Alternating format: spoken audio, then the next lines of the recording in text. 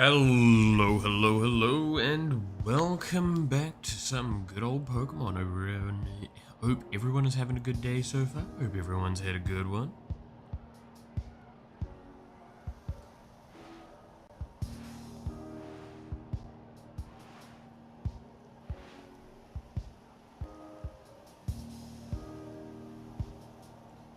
Alright, what is this late stream time? I know, how dare I be like a total of a minute or two late. Admittedly, that was partly because technical difficulties for a moment. For some reason my Switch decided to like not turn on for a little bit and caused me a mild panic attack.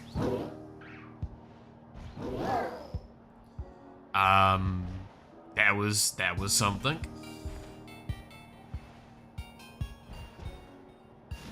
Didn't like that, not one bit.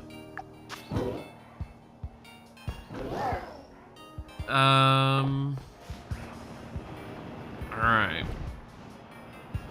So, we have a bit of a weird stream scheduling for the week.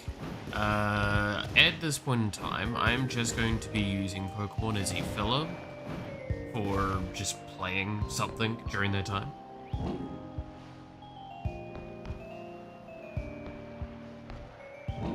So that you were not, and I thought I misremembered the schedule. No, it's 8 AM for me every morning is when I'm doing it at this stage. Unless daylight savings happen, then like things have probably been thrown off quite a bit. I don't think daylight savings was yet though. Was it? I might have to look. I know that actually technically does require me to change my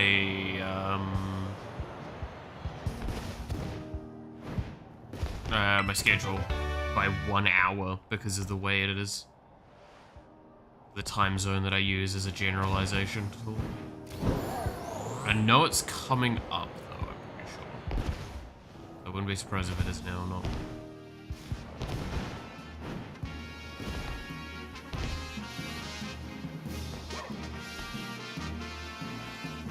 I mean, okay, so this is one of those things of like, technically, yes, that's what the schedule is, but also it's a lie. But so March 30th, so yeah, it would have been, so yeah, no, well, I don't know if it's the same for me, because, okay, this is where you get the wild thing for it all. Did you know that not every country does daylight savings at the same time? New Zealand does it slightly off, if I recall correctly, from a lot of the like Western countries times. Normally like a week or two off. That's why I'm like I have to look. I go quick as no actually.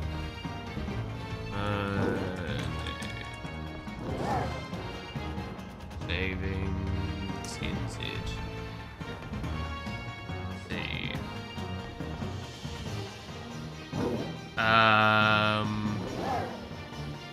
April. 6th of April. 6th of April is when I have to change. Which is fine, because that's when I'm moving.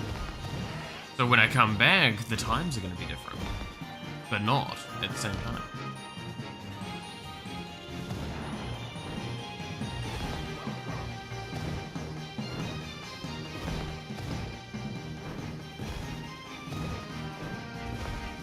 Because keep in mind, the reason why I say that, our daylight saving is going to confuse you. My daylight saving starts in September, and then it ends in April.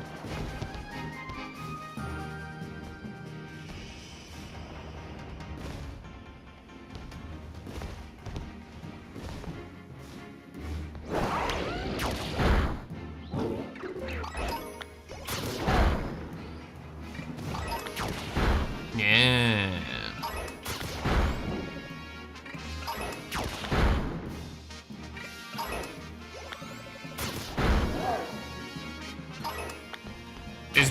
They've been talk about not doing it for a long time now. I mean, okay, so you want the simple answer? Daylight savings has been talked about not being done for the longest time. However,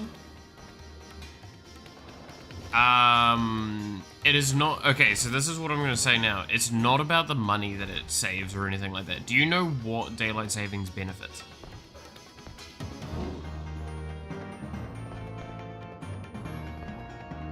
Like, one of the main groups that benefit from it, especially here in New Zealand, one of the main groups that benefit from it.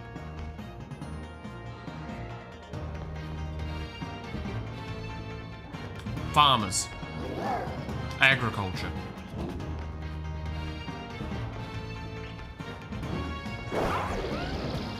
So, I have a question for you. What matters more? Money? Or actually having food? Why do you think it's not been done yet? It's not about the money. It's about the systems in place around it. It is not something you're likely going to see replaced because of what it would mean.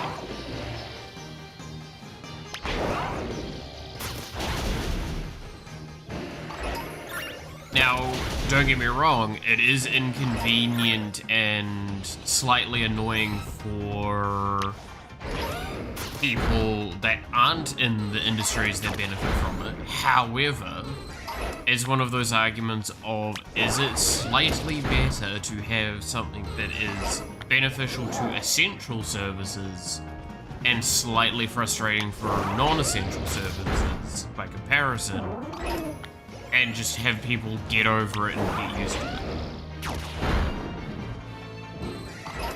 We're in an era, sadly, where people feel super entitled and don't want to do it.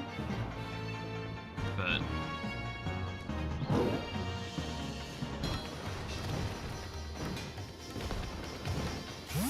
are you yanking my pizzle?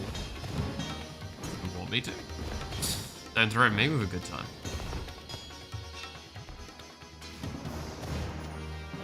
But yeah, no, it's one of those things that I personally doesn't affect me pretty much at all. So I just don't care. Alright? Means 2 times a year I have to reschedule a couple of things and move things around. Oh no. I've worked long hours and shit, and my body clock adjusts pretty decently because I just treat it correctly.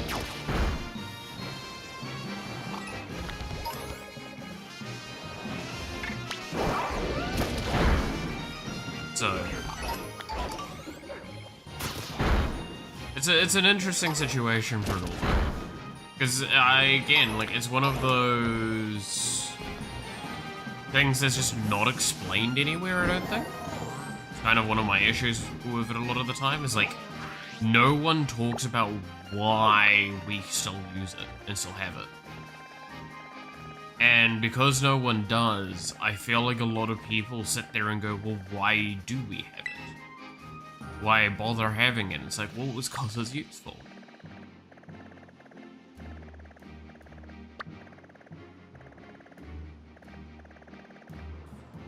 The fuck is that thing?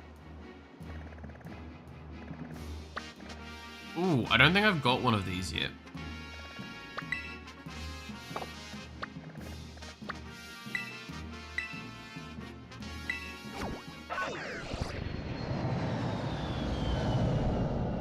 But yeah, there you go. The more you know. To be fair, again, like, this is one of those, like, it's just, the reason I know so much about this is it's a subject I've brought up with others, and we've done research around it, right? I'm not like some weird omnipotent, I know everything kind of individual. It's because I've sat there and thought about this kind of question myself and gone like, well, what is the point? And I sat there and I'm like, well, I just don't get it. Again, my standpoint was simply, I don't get affected by it, so I don't really care. But obviously, that's not a good enough argument. So we came to the question of, why is it done? What is the benefit of doing it? And then we looked it up. Then we asked some people in the field that might be able to share insight. That's a fucking fungus.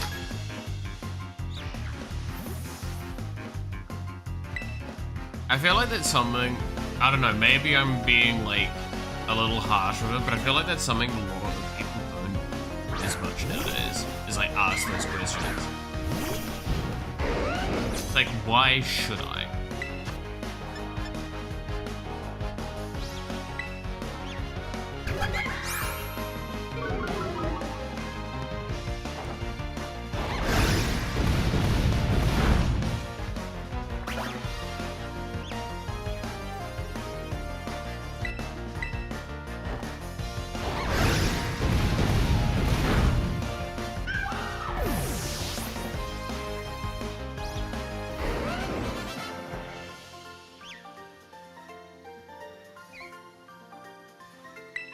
No, I'm all blue. Alright then, bud. I need to go to the poker center because I don't have very many moves left because I was doing the farming last time and I didn't go to the reset my abilities. I need more PP in my life.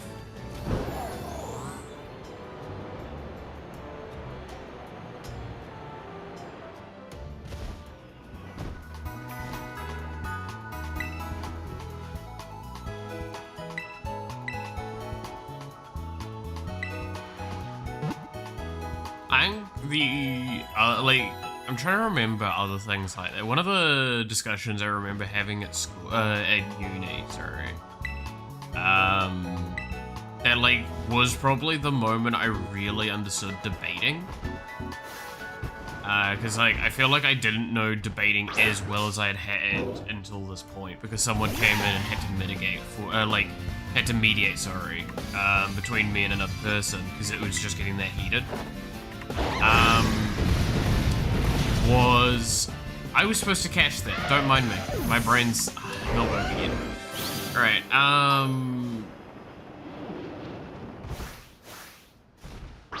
was a discussion about the, how important culture is.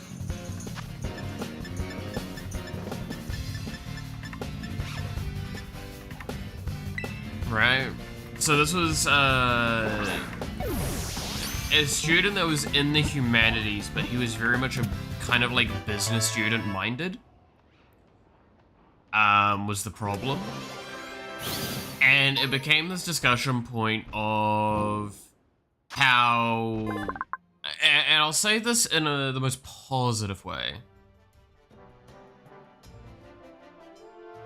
Hey, you Banky, how's it going? Hey, you Matthew. Hey, everybody. Morning, morning. But, you know,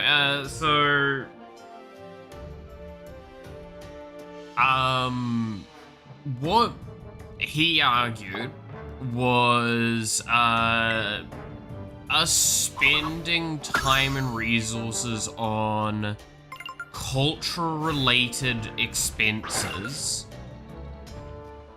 external to tourism was not essential and was not useful to the country.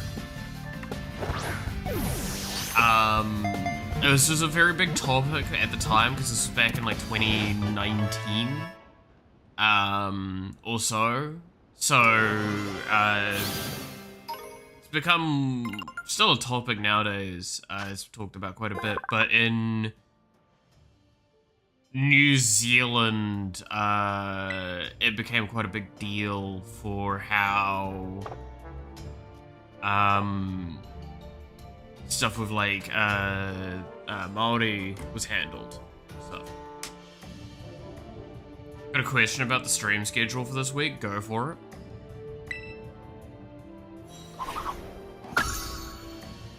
Have I written something incorrectly?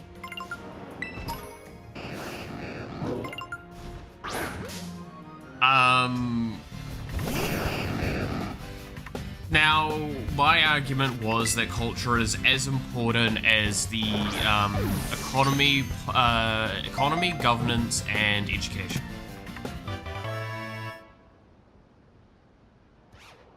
On Thursday, Friday is called the final stream. Yes.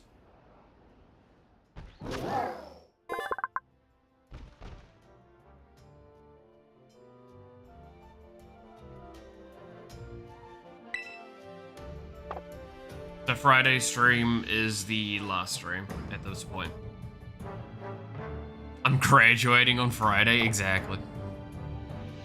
No, it is the final stream because it is the final stream until I'm back. I think I put in like brackets moving or whatever related to it.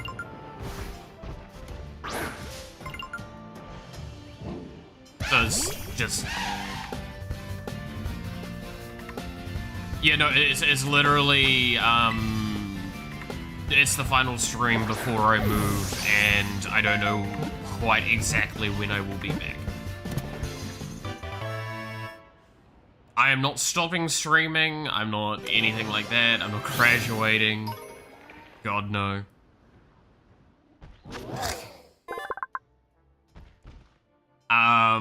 It is just literally, I will not be streaming until think of it as, I'm not streaming for the foreseeable future, however, I will probably be back within about a week. It's just, I don't know when I'm going to 100% start my streams up again, because of timing and such.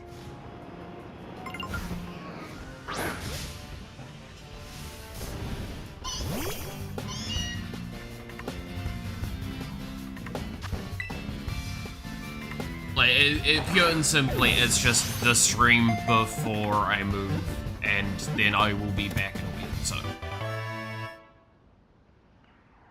It's nothing big. Again, my hope is that, like, next Thursday, like, next week Thursday, I will probably have everything set up if I don't stream before then. Wednesday, Thursday is my hope, is my general hope. At this point in time, though, the biggest problem I have, and I'm not talking too much about this, because it's moving stuff, right? But, I am in a situation that's really, really fucking irritating.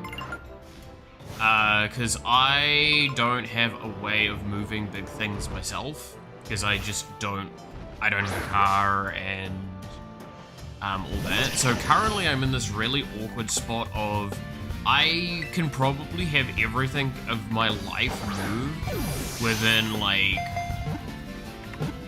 3-ish trips, given, like, a trailer and stuff like that. But I can't move anything, because I don't have the ability to move anything. So I'm, like, desperately hoping one of the people I know actually comes through that have said that they will look into it with scheduling and timing. Because, yeah, I'm hugely panicked right now, because I don't have a trailer, and I don't have a way of doing that. I need to figure that shit out before the end of this weekend, because, yeah.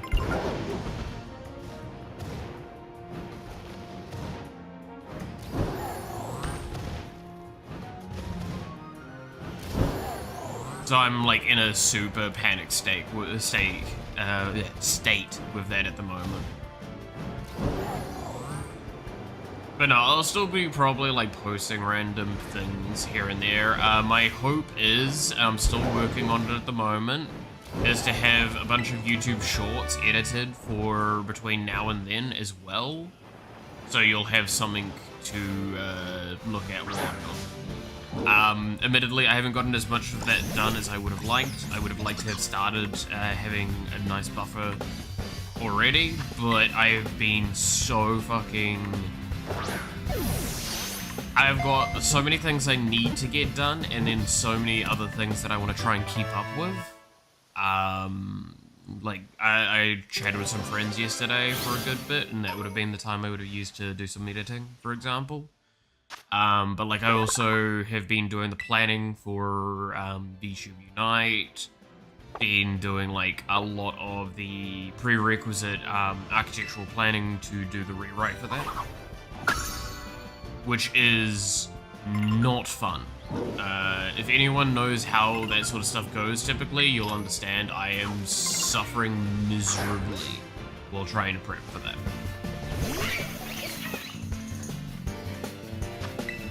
It's not something that is fun to do. I have a sheet somewhere on my tabs at the moment related to all the core events around that, like what I need to do and what order.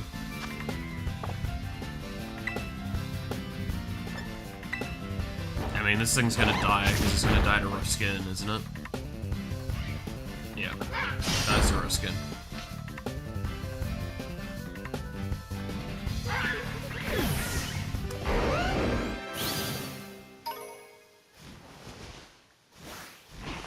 Very reliant on the quick ball hitting with some of these because they're just so fucking low level.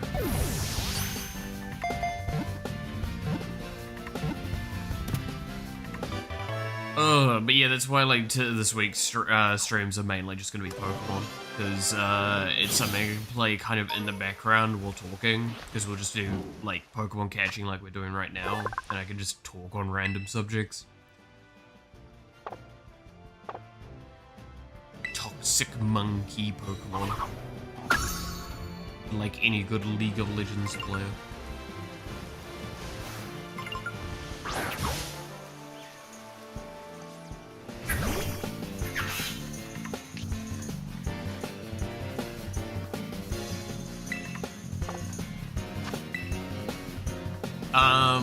But yeah, no, at the moment, just getting everything done. I'm like 95% packed as well. Like, fun fact, if I hit my desk the wrong way, it will completely fall apart and potentially hurt me, because I've already started taking it apart.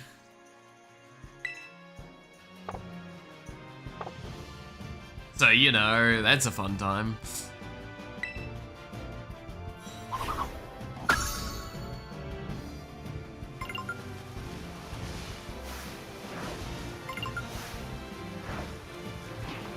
Because, yeah, like, I'm at the stage where, like, outside of my computer, everything I want... I just kind of want everything moved before, the weekend. Because if that happens, then I'm just set.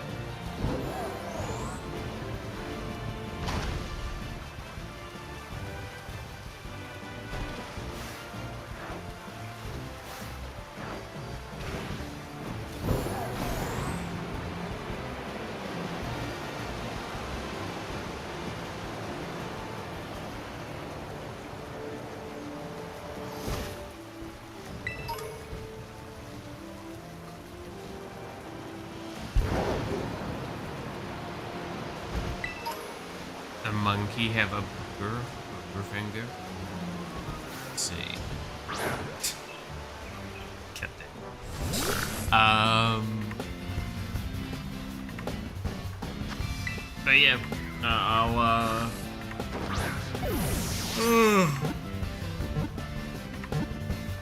it's gonna be fun as well, because like as we were just saying, we're gonna have to like do some rescheduling as well, because once I've come back, it's gonna be daylight after daylight savings changes over, or for us in New Zealand it ends basically. So that means I'm gonna have to kind of think about some new things around that. Get my timings aligned. It'll be fun.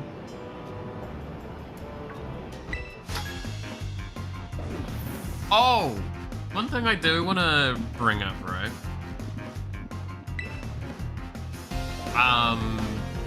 Ironically enough, seeing Dragon being brought up there. Did you know there is a fucking magic card that I'm upset you guys did not tell me existed? And I think it is an absolute travesty I did not know about it until, like, yesterday, I think.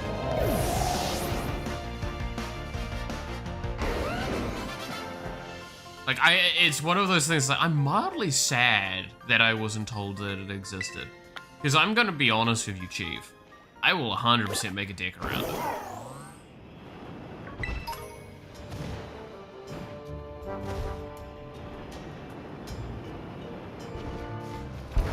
In fact, the best part as well is it's super cheap, so I can get another one. What's the card? Let me go pull it up.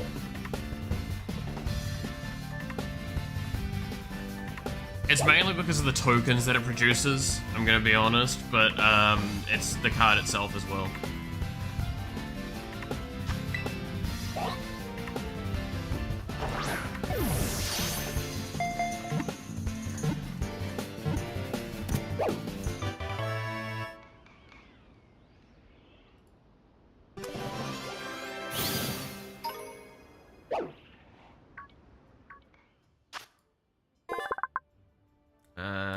Let's see, where is...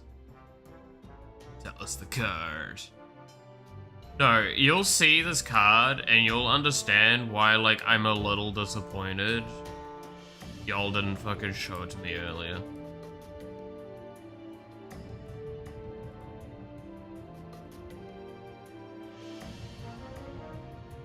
So this is, Astoria Necro Queen. It's a fucking cat dragon. It's a fucking cat dragon. You know what's even better about it? These are the fucking tokens it produces. Look at that fucking thing. Ah! How the fuck did you guys not tell me about these?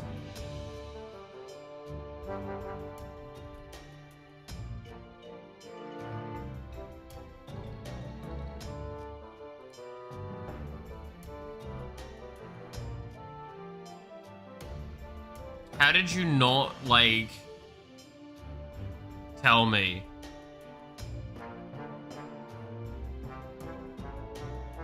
About a fucking cat dragon.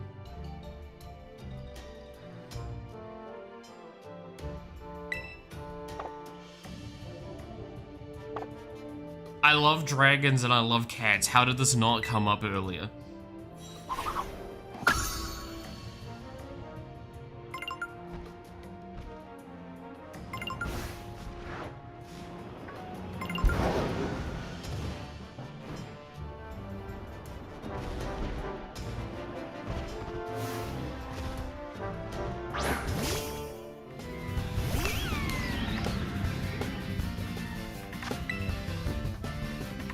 There you go.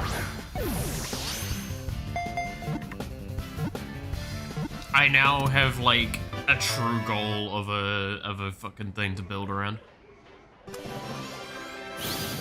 The problem is it's a super bad card for the most part because it's like admittedly it is like a 5 mana. I think it's a 6/6 flying trample.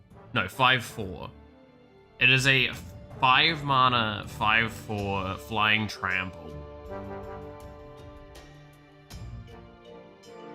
But it's, whenever this deals damage, combat damage to a player, that player sacrifices a creature. If that player can't, you create a 3/3 black, red, and green cat dragon creature token with flying.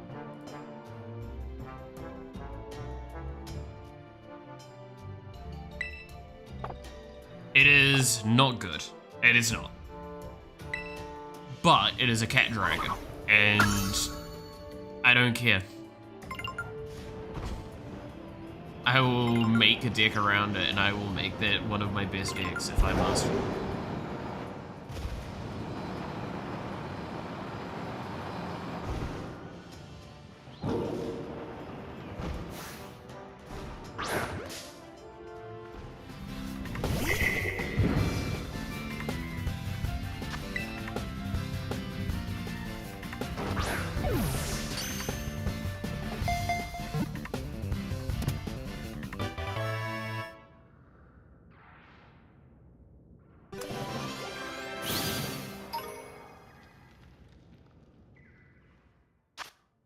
His pet dick, yeah.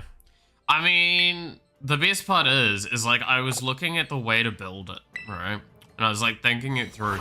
You can basically make it a dragon cat tribal at the same time, which means as well that what I can do is I can actually add Yagdra to the deck. Right? So I can just make big cats, big dragons, big bullshit.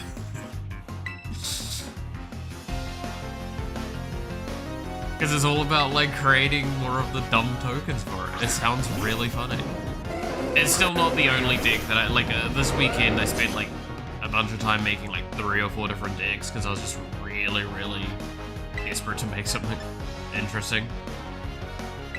But yeah. His Dragon Kitten, exactly.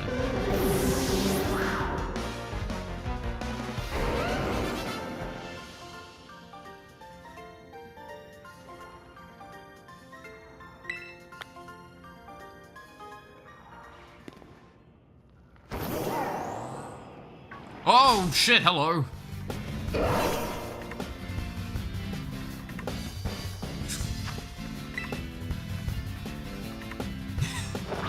Seems good in that deck. Well, I mean, it's gonna be about, like, producing a lot of dragons and producing a lot of, dumb mana, right?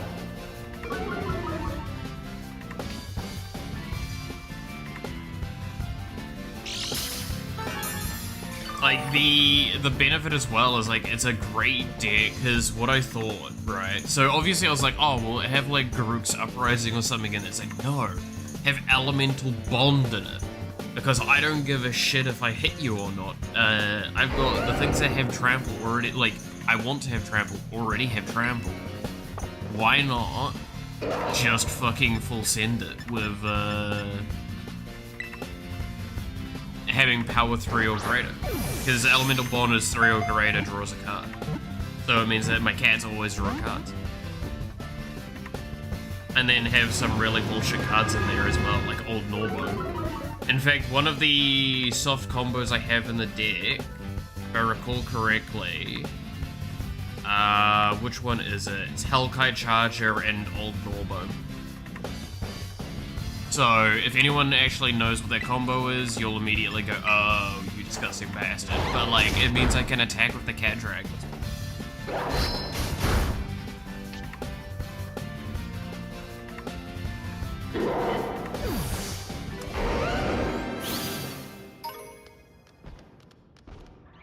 Look for double strike. I've already got a couple of sources of double strike, but yeah, no, probably. I can pull up the deck in a second. I mean, I have the deck sitting there, right? That's what I showed it from. But I'm pretty sure I added... What did I add for double strike? Was one of the first things I added for it. Fire Shrieker. Just 3 mana, put creature as double strike. Also keep in mind, I can run the world render, the dragon from the dragon standard basic precon.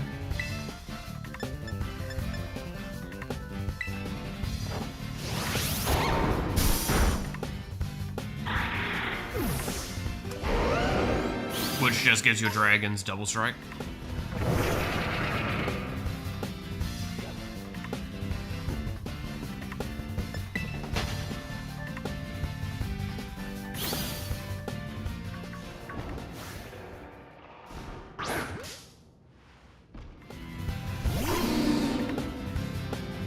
Oh, card from Commander Days, yeah. I mean, Leyline Axe is, like, I think arguably just that, but better. So, I might run both. I just sort of, like, thought, this is a cool one. Or, it's also cheap. To be fair, this deck is very... I don't think it's very good at the moment. I need to do, like, some proper checks through it. Because there is a couple parts of it that I don't think sit quite right. I think I did too aggressive of ramp in certain spots. At the weakness of interactivity. The deck doesn't interact, it just swings.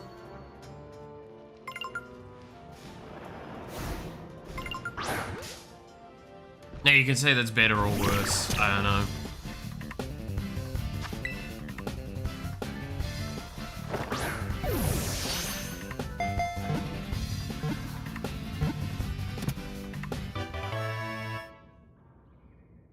Like, it's big dumb dragons do big dumb shit, but it's also with cats.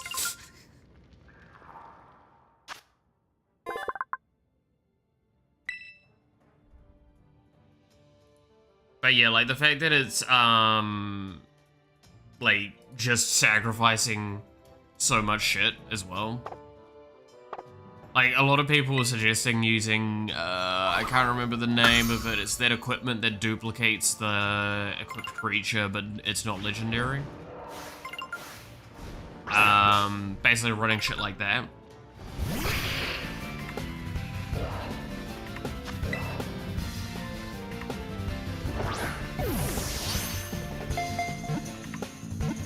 Helm of the Hose, thank you. And then just running that with it, and then you just get a shitload of them, ruin their entire board state, and make a billion cat dragons. Which I'm not gonna lie, there is a temptation for that.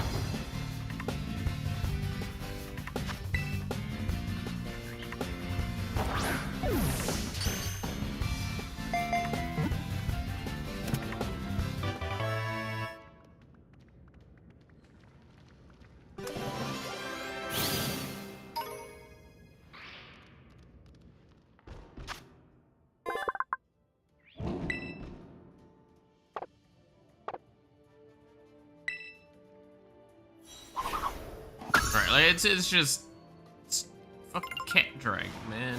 How can I not love cat dragon?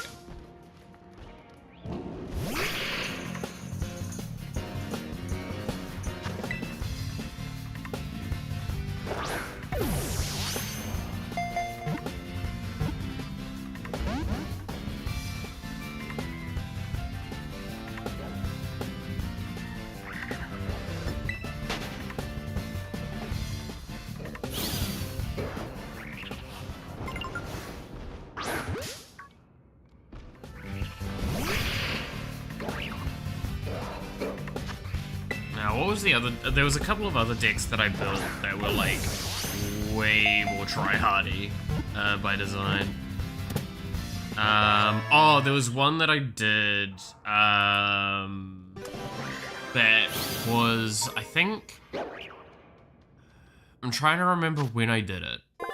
I think it almost might have been like Friday night when I got home, or it may have been Saturday night, because I was thinking about what someone said, right? Or like a few people said, because I was talking with some people about how like I want to make a vampires deck still. While it's not my highest priority, I would still like to do one. But the problem was to do a vampires deck. It's just like my brain immediately goes, oh, we'll just get Edgar Markov, and it's like, someone kind of basically said the whole thing, don't use Edgar Markov because he just ends up being a crutch.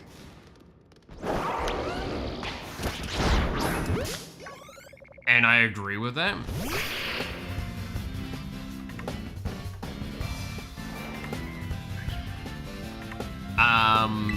So I started thinking about like, what could I do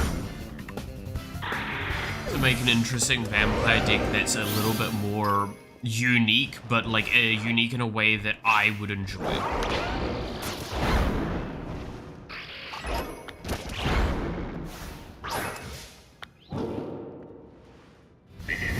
Right? So I found one that I thought was actually like really interesting.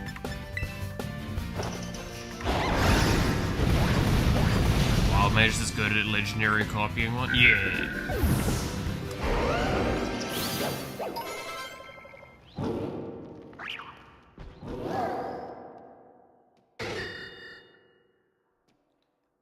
But I'll show it in a second once we just get through the evolution. But yeah, no, there was it's because like I was sitting there like, well, I've got one of the Alanda's at the moment. I intend on getting the other one because I think her cards look really fucking awesome. But it was like, yeah, like what is an interesting like vampires deck that isn't just the vampire deck that you've all seen to death.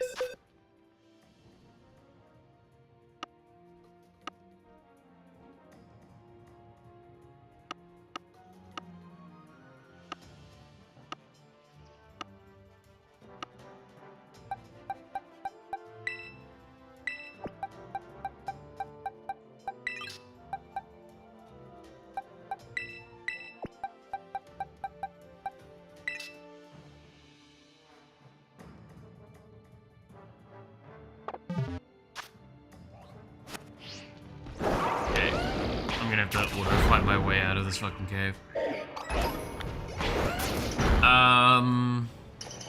Let's see.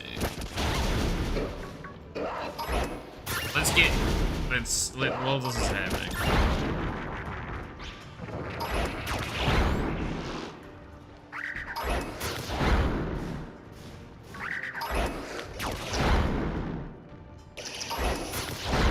I will have it prepped to pull up correctly.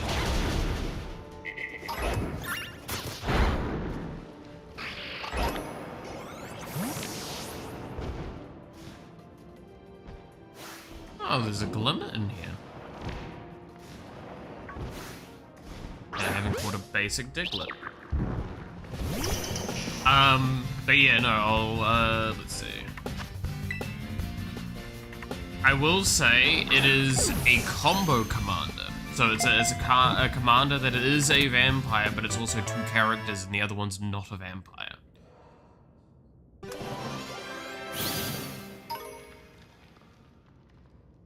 But it creates an interesting play pattern, I would argue.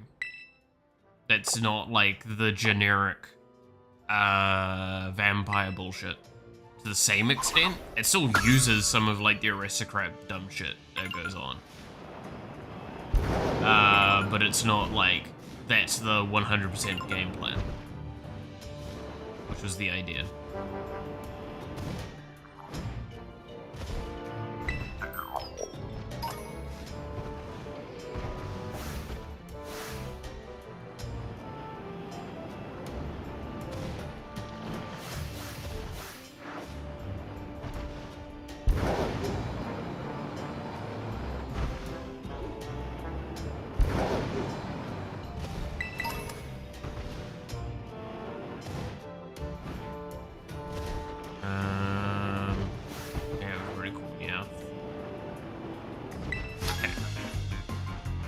You know the cards? Do you know the cards? I'm curious. Which card do you think it is? Well, it's because there's 2 I know of off the top of my head that are vampire combo cards.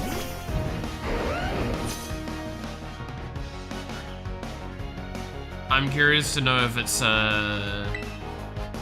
if you think it's the one that I'm going that's got a unique style to it. Because I will say that I already had one of the combo cards and that's going into that deck, but this one's a bit more of a broader range.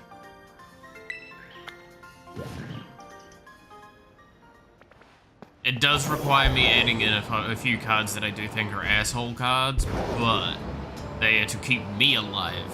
It just happens to also hurt the opponent.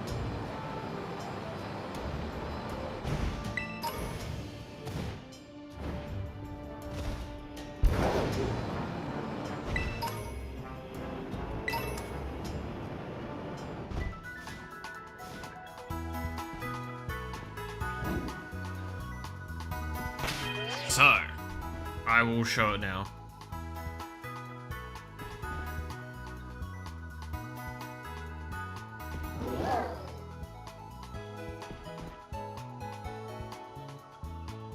This is my vampire deck that I loosely designed for.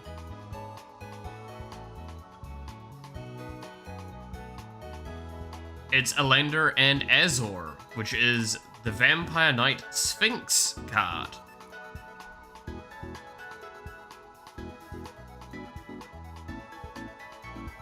Bet you weren't expecting that one.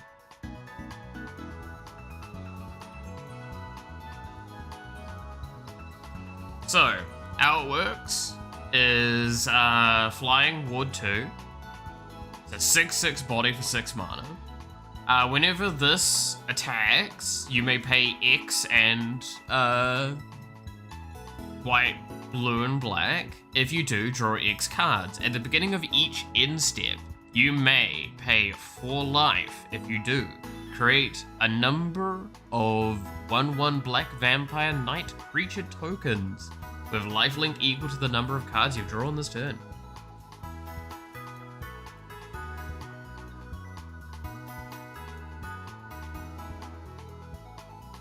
You're right, I didn't. Yeah.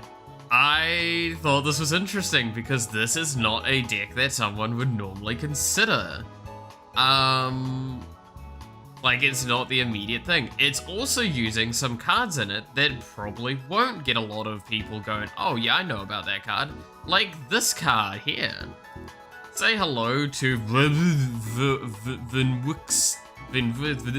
whatever you want to say it is.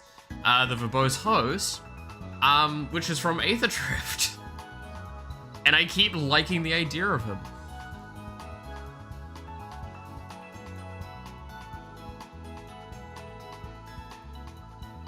I remember watching a group of amps get into the field, tearing them shreds in a prolonged way. Drew some cool looking scene. I saw an interview with vampire actors and they talked how they'd being a film, yeah, we're gonna kill that kid.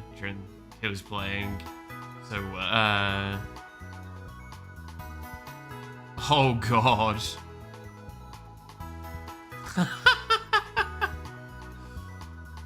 That's funny. Do I have Varak? Yes. This one? Oops.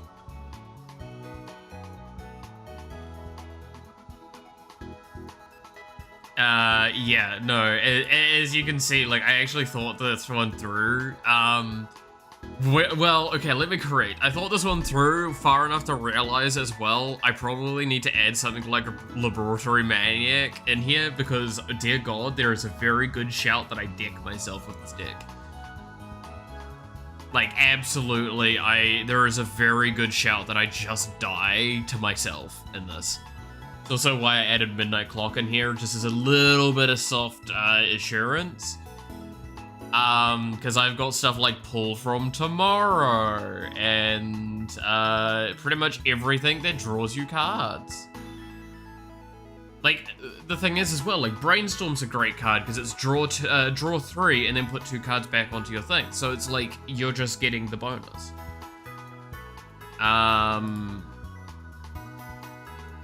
I did have to add in a couple of things, like the Raceway here. It was the only one I found that actually felt like it fit, and I was trying to find more, like, starting column of things to activate the start your engines. This is the problem with parasitic concepts like this, is you kind of fight for them. Frantic Search, yep, Frantic Search is in here, over here.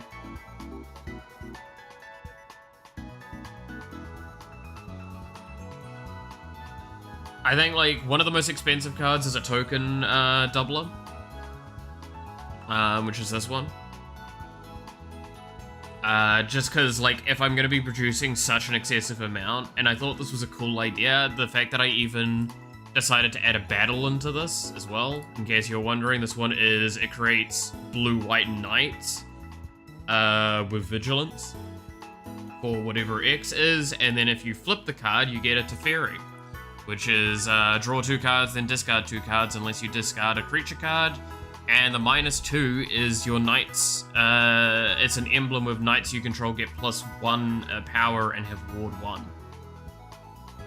Which is really, really fucking good in a deck that's producing 60 billion vampire knights with lifelink. I also have stuff like Notion Thief. As I said earlier, there is some asshole-y cards like Shoulder of the Apocalypse, but that's to keep me alive. Then there's asshole cards like Scrawling Crawler to kill everyone else. There's like a bunch of connives as well effects. I've got, whenever I draw, I can gain a little bit of life as well from there to just compensate for things. I've obviously got the 2 Elanders. I've got Drana and Lovala, which is one that I already own this card, so I kind of want to do it. Stuff to sack them as well at without reaction speed. Yeah, no, the land count is the thing you should be concerned about, because there's only 24 lands in this. I do not think this deck will survive. I think this needs to be changed quite a bit. I think there's simply put, I think there's too much draw, not enough mana to keep up with itself. Even like Ashnod's Altars in here to try and compensate for things. Also, Aether Siphon is a alternate win con as well. For basically whenever I would draw a card, each opponent mills 2 cards. So goodbye to everyone else. When I nuke myself, I also nuke them. Consecrated Sphinx is also in here to draw me even more cards. Yeah, no, this deck is basically, did I hear you want to draw cards? Cool, I can do that for you. There's also a fair few ways to get infinite hand size because, dear fucking god, you're gonna need it. Hell, I can even do Peer into the Abyss. Right? Target player draws cards equal to half the number of cards in their library and loses half their life, rounded up each time.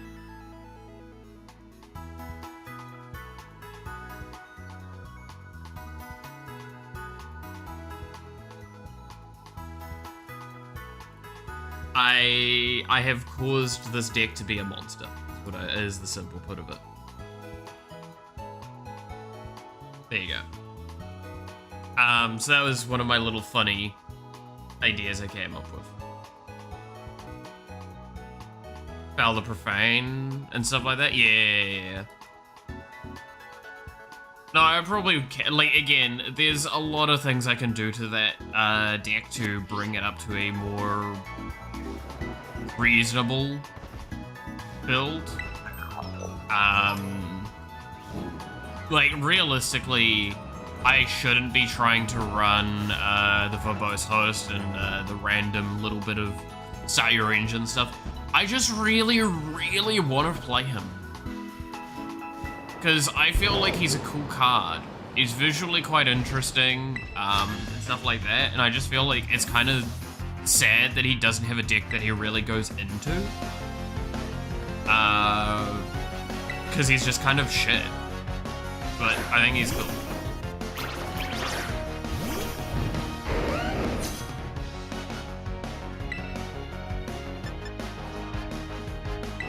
Right?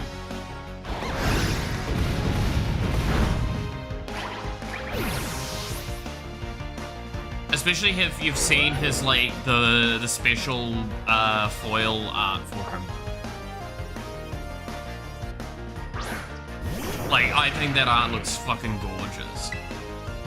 And it sucks that it's just, yeah, he's a card that's just not that good. Hello, Roger, how's it going?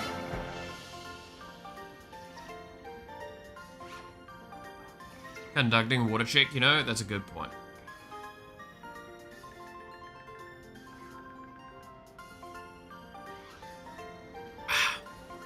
There we go. Wow, you're strong. I guess you didn't need my advice. Fuck no, I don't, bud.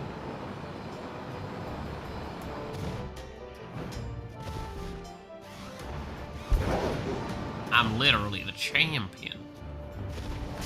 According to my calculation. What? What?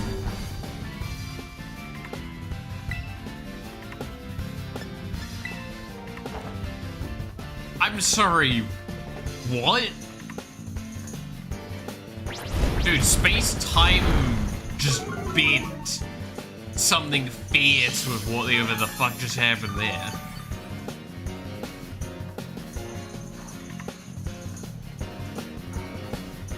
I believe it. I'm like, fuck you, worm. You can survive.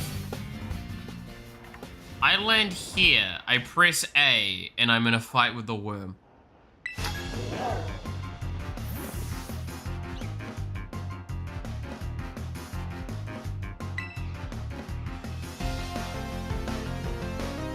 Oh my god, look at him.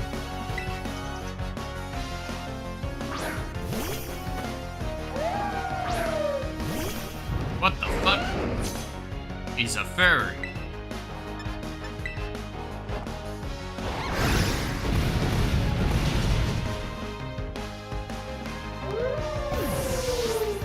There are 2 wolves inside of you. Both of them are gay.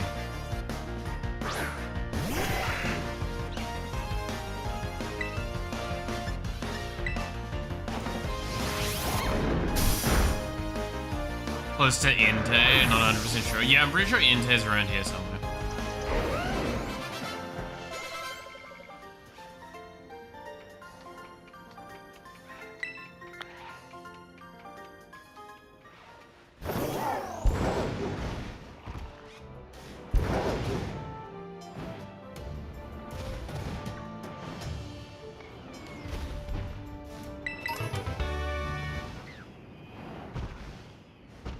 How would I find the legendaries? Do I need to do some special action for them?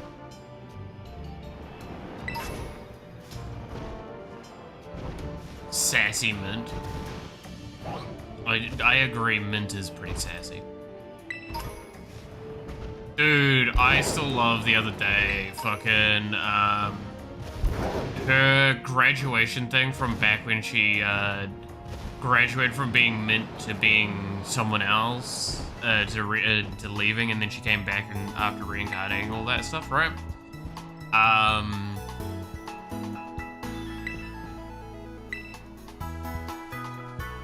Basically put, the graduation thing came up recently, and I saw that, and I was like, oh man, fuck's sakes, why's everyone graduating? And the timing was just right to make it look, and she just had to fucking, like, make a message going, hey guys, that was my old rose place. Maybe up there? I don't know.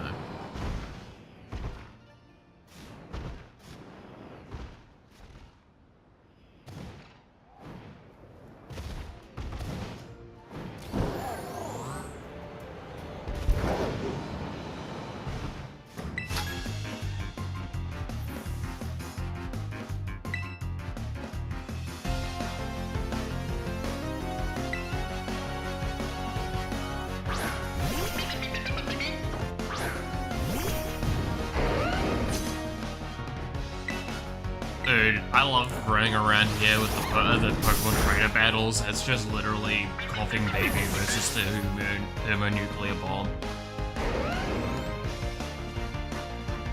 Oh, speaking of, by the way, just random Star Rail thing for a moment.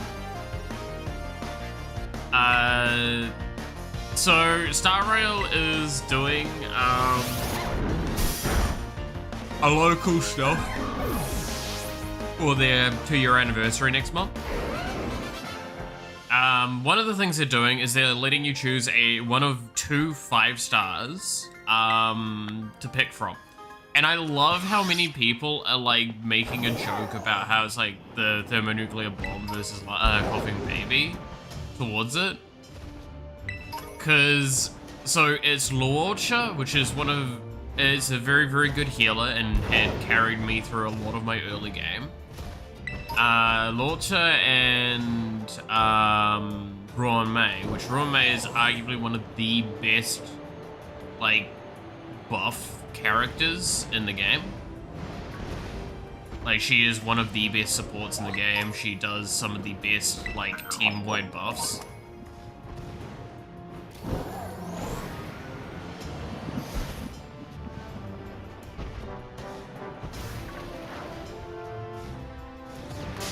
Oh, I got run over by a car.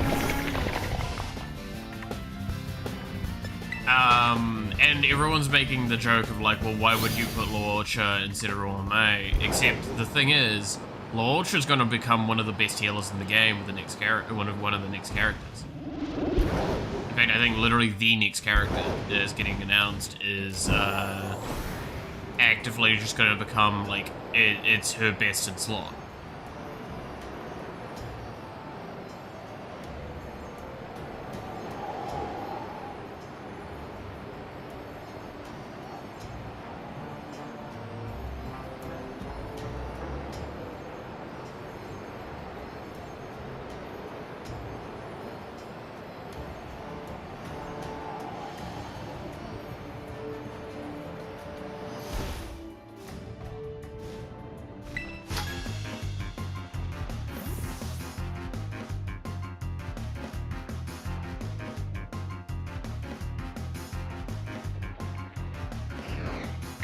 I just find that really funny.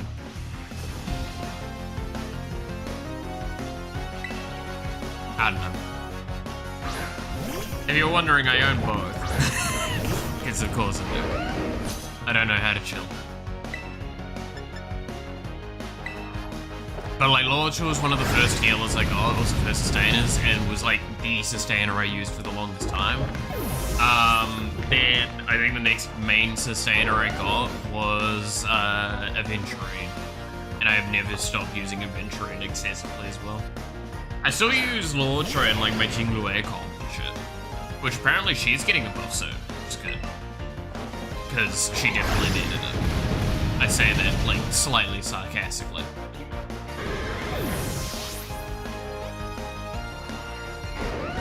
I give a lot of credit to them that they're deciding to buff older 5 stars and stuff like that, and other like characters from the past, because they don't need to.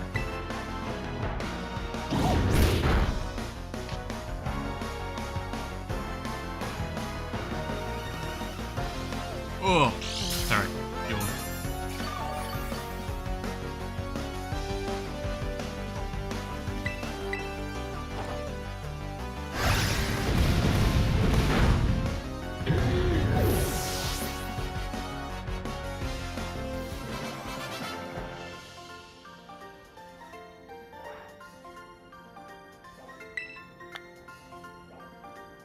I out-moxied her.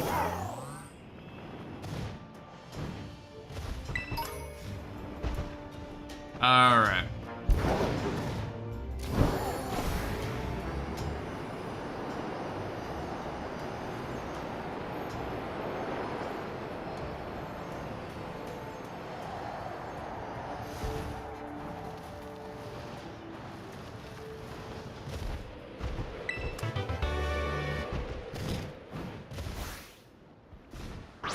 Hey yo, it's the coal mines, let's go.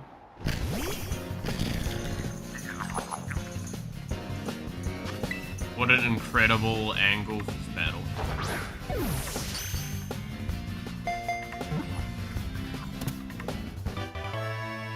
That was...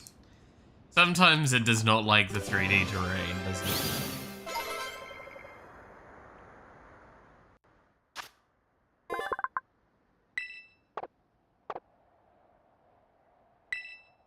A child will be going in the mines.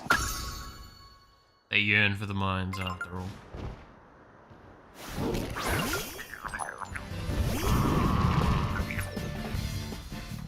Oh, yet another incredible angle. Where all you can see is Gura's gooch. Wait. I retract such a statement.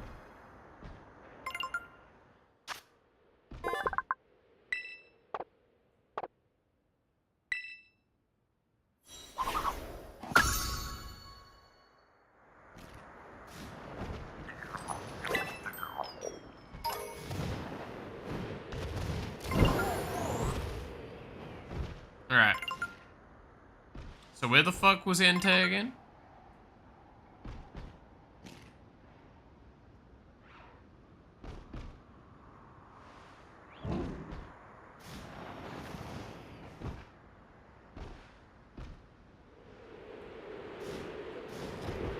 And like, what do I need to do to bring him to me?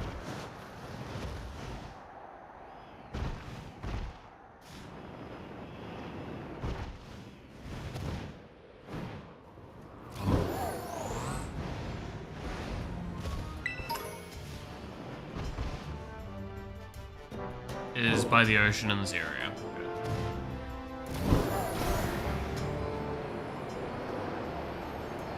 There is nothing you need to do. Is it just like, I will see him as I fly past?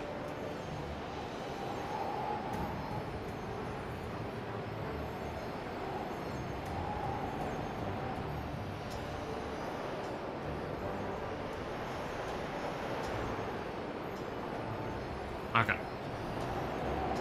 Ooh, trainer.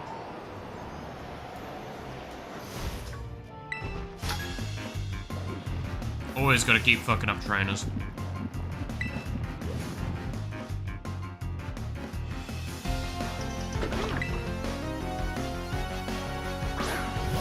Gotta teach him who's boss.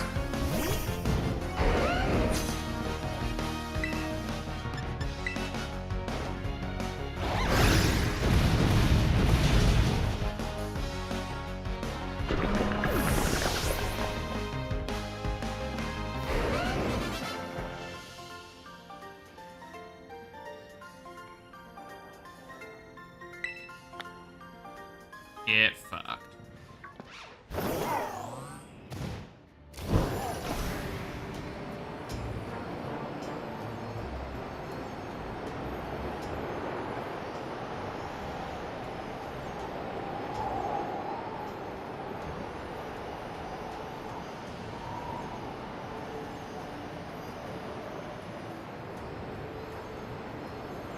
There's a bunch of trainers here.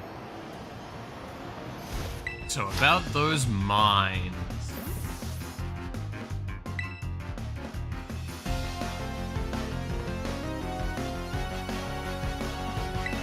That I think is not under the truck. It's not under the truck. It's never been under the truck.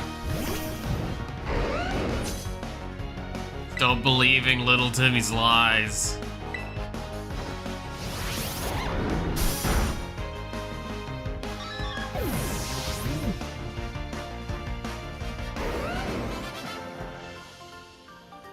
Incredible.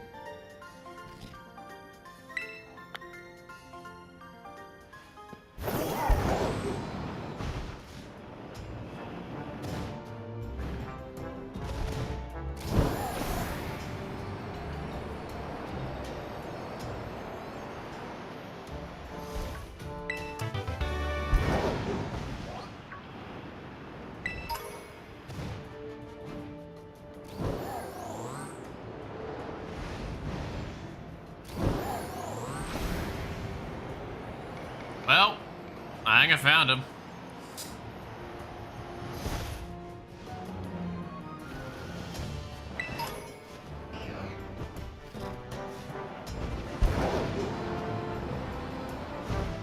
I recognize that doggo.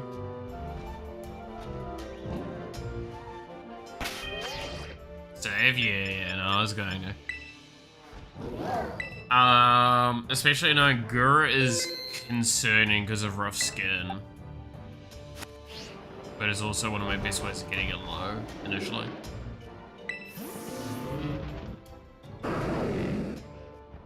Hey, you bud.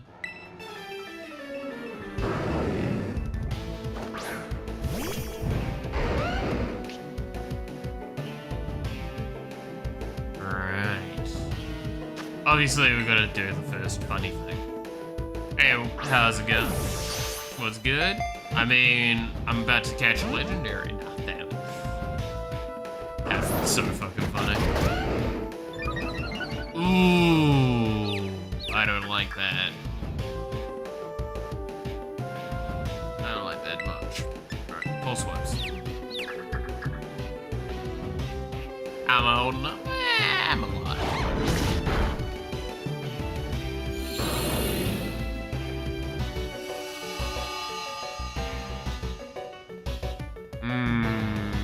I think seems a bit weird, but I'm gonna just start throwing balls now. Because if it hits me, it's gonna take damage.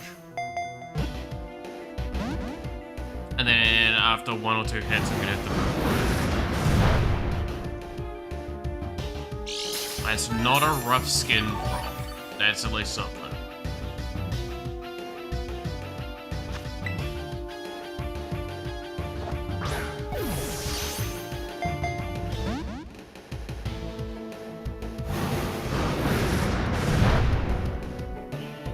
can't kill Europe pretty much. Burn is actually gonna do quite a bit of damage. How's my progress in Paldea going? I mean, at the moment, we're just fucking around to try and get, like, the Pokedex entries done, right? Use Sunny Day? Yeah.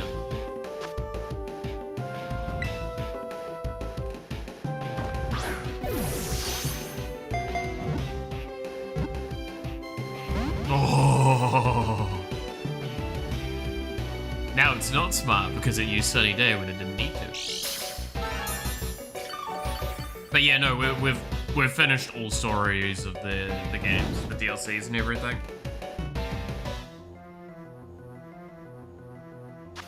We're just doing Pokedex entries now. And mucking around while I don't want to beat. Oh shit, did I just crit?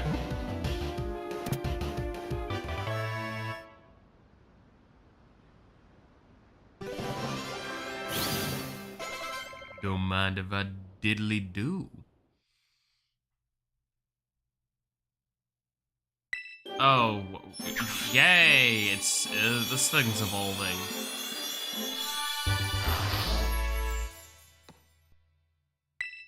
Thanks, bud.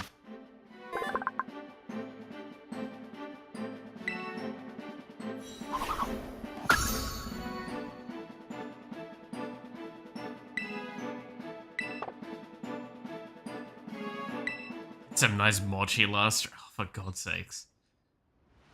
Well, I guess I caught a legendary. That was not that bad. Especially in comparison to the fucking, that one dude.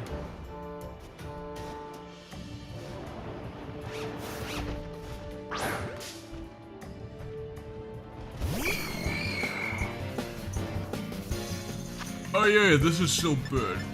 We need to go heal. Oh. Monkey and Bird. Well, I mean, Bird was literally the worst. Bird killed itself in the end. It struggled out of the fight. Monkey, at least we caught in one go, but it was a pain in the ass. The Bird has swagger. The Bird does have swagger. That is indeed true.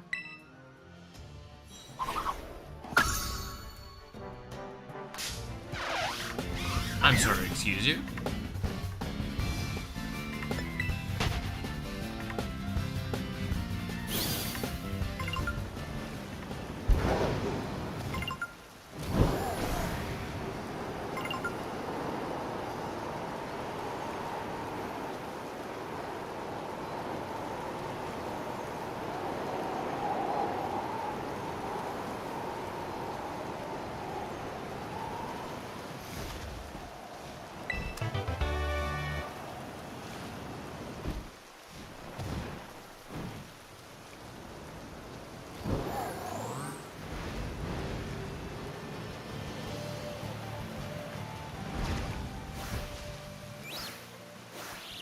Oh god, there's so many things to catch.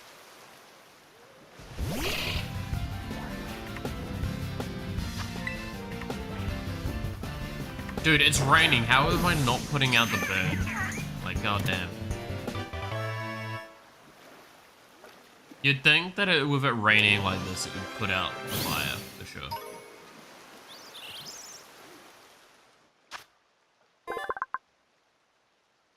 The starting lighthouse is a shocking legendary. Oh my god. Damn it, I hate it.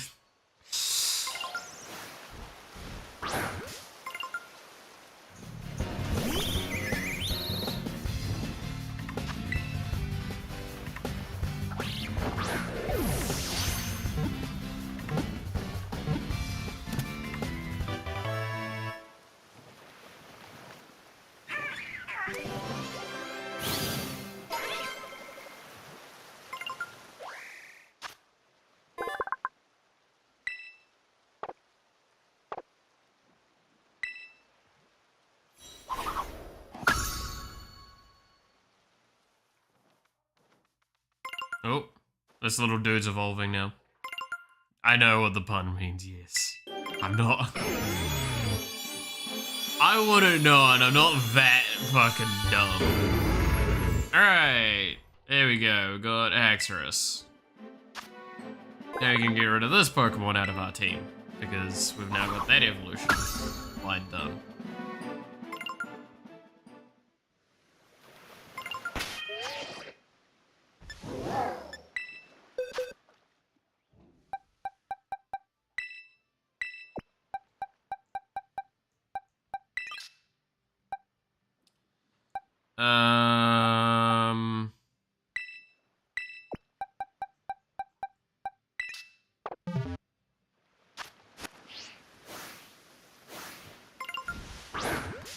There we go. Oh, stretch. There we go.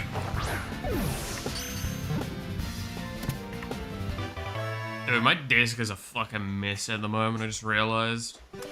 Because everything's, like, partly packed up and shit. So, it's all of the non-essential items just strewn about.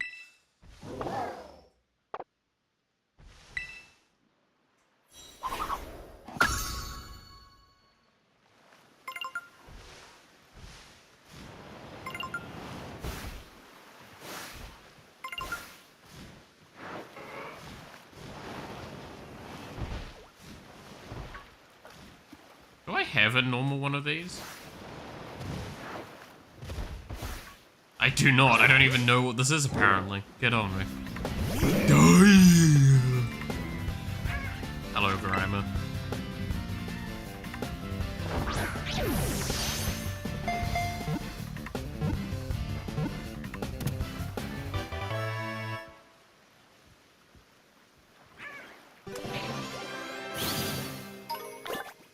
We need to go through and figure out what legendaries we can even go after. Gravity's nuts. Damn.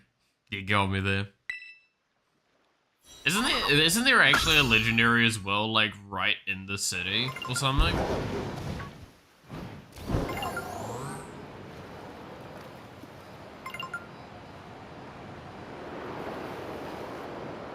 Or, like, right by it? I feel like there was one.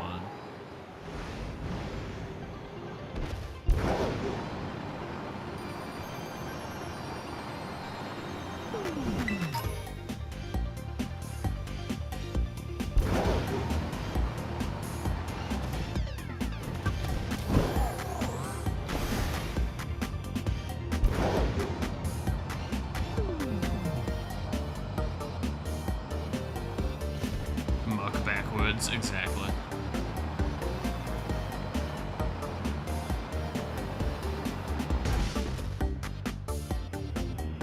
I slam into a child and hear, wow, so big. That's concerning.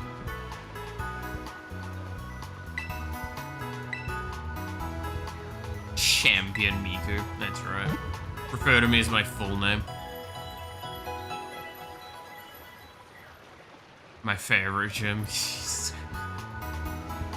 Yeah. Right over a child. Wouldn't be the first time, nor will it be the last.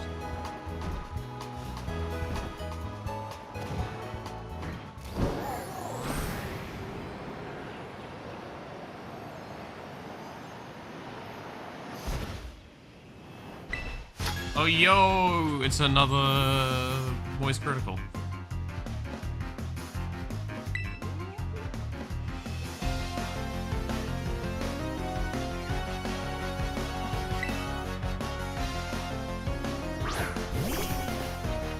Oh, he's got a cute little deer.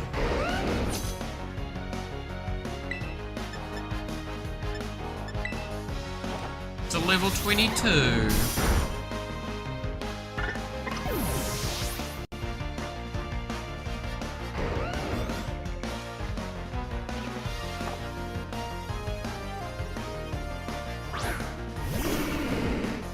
Oh, it's a slightly bigger deer.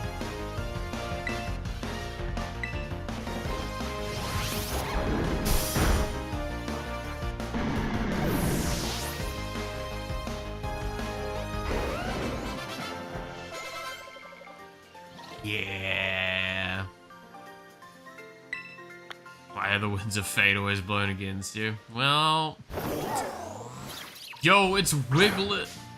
I got one of these in Pokemon Pocket.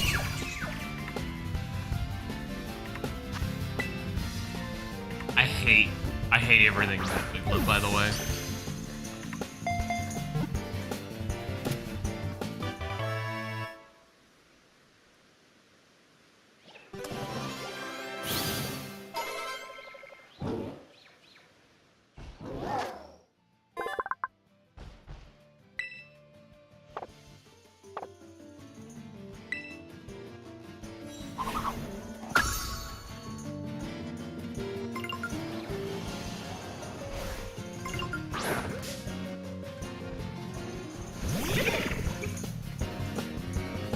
What in the fuck is that? Wiggle, wiggle. It's just such a weird, like, look of a Pokemon. Especially when it's very clearly, like, a Diglett clone, right? It just looks weird. And you cannot do anything to convince me that Wiglet is not, like, a very disconcerting Pokemon.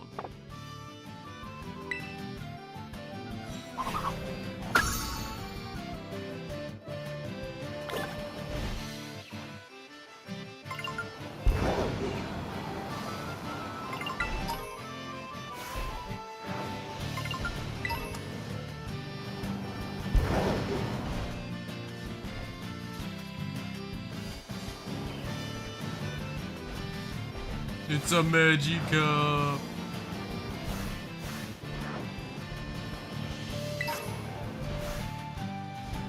I'm sorry, what in the fuck is that? A sandcastle. Incredible. Dude, it's screaming in pain. It's got a fucking shovel on its head. What the hell? Oh, Pokemon was fucking dark, but like, that's pretty fucked up.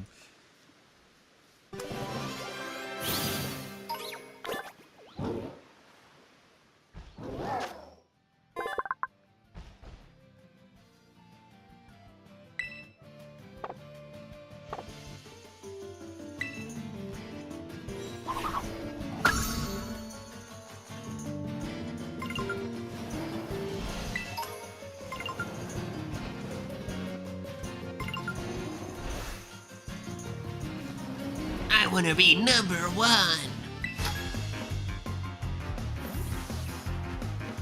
I'm gonna be the strongest.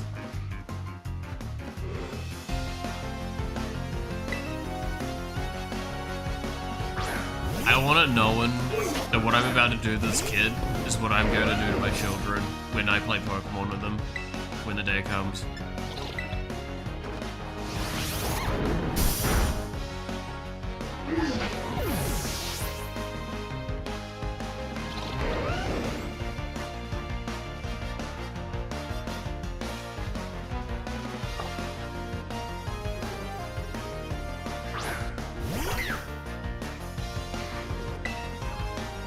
Dad, can you let me win just one time? Sure. If you earn it.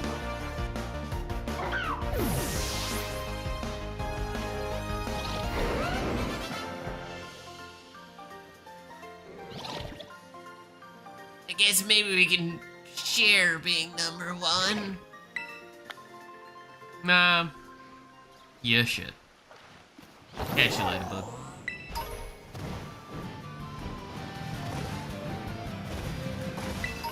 Oh, that was hard to hit.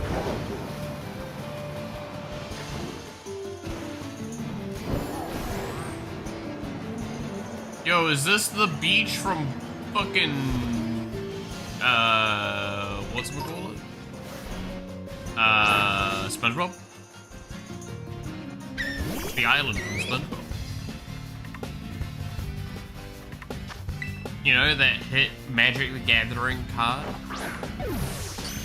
Except it's not the island, and they decided to not make the card that's called Island the island that is one of the most iconic fucking things in all of it. I'm still fucking aggravated by that.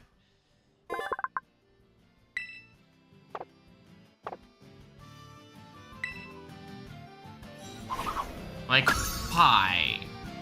Why? Why would you not make it in full of radiation? Oh yeah, that's right. Because wasn't it theorized that it's I think yeah, like didn't they theorize the location? It was like a radioactive, like a spot where they actually fired nukes and shit. And that's why like all the sea life is fucking weird.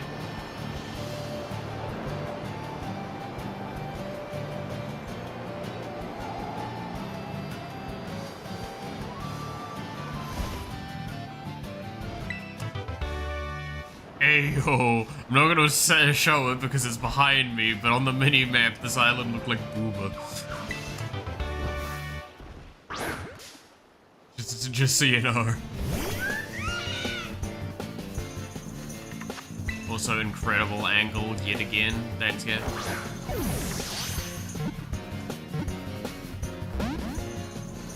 Damn, almost had it.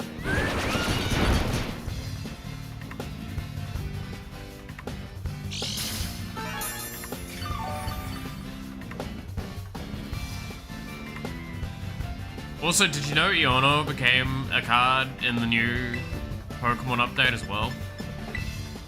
And the worst part is, she's a good card, so I have to, like, fucking suffer the fact that, I have to use that damn fucking hell of an annoying character.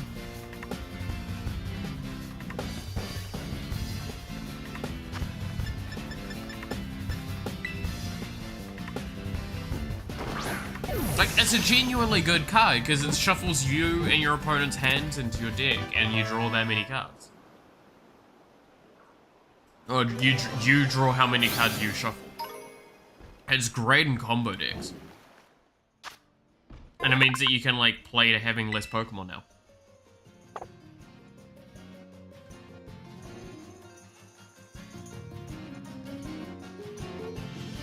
Is somewhat thing. Yeah, I mean, like, that's the thing, is he was a marine biologist. I remember that, because, like, that's why, weirdly enough, a lot of the stuff in the show, as much as you would not believe this kind of statement, is actually accurate.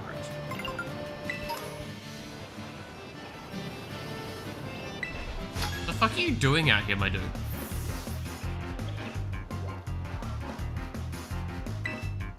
Can't find my potential anywhere. Well, guess what? We're gonna have to keep looking. My god, he is the most anime fucking face I've seen. That's saying a lot. Oh, it breaks the mold. Whatever will I do?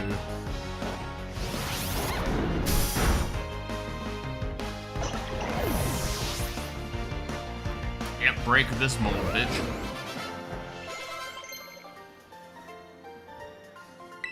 That's right. I play video games.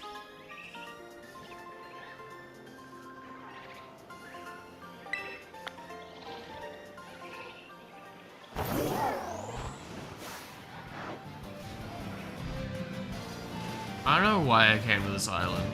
Just looked tempting to come to.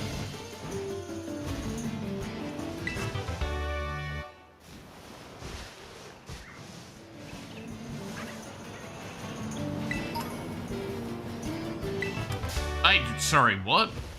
Oh, for God's sakes, it's one of those goddamn flowers again. Die.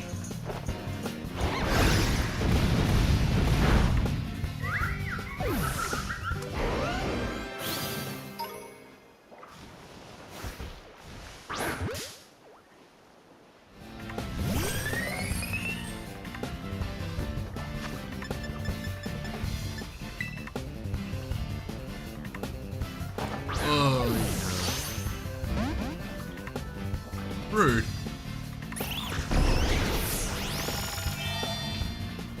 My most common roadkill on the count? Probably. Probably. That would not surprise me in the slightest.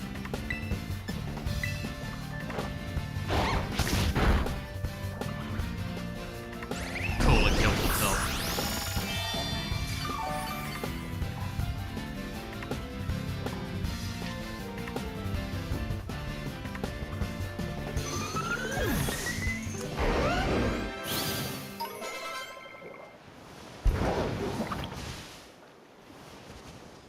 god, those things are so hard to see.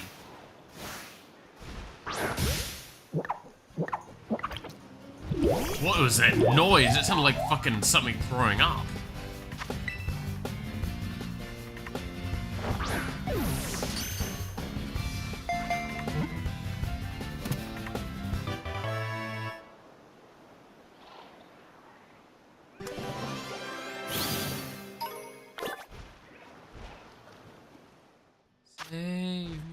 Save me from...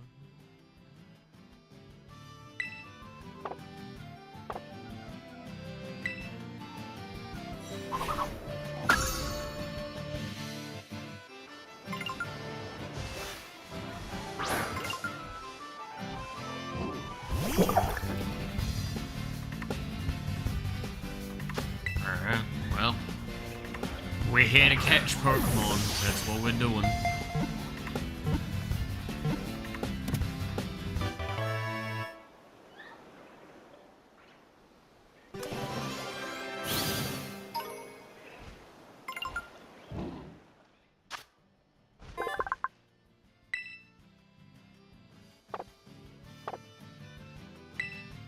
Olive Pokemon.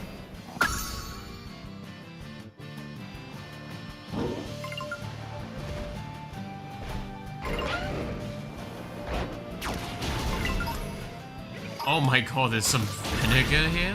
Sure.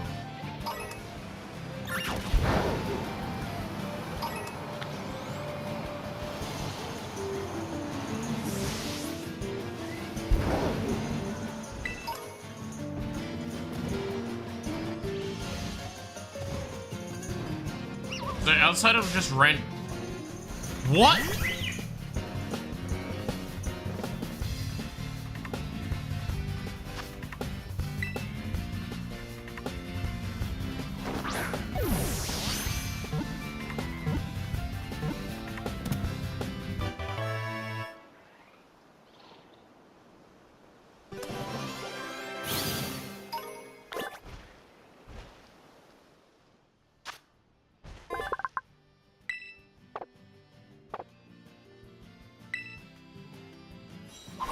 It'd be considered an ecological crisis if I went through and burned the entire forest to the ground, right?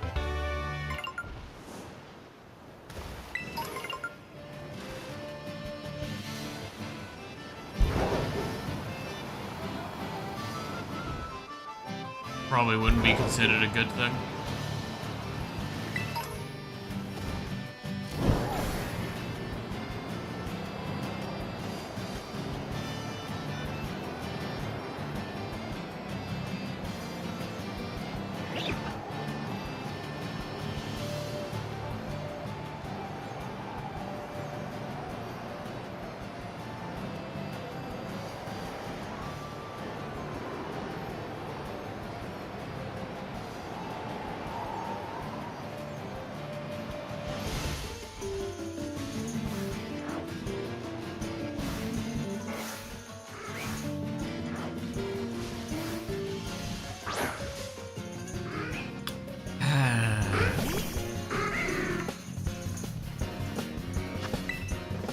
Alright.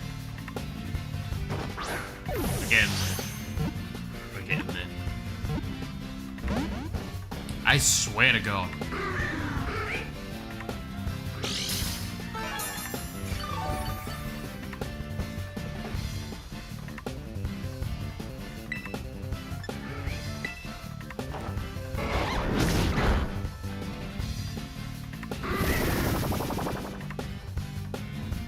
Okay, bud.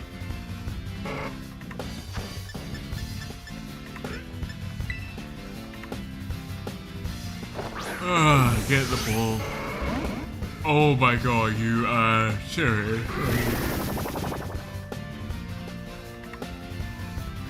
How is a damn bird giving me this much trouble?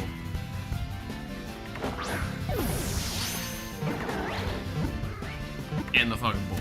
Thank you.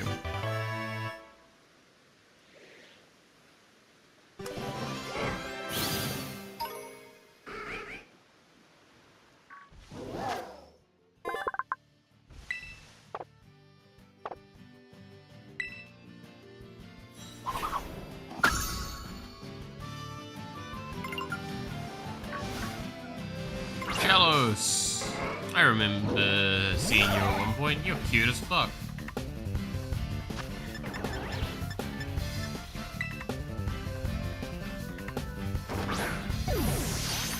It's because there's a blue and a pink version.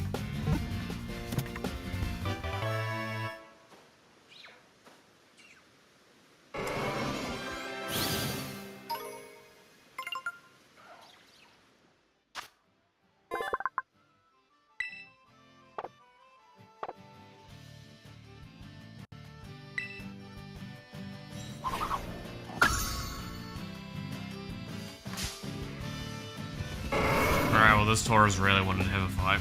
I think that was on the list. Yeah.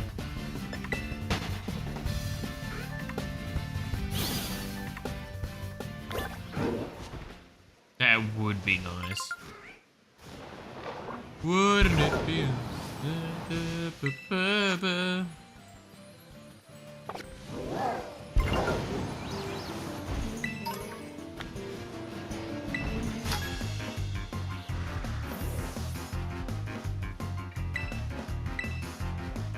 Okay, whatever. Dude, it's Joffrey. You can't convince me that dude doesn't look like Joffrey.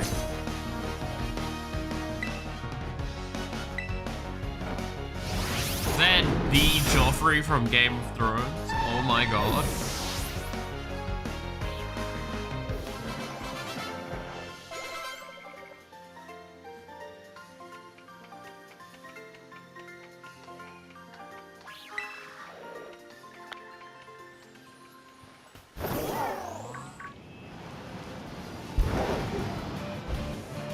Did not go to any weddings anytime soon, but...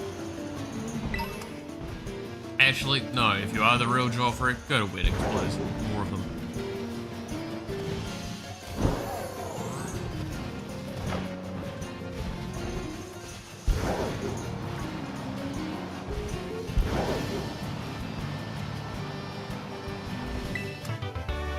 Snarl. That's snarly. Ha ha ha.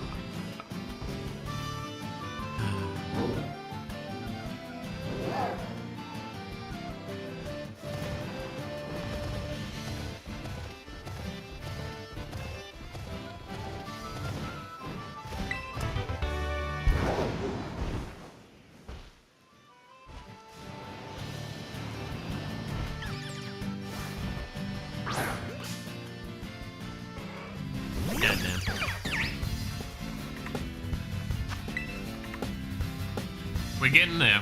I don't know what I'm doing at the moment, but we're getting there.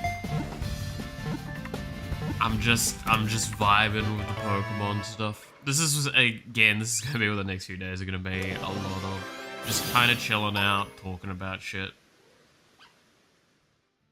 I don't even think of like I've got some random ass stories I could pull out my ass to talk about that wouldn't get me in trouble.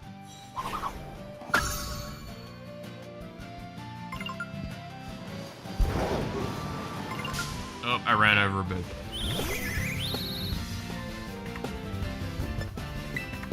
Why are some of these Pokemon so fucking small?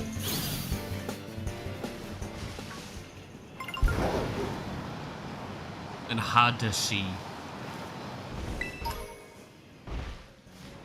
Oh, I don't think I've got that evolution. Skip one. I think I got the other one, I haven't got this one. I can't remember the difference of evolution requirements, so this will just be easier.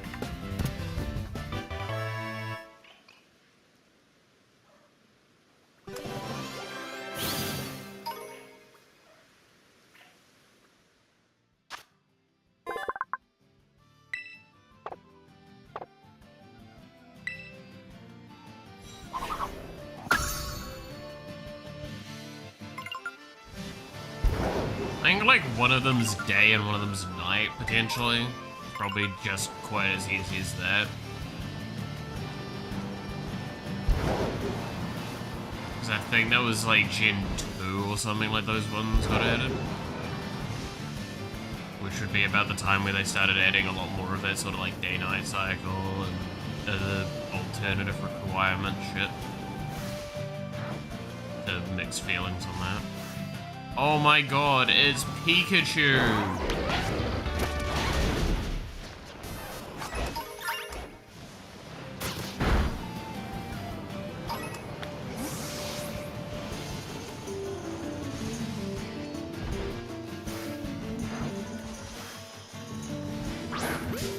It's Pikachu! Ah! Yeah, I'm gonna be spouting a lot of random memes. I apologize in advance.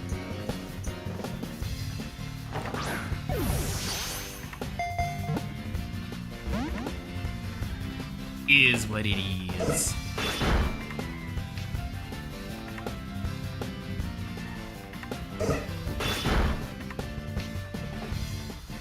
Oh my god, is this thing gonna kill itself?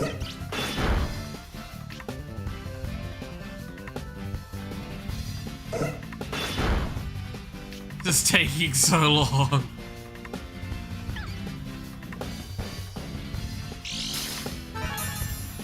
Cool, bud, you did 4 damage. And it's been immediately recovered. And you lost half your health for it. Thumbs up, my dude. Thumbs up, my dude. Just getting the fucking ball for all our sakes.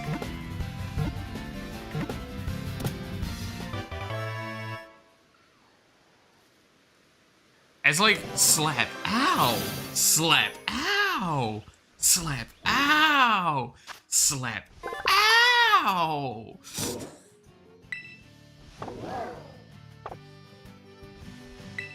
Fucking stupid.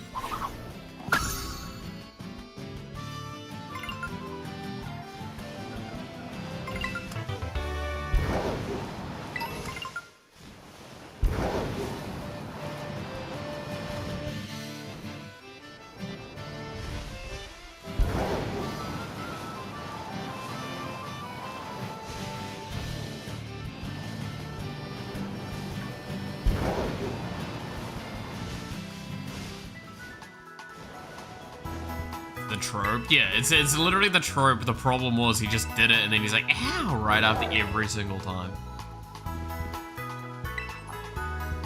I mean, real talk. Okay, so this is one of those weird things I can talk about. Most people don't punch right, so you are gonna hurt yourself or break something. I do not recommend punching people when you can avoid confrontation, obviously, yada yada yada spiel.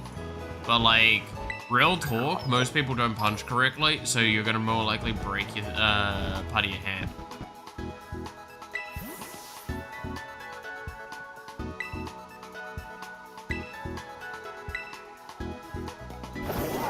That is actually a real talk moment.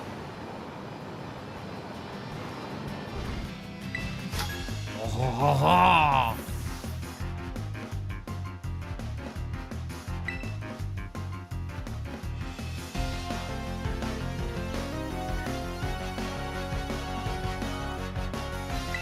like, I can't obviously show it very easily, but like, just know that the bottom 2 knuckles, like the last 2 knuckles of your hand, are not got the same like joint support as the top 2, as like your pointing finger and your middle finger. So because of that, if you punch with all of them equally, hitting at a similar point, you're likely to push those back too far and they're gonna break. And you can like shatter part of your hand from it quite easily. So there you go, random fact of the day, don't punch people.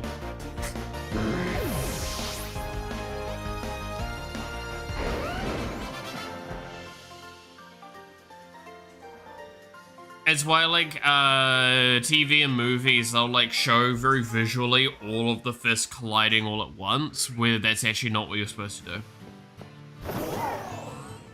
But it leads to a much better visual when it does occur.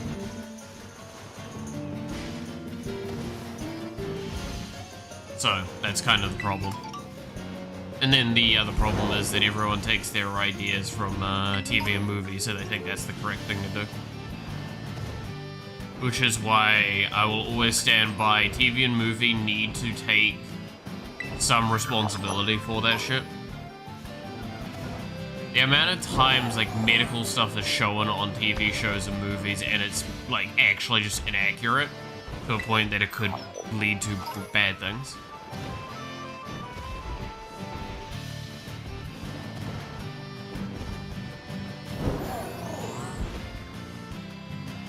Like, CPR is a big one. CPR as well also changes on a semi-regular basis as to what they believe is the best form for it.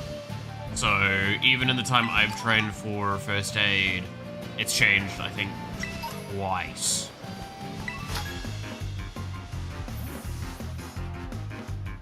Because, like, obviously it used to be, like, a pretty even splitting of compressions to, mouth to mouth. Nowadays it's basically little to no mouth to mouth and only compressions. Like, compressions are the far, far more important thing. You need to ensure you're doing compressions correctly, and you need to be doing them much more, like, you need to pace them correctly, you need to be doing them, like, deep enough, you need to be doing all this stuff, because, like, a lot of people are scared for if, okay, one of those things that's going to be a bit messed up, but it's true. If you're doing compressions correctly, there is a very good chance you might break a rib. Right? Like, it's very possible. However, you might sit there and go, well, I don't want to break someone's rib. That's kind of harsh and all that. I'm going to posit you an idea. What would you prefer, having your rib broken or being dead? I think I know what I would prefer. For millennial humor, it's but no, like, that's the serious kind of thought of that. It's like, a broken rib is something you can recover from. So, yeah. I do wish stuff around that info was a lot better. I had a couple of songs that helped keep... Staying Alive is one of the best. And that's not even a joke. Like, still to this day, Staying Alive is one of the best press compression songs. Staying alive, staying alive. Staying alive.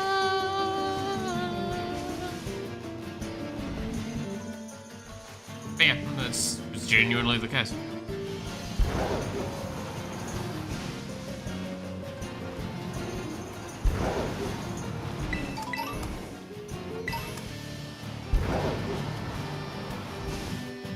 Highway to Hell? Yes.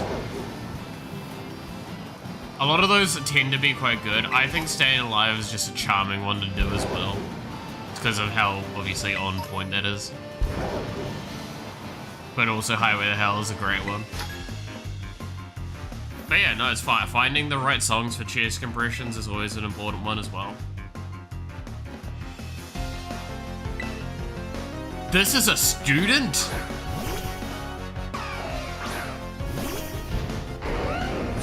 I'm sorry, this guy looks older than me.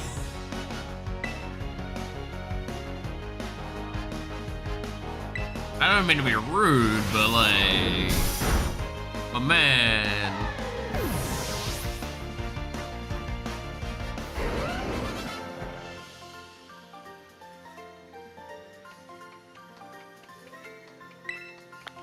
I'm in a real down spiral now. Are you okay? Yeah, talk about that, buddy. Like, you okay?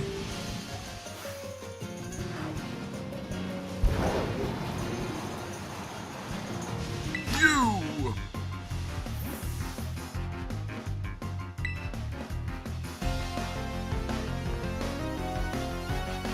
Is 100 to 120 BPM. Yep.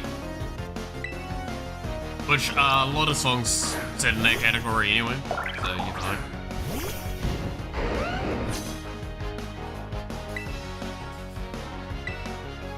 What is that pose he's got?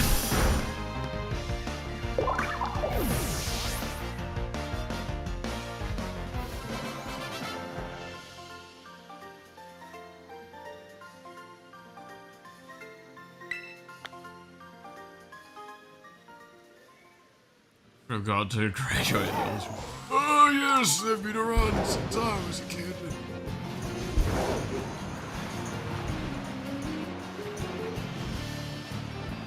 Dude, some of these students have been in school since the war. Which war, you might ask? The war.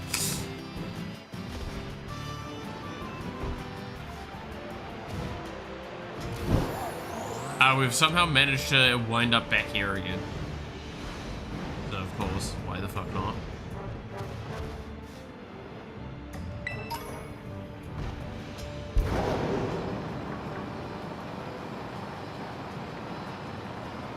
Is this tunnel lead? Don't know. Oh, yeah. I was just here. In one of the old windows, Alright, cool. Dude, I'm just running around. See, I stand by this is what open world, the benefit of open world is, but like, as you can also see, I'm just running through and there's nothing going on. What's the difference between this and a load screen? Like, in a very serious game. There isn't. It's the same. That's the point. It's more interactive, I guess, by argumentative sense.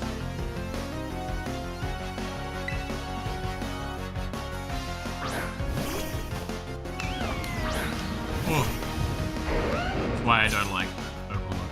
I really don't. I'll never stop saying that. Until games consistently realize why they should be open world and why they shouldn't be, and not just because it means that they can sell the game better. And I will be happy once that happens.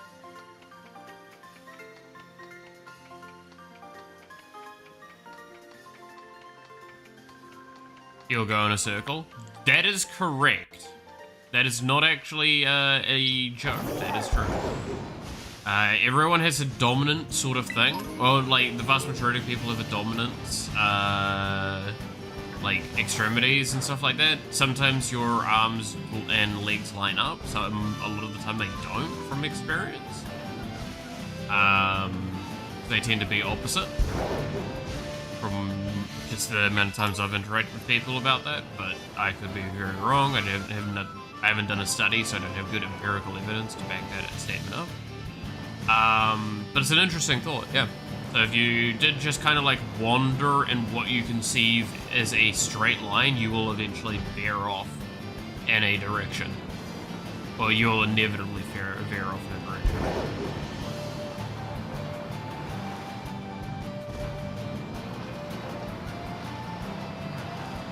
Turning into more of an education stream. Dude, I fucking love that. You have no idea how much I'm like super happy with the idea of doing more of this.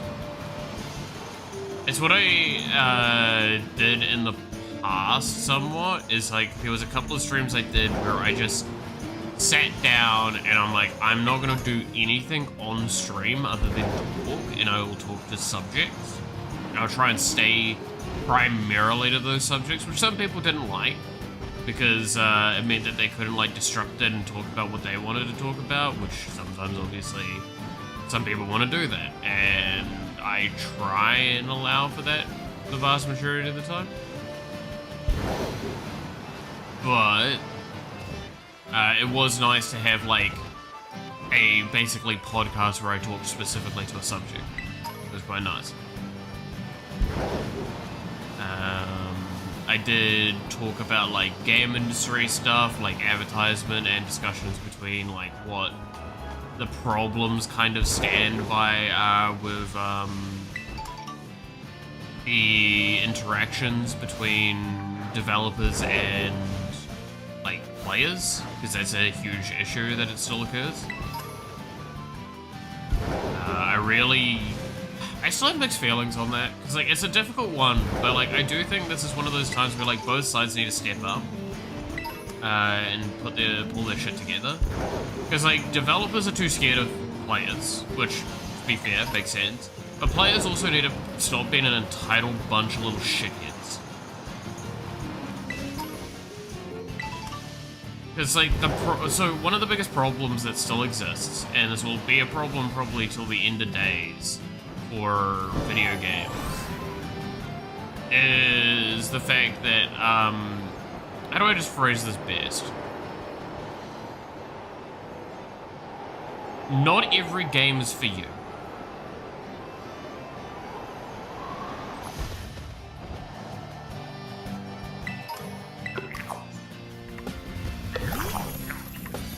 Not every game is for you, nor should it be.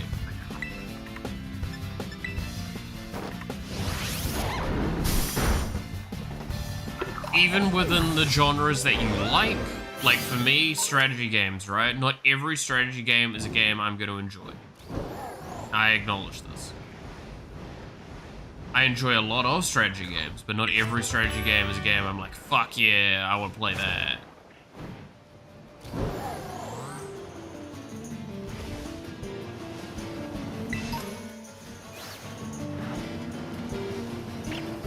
Oh, I ran over a deer. And it's, yeah, it's difficult. Like, I don't think there's ever gonna be, oh, for God's sakes. Okay, that ran me over. That doesn't count.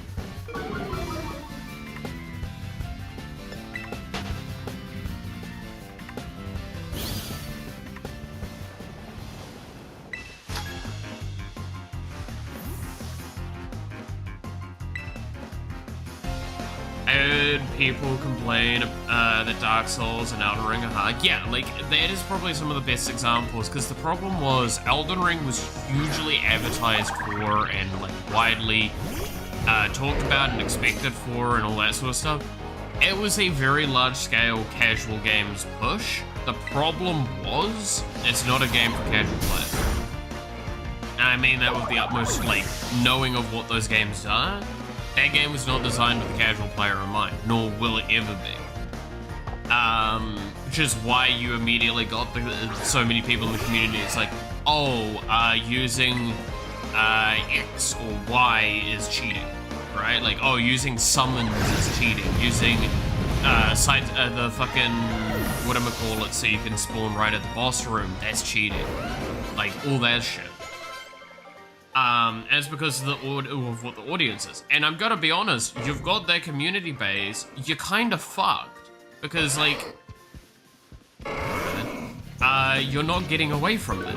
That's not getting fixed. That's not going to stop being the case. So now you've got a problem with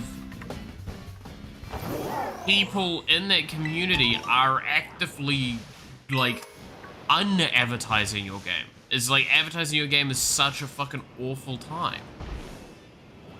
Because you're like, using a mechanic and makes you consider cheating. Why would you play the game? Especially when it's a frustrating and hard game you're never gonna probably beat. Someone, same player cannot figure out how to use the axe, chop wood, and Stardew for 10 hours. Yeah, I mean, tutorialization's always an argument.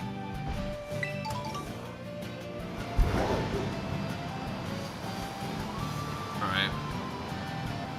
Some players are stupid. That's why you have to design to the lowest denominator. That's why tutorialization is super important and making things clear. I mean, we've always got the very famous experience with the, that one, like, game reviewer that couldn't do Cuphead. They literally couldn't do a double jump, and because of that, they got stuck for, like, half an hour on the first, like, 2 minutes of the level. So, yeah. It's...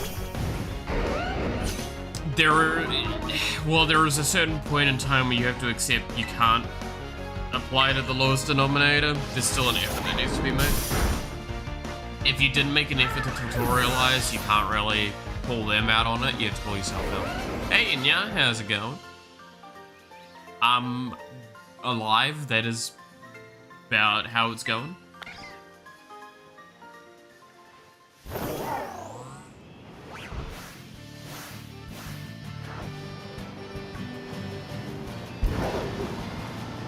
Currently running around doing dumb shit.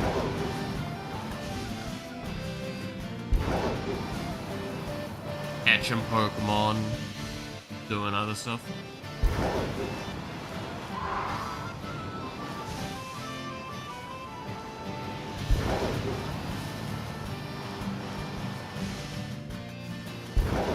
Should probably go and look for some of the legendaries a little bit more, shouldn't I?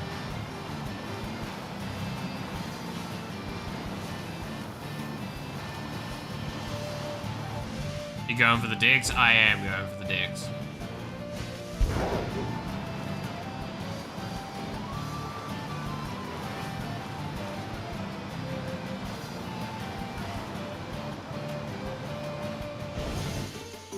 I thought I might as well.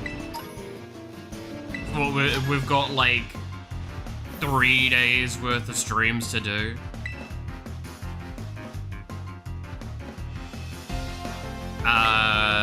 So I might as well do stuff like doing the decks and the legendaries during that time. It means I also get to just like wander around and chill out and talk about whatever.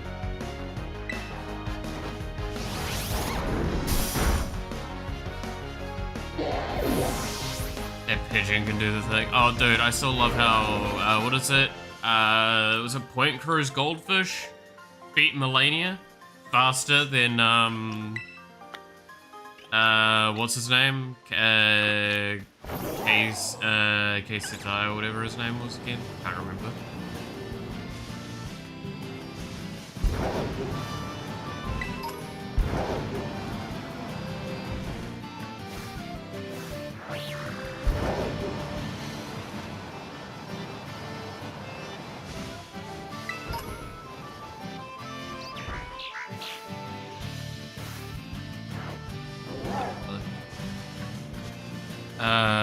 Still need Maridon for home thing.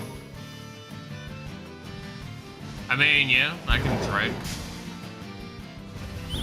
God damn it, ran over a bird.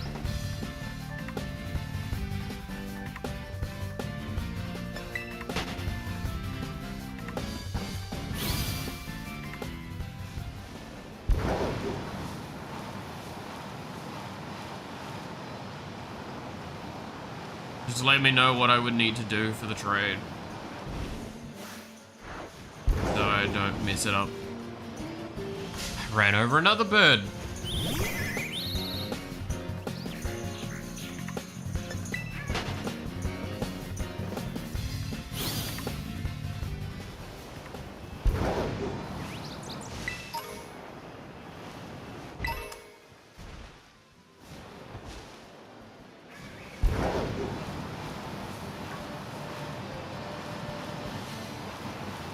You need to catch the Maridon and Area 0 before you can trade it? Okay. We can go do that.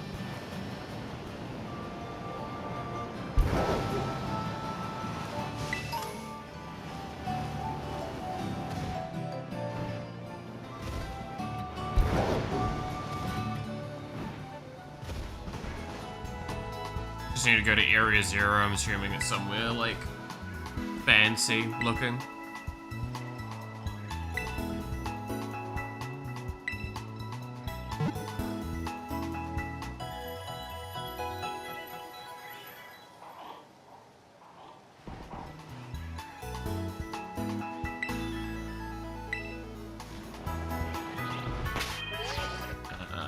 Let's see.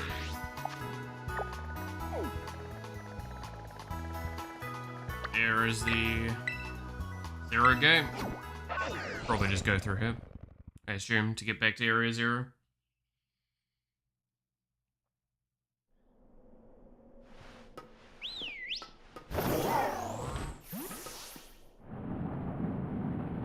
The door's open.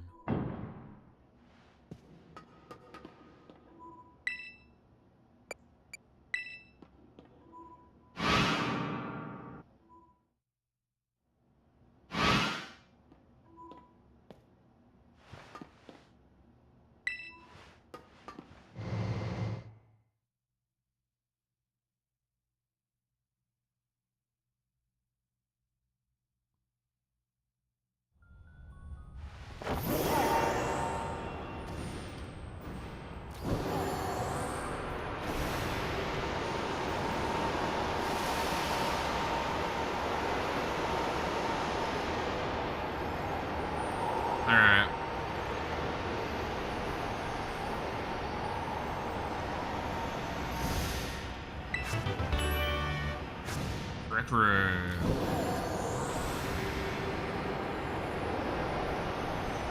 Below you? I mean, I'd figure below me, yes. You can indeed below.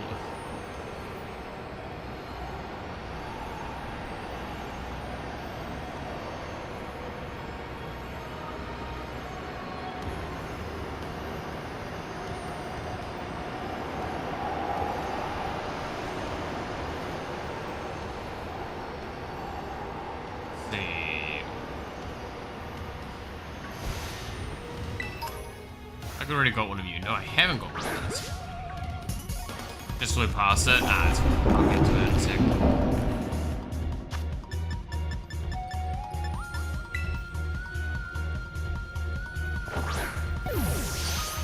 Behind the lab on a rock. Alright.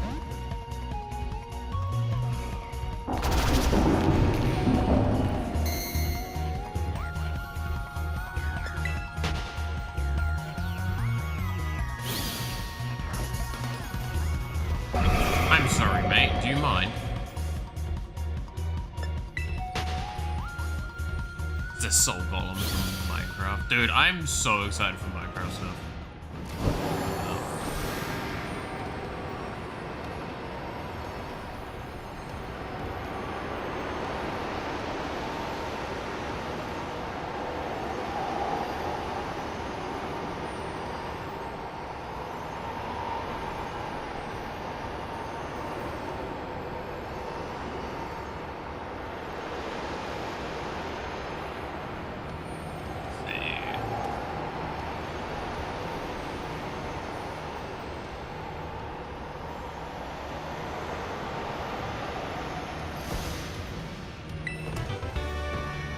Happy Gas? Yeah, dude, I'm so excited for Happy Gas. Happy Gas looks so cute.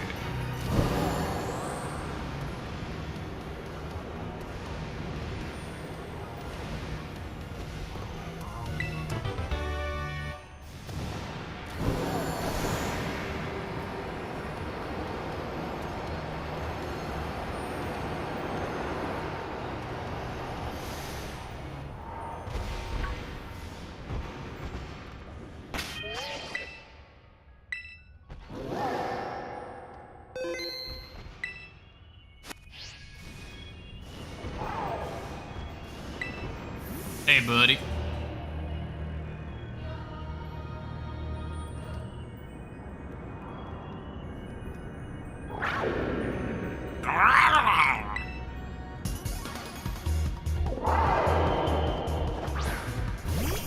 I'm behind it, apparently? Okay, sure. Why not? Do the meme.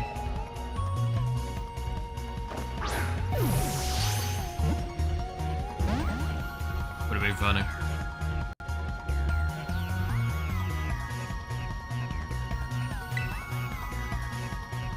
I'm gonna ride on these nuts. Exactly.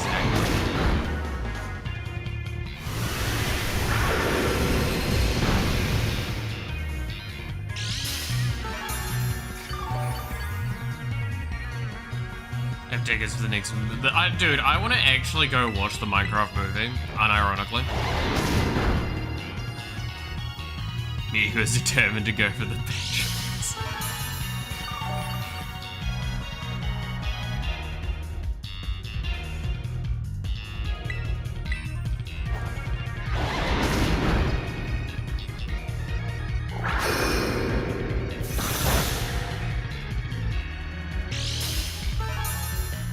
I'm sure we'll go watch it. I mean, I'm gonna be honest, right? Like, I'm not expecting to go watch it and enjoy it. I expect to go watch it just so I've watched it and I can move on from it. Like, I'm just curious to see what they'll do. And I don't want to live for a period of like weeks or months before I can watch it separately. With people telling me how bad it's been, and then I go watch it and I enjoy it. Because that's just such an annoying experience.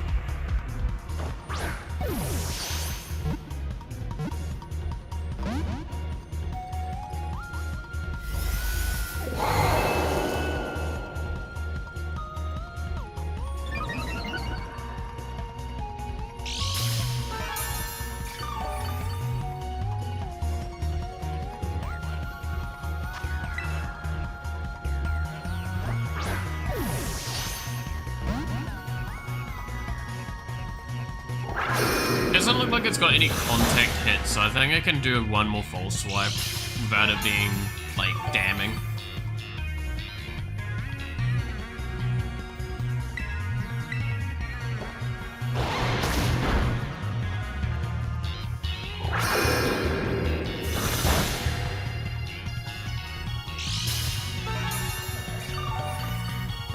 The Minecraft Warner Brothers false claims. Yeah, like, it's just,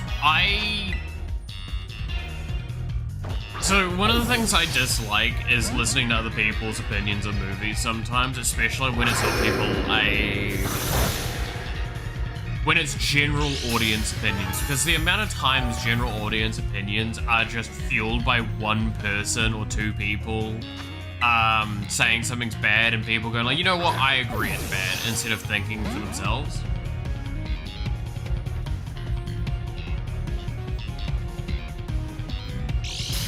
It's something that just will always bug me.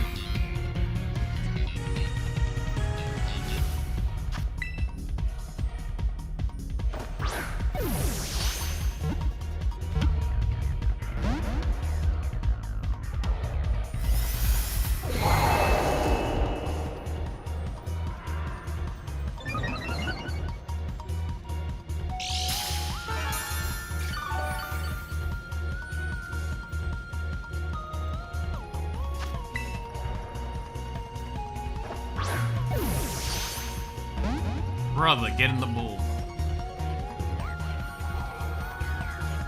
Like, one movie I will say that, like, correctly did deserve the negativity it got was the Borderlands movie, because, like, that movie didn't understand, it didn't love or care about what actually made Borderlands fun and interesting.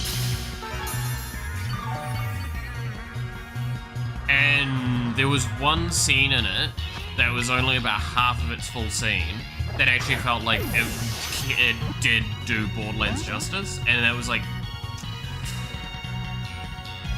nearly 2 hours into the movie out of a 2-hour movie.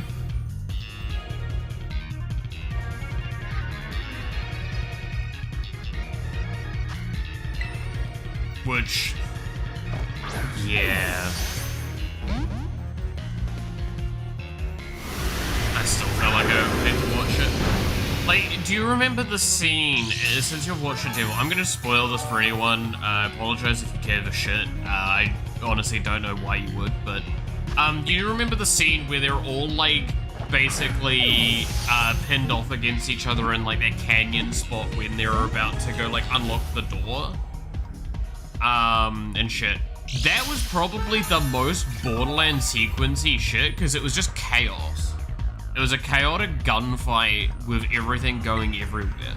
That was actually such a good moment, and then it ends, like, and then halfway through that sequence and everything, like, fucking, thing awakens her powers for the first time, and then it just, like, the scene becomes shitty from that point onwards. Because then it moves away again from what the charm of it was. But it's like, her giving the power boosts and everything was kind of fun. A little bit, but it was still a bit But it was like, there was yeah, that was a decent sequence. And that's kind of the point, right? Like, it's not to say that the overall thing was bad, is that, like, they got one thing right in an entire movie, and that's the problem, is they only got the one thing right. I heard Snow White was bad. The problem with Snow White, and I stand by this, the problem with Snow White was a lot of the shit around it, is the movie itself wasn't anything better than it was expected to be, really. But it was because of the negativity of, like, the main actress, right? And her, as people will put it, quotation marks, woke sort of perspective. I don't agree with the sentiment of the wokeness and shit, but I do agree that, like, she was a very problematic individual and actively harmed that movie's reputation. As well as it is a very old school and beloved movie, with a modern interpretation, is always going to do poorly under pretty much like 90% of the time. very rarely we'll see a modern rendition of something of that age difference come through. And I'm not going to say that the original movie was good, by the way. I'm not far from. Like, that's the point we're probably going to try and make here, is that the original Snow White has its own problems. Very clear problems. The movie couldn't decide if they wanted 7 dwarves or 7 bandits. They had a lot of production, hell, and actor drama, as well as the standard bait rage that went out of control. Yeah, that's the other thing as well, is like, I think people wanted this movie to fail, and did a lot of work to ensure that it would, from an external perspective. I agree still as well that we actually heard a lot of discourse about this. This was a live action movie. Why the fuck did we have animated dwarves?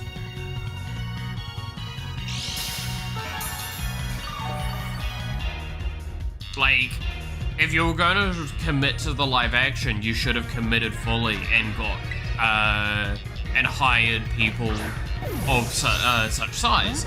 Because a lot of them were saying, we're actually really fucking disgusted by this.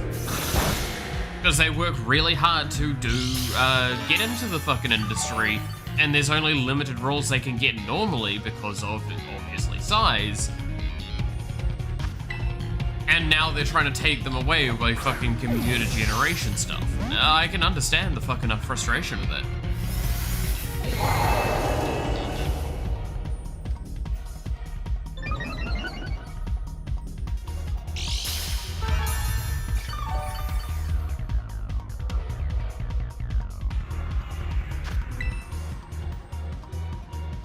Also, we've been talking about this the whole while. Miraidon, get in the fucking ball! It's gonna start struggling soon. And once it struggles, it dies.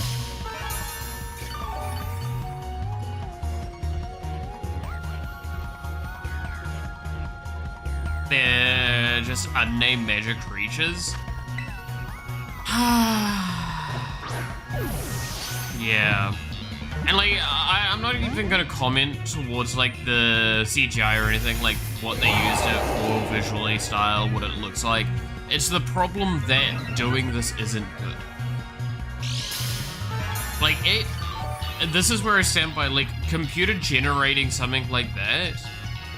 It'll respawn if it dies. Yeah, most of the legendaries just disappear for 20-30 minutes and then come back and do it again. It's what happened with the bird Pokemon. It fucking struggled to death eventually. But like, the problem with using CGI for a lot of these sorts of things is it means that you're actually taking away from actor chance. It is kind of, it moves towards the argument against what AI is, right? And that's the point, right, is that I'm trying to make, is like, if you're gonna complain about AI-generated tools taking over people's jobs, which is utter bullshit. It's only people at high ends that don't understand what those jobs actually are trying to say that. It's, yeah.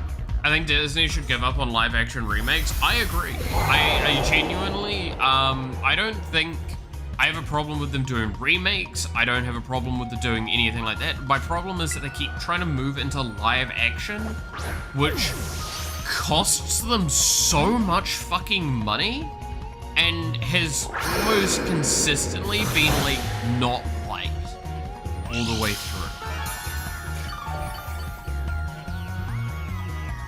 I think that's something I stand by. Like, I don't think people would have minded a redo of Snow White. I think a redo of Snow White as a animated movie would have gone over a lot better. Moana, yeah, I mean, the Moana sequel is also a bit of a fucking travesty, apparently. Like, mixed feelings on that one.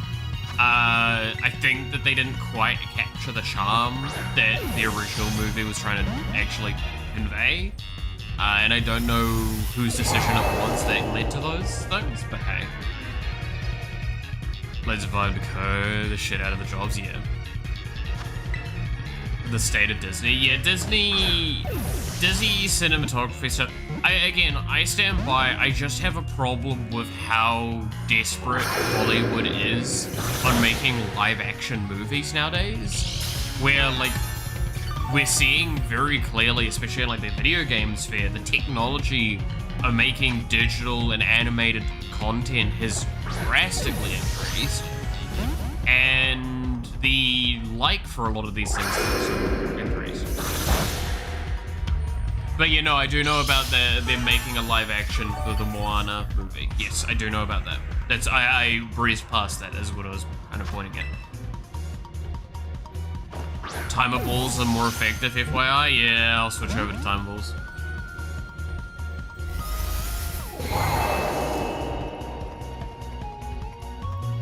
Because without live action, how are you gonna sexual harass the actors?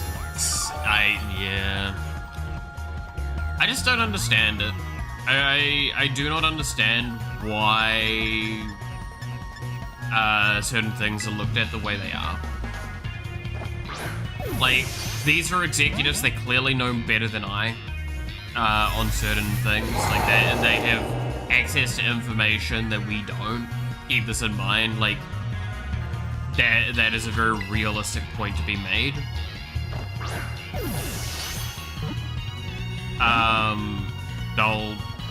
But like, what information do they have that justifies some of these things? Because like, Snow White, the live action Snow White was an active mistake.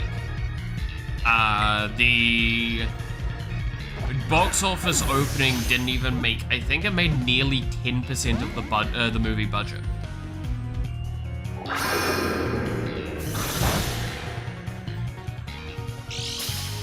Which is a really bad showing.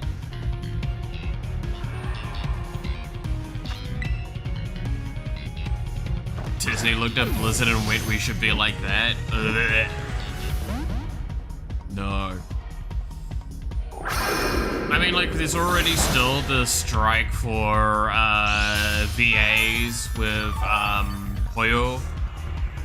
It's because there was the discussion to use AI tech with the voicing stuff to, like, basically get the voice actors to come in, do a bunch of specific line readings so they could then AI generate all the rest of the voices.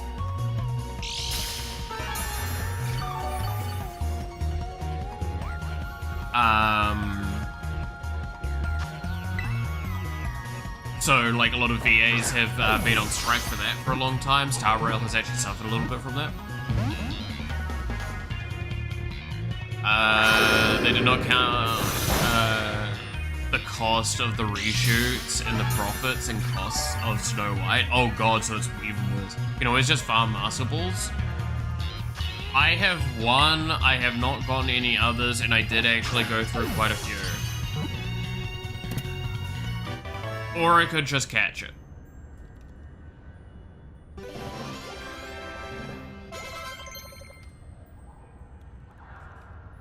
I have resilience.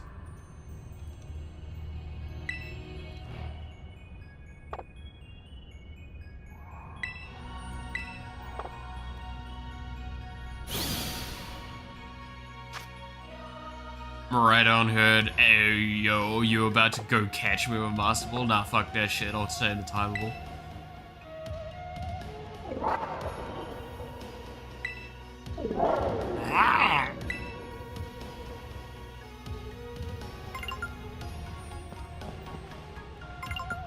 Okay. So do they have a tiff in my fucking pocket? That's what's happening?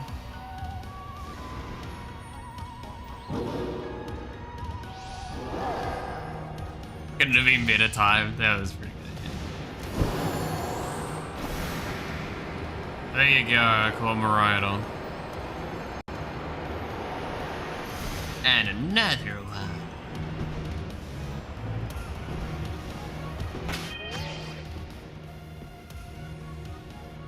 Can wait till next time. I mean, keep in mind, like, I'm gonna be streaming today, tomorrow, and the day after at this point in time Pokemon, as well as you can always hit me up outside of stream if need be. Cause fucking I will say, so I made mention in the side of the schedule for this. Those times are subject to change, because like if someone comes through with a way of being able to move my stuff on one of those days, and I have to decide between it and stream, you can tell very clearly I'm gonna say goodbye to the stream that day. I'll try and compensate by doing a stream on like Thursday if I need to, but if I can move my shit on like any of the days, I will move my shit as a priority.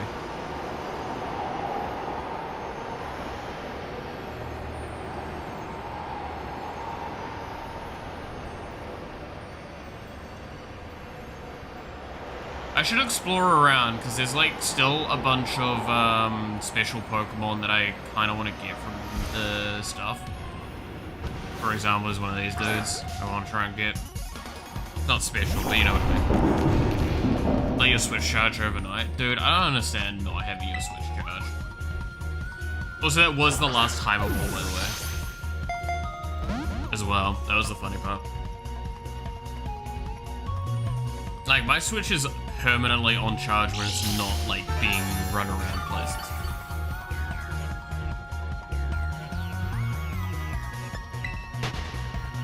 To be fair, even when I'm streaming, it's on charge, technically, because I have to have it plugged in.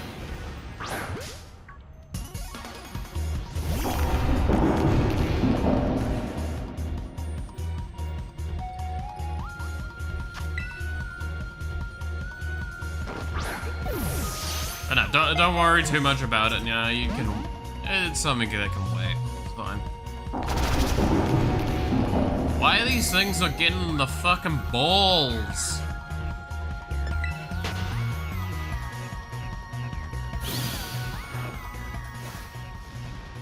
In the ball.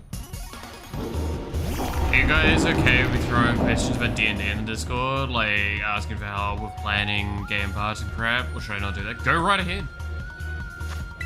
I ain't gonna stop you. At this stage in time, the Discord is very, like, loose about things with everything. Like, there's no hard, strict rules to my understanding. Roger's the right person to ask for that. But I will stand by long term. If I do end up setting the server up or setting up my own server,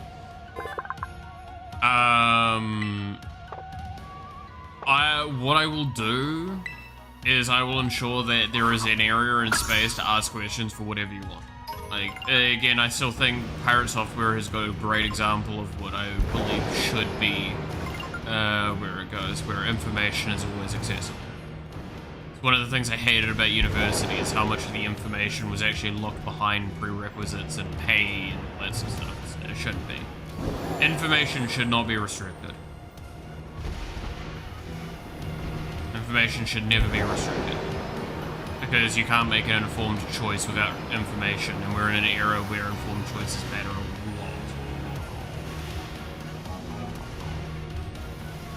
lot. And Roger says it's a crime. Fair. Like, I will say, I don't know how much I can personally help with D&D related things. With story related things, I can probably help with, but like D&D specifically, I don't know how much I can personally help.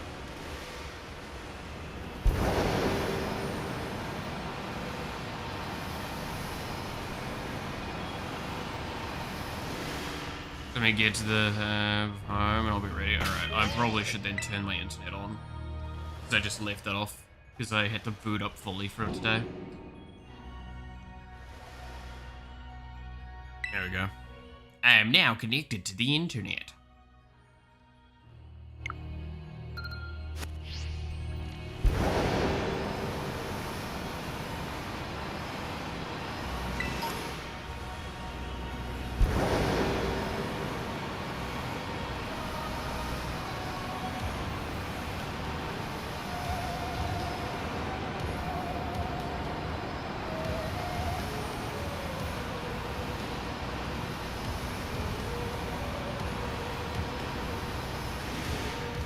Probably should go deeper in because I have a feeling there's gonna be some of them that are like still locked behind further down stuff.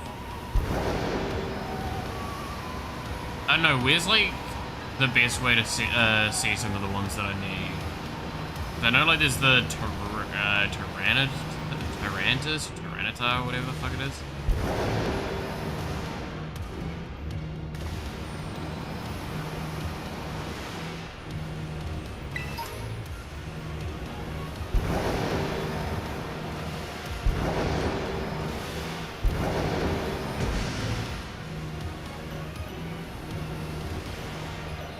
I can help with D&D, have a large chunk of 5 ebooks and some third-party ones. Yeah.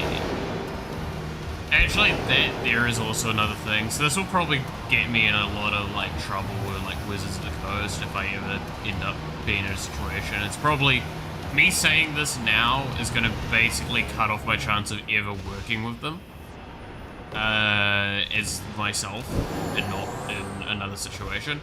I do not understand why the books cost so fucking much for something that's like basically a free accessible thing.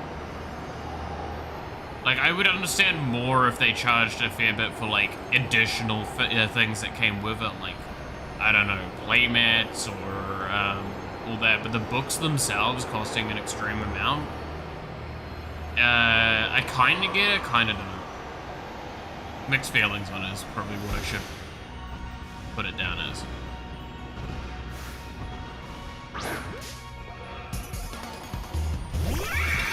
Every D&D content creator, man, I fucking hate Wizards of the Coast. I mean, that's basically what I've seen. Wizards of the Coast actively make choices for money a lot of the time, and I get that. It makes sense, right? Playmats for D&D. Well, I mean, like, maps, right? Like, having an actual map that you can play with physically. Fucking, like, token things to, like, put on the maps.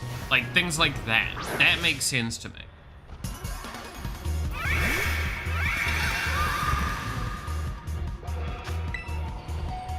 Right? Like, peripherals. That would all make sense with D&D. Selling that sort of stuff. But I guess, like,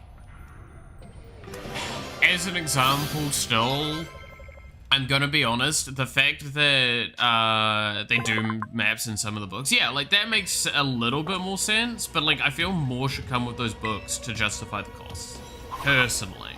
But obviously, I'm probably not the right person to be talking on that stuff, because I think things should be as low as possible numeric things, so players can access it as easy as possible.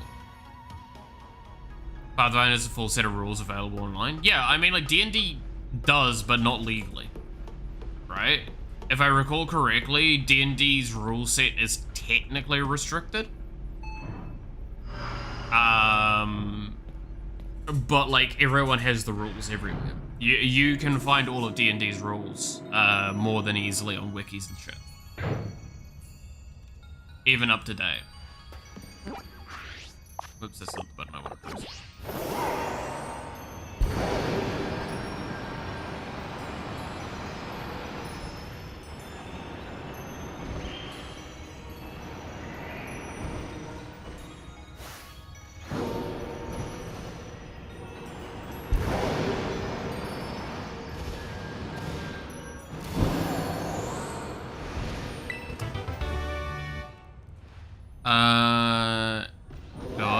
Have all players options. I have like 2 apps for full sets of D&D rules.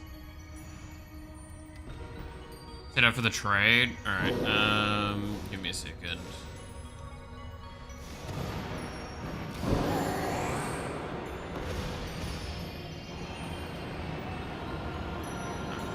Okay, so I can't use it while I'm in this area. Alright, I need to leave the area. Let me get this one last thing, then.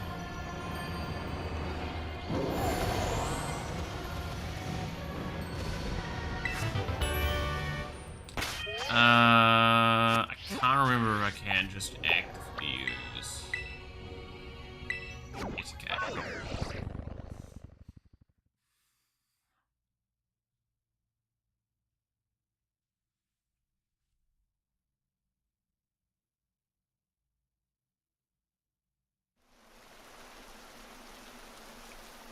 Alright.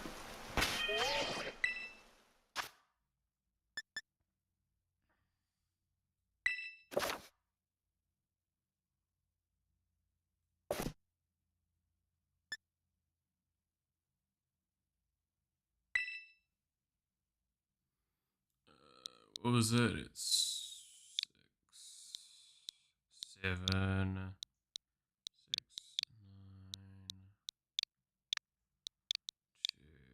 2, 3, 4.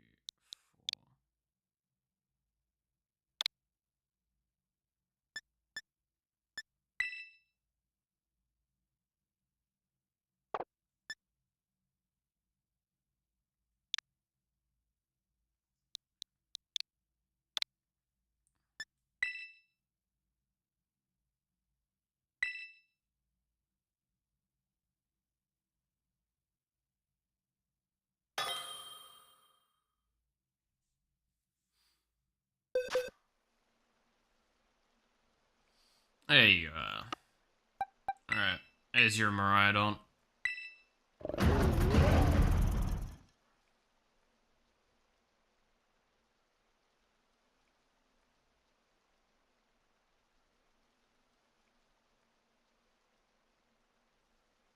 It's the boy.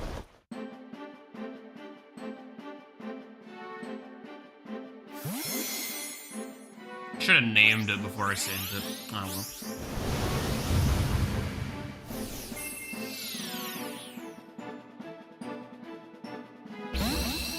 Hey, it's Cookie. There you go.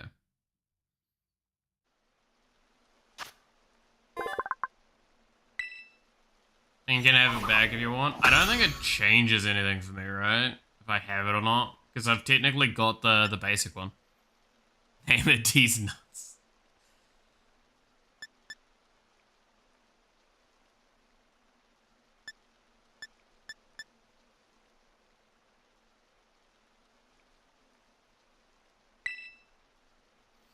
You should be able to name it if I give it back since it's your ID. I don't. Again, like I'm not too fussed about it.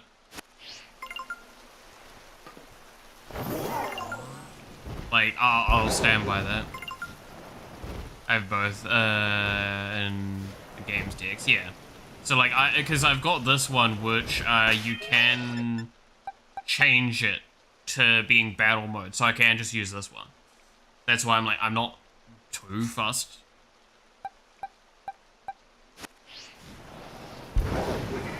Personally.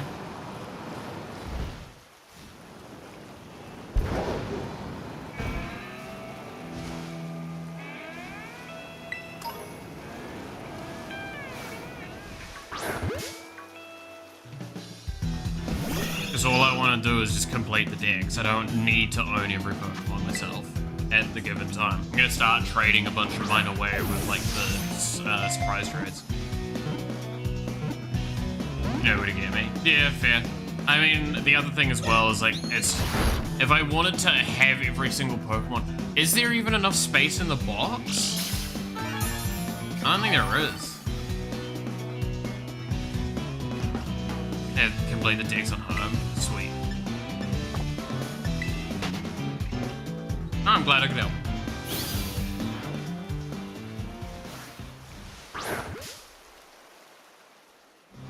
Like, welcome to me when,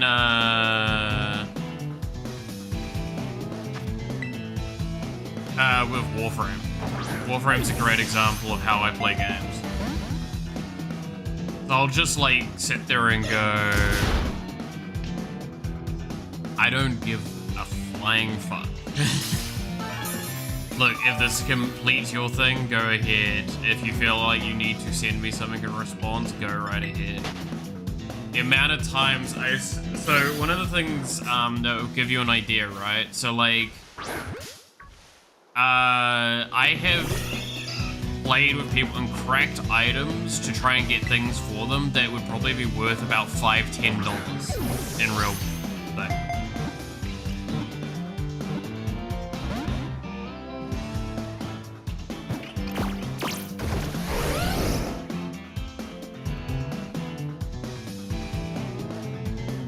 Could have given a funny held item. True. Like it. Wait, what?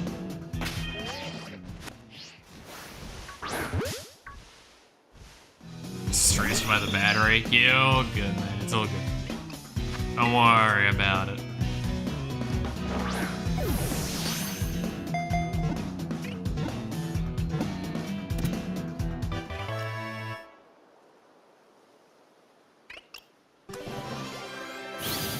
I mean, I'm probably gonna have to nag you at some point for, like, Scarlet Pokemon anyway. Unless I play the game at some point. I'm lazy, though, so...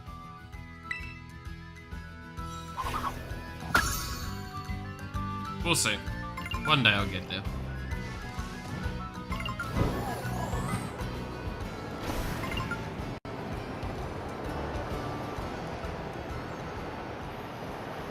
That's why I'm like, I need to try and get the actual Pokemon for my fucking game still.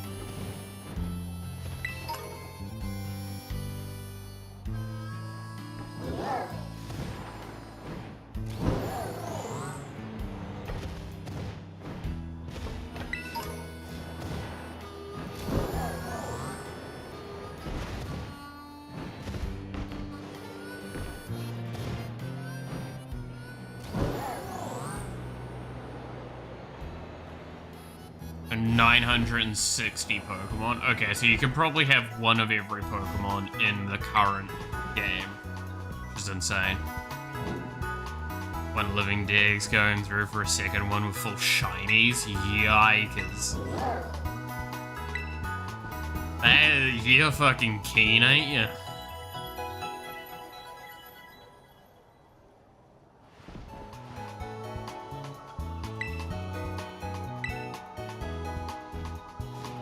I mean, we've gotten like 3-4 shinies in total through our playthrough, 2 of which were from like fucking sheer randomness. And 1 was the one we actually aimed for, which was the Iron Mouse.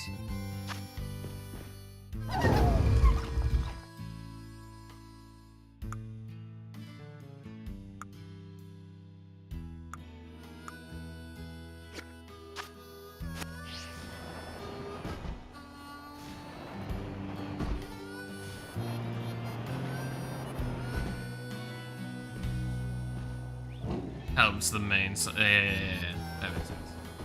Because, like, where am I at with my Dex entries? There's a Ditto nearby, I probably should go after that. Where's the Ditto? There's supposedly a Ditto right around here.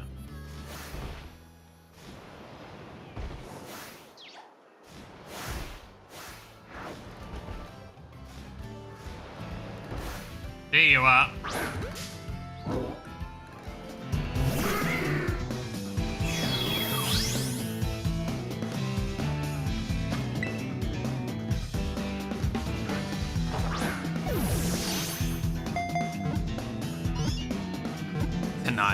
Tinnitus,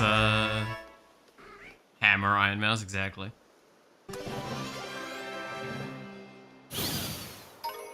Dude, who doesn't want, tinnitus? No, not tinnitus, tinnitus. No, what? Fuck, which one's which again? Tinnitus is the ear one, right? Oops.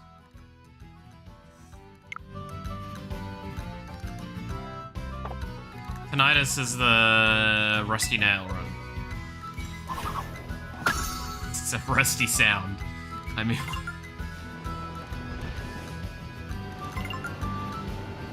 I should probably buy some Pokeballs, actually, now that I think about it. Like Timables, specifically.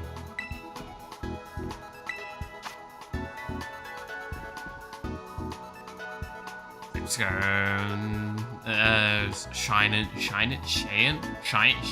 Shaman, or whatever the fuck his name is. That's the one I'm thinking of, right? Timables, I need Timables. Give me, like, 100 of these.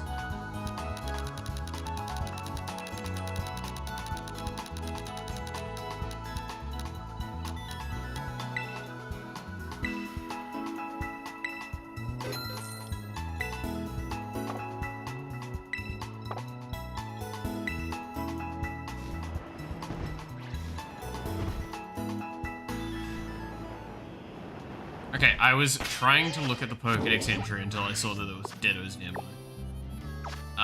Pokedex. We're at Court 259 out of 400, I believe it is. So we're getting there. And a few of these aren't exactly hard to get either. Some of them I know where they are. I'm just lazy. Didn't catch them at the time. Some of them I do not know.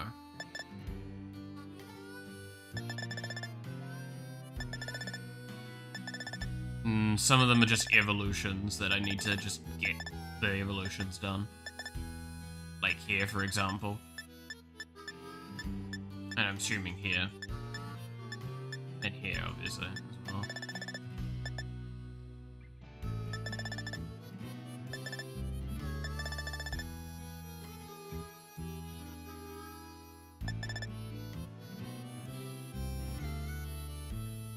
Tinkerton? Yeah, we don't actually have the base evolution for it. That's the funny part. Because it was quite hard to find, if you remember. We actually found the second evolution far more frequently.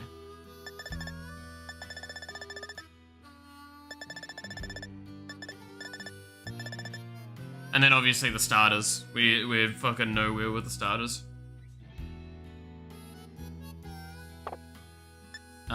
This one is total of 200, so we're actually quite far along with this.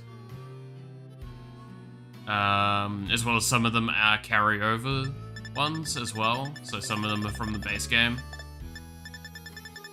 Like this. So they'll get done as we go. And this one is, well, we know of it going to 243.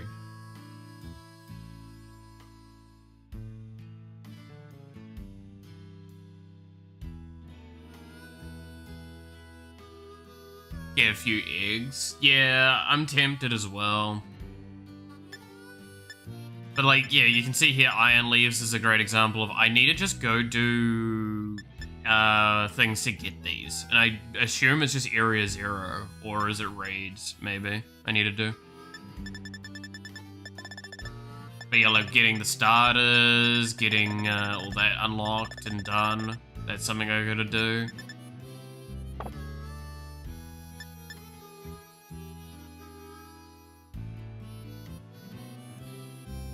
So I'm getting there. I'm getting there. We're getting along with a lot of these.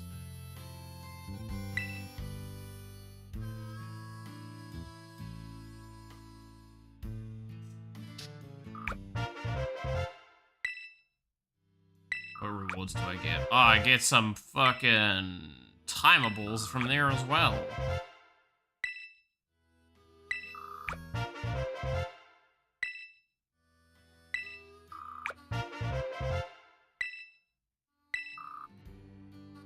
Cool.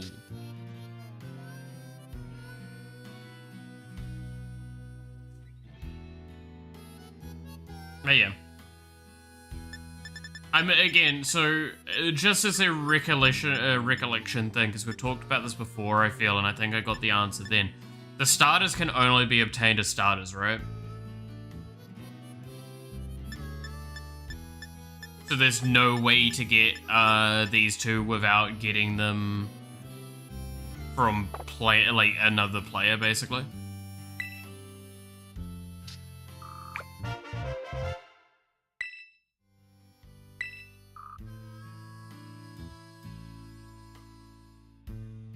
But you can't get eggs? Okay.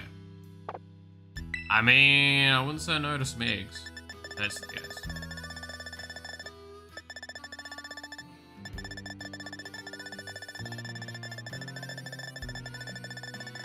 Yeah, like, so many of these as well are, I believe this is an item. This might be an item or a trade. This, I'm pretty sure, is trade. Like, that's the other painful part, is some of these are just trade Pokemons.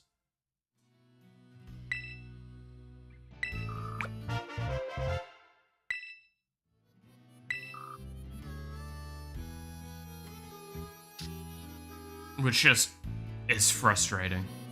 Lots of omelets. God damn.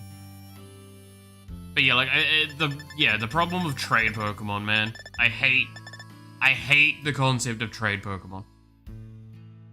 I think it's just such an awful experience for me, personally. Hey, Darkrai, how's it going? I'm doing alright.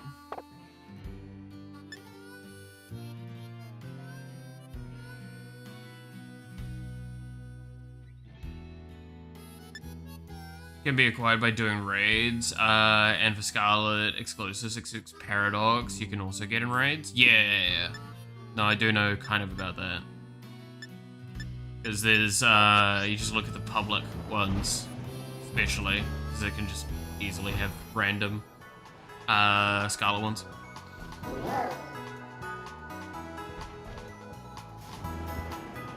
Yeah. No, I've looked at those a few times.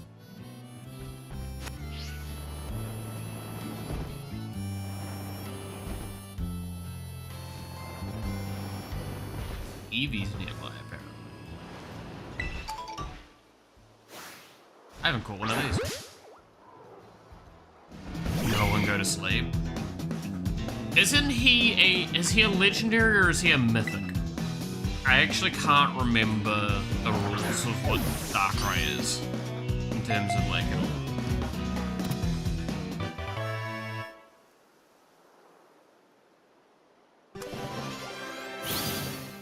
mythical? Okay.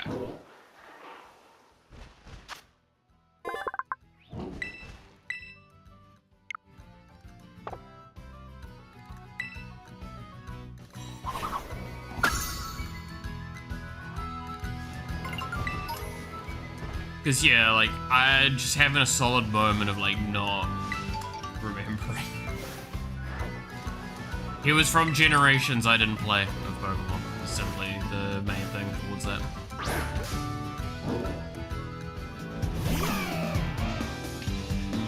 God damn it, yeah.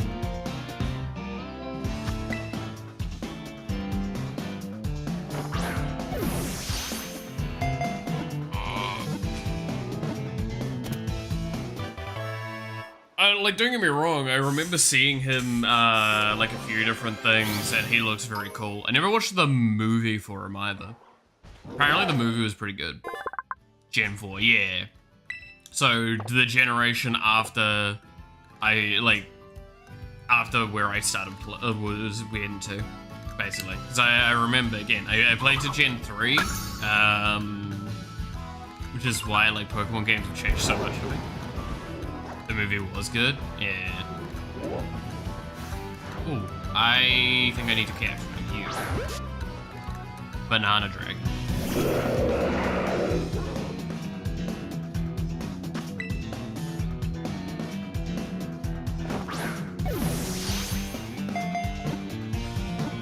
To be fair, I'm trying to remember, I think the only, like, Pokemon movies I watched was the Mew one and the Lugia one.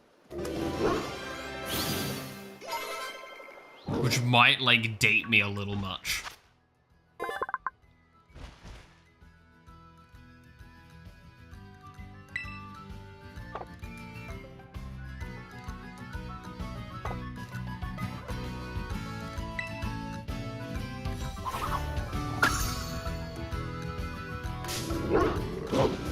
Oh, angry dogs.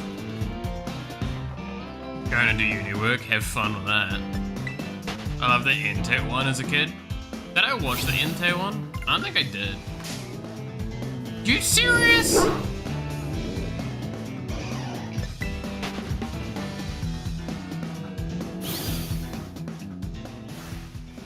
I actually don't think I watched the Entei one. The more I'm thinking about it. Not ringing a bell.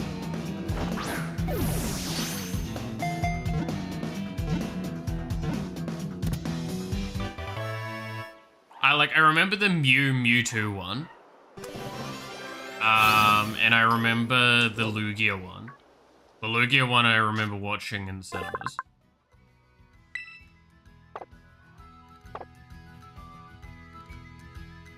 I know, and Streaky in general, fair. Claim spawning burning iron golems, yeah. Mew was first? Was Mew first? I thought the Lugia one was first. Maybe I am wrong on that one. Oh, these little dogs napping at my fucking ankles.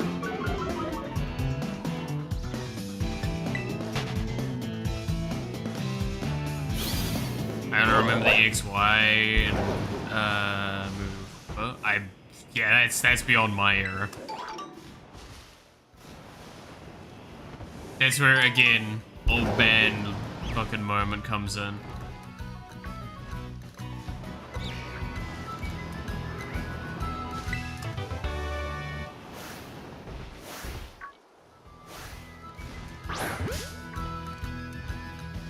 Like, I own the Moon game, for example. Never played it very far.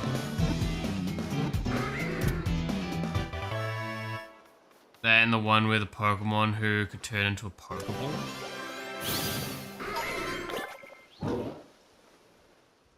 I don't remember that. Dude, I don't think I've got them anymore, but I did actually own the original, like, manga for the Pokemon universe, as well as, the original, like, books for it as well. Like, the short novels.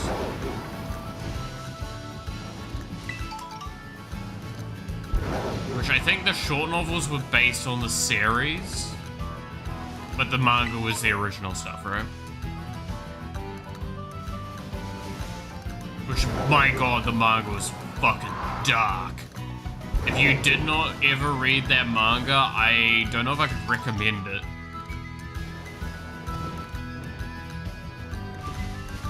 It was pretty messed up.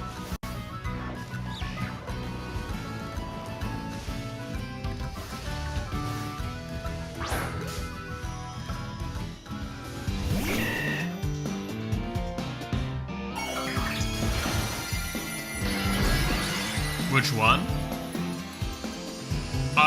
The manga? The original manga. Just Pokemon's original manga. Which nobody fucking knows about.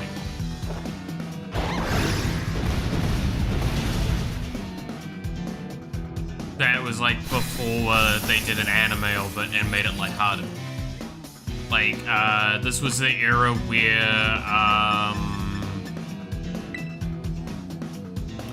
like Charizard was trained using torches, and the moment Ash would run out of torches, there is a very good chance Charizard would turn around and just roast him alive. And like literally kill him, not like figuratively like in the anime where he gets roasted and it's funny. No, like he'd actually just die.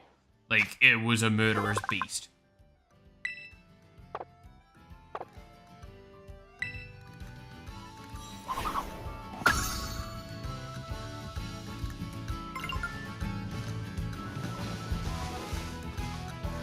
Actually, it might not have been Ash. It might have been back when it was still just blue and red. I don't remember. Oi! What the super move? Point is, it was, had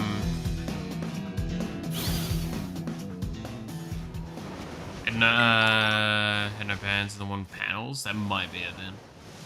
Point is that it was like, it was the original story.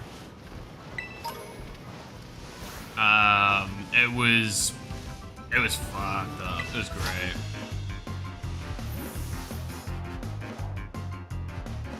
Like, the Charmander storyline, Charmander into Charizard storyline was, like, way more fucked in the original stuff.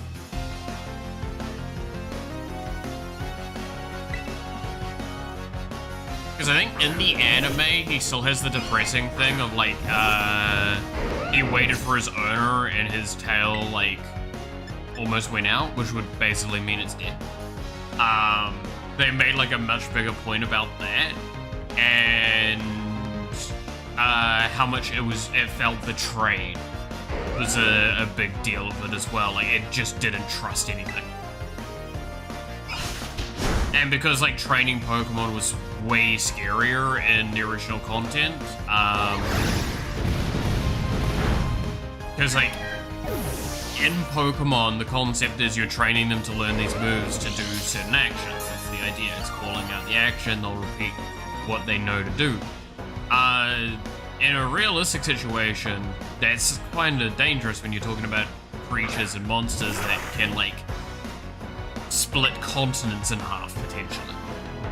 That's why I loved Arceus so much, Legends Arceus. Because, like, that was the first Pokemon game in a long time that had us going back to the era of Pokemon actually being terrifying creatures that we don't work alongside of perfectly. Where, like, their actual inherent nature matters quite a lot. And that is super charming to me.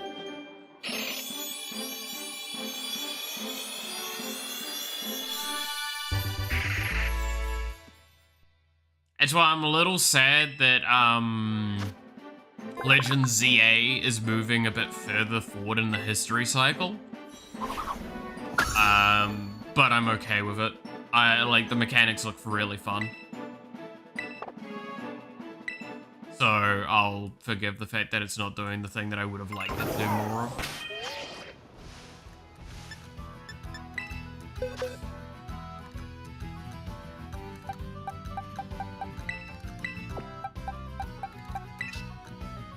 Alrighty, what do I have that can evolve that I don't have the evolution of? This is the other problem, is knowing which ones. You were one that I needed the evolution of.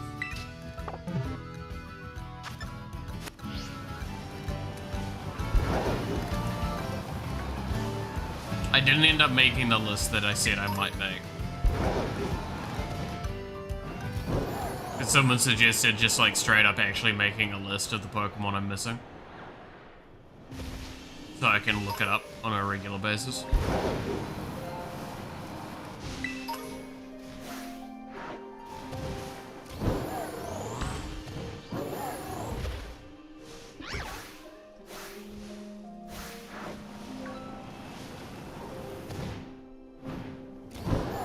But, that would be the smart thing to do.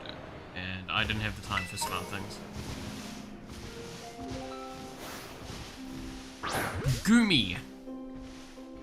I need one of these.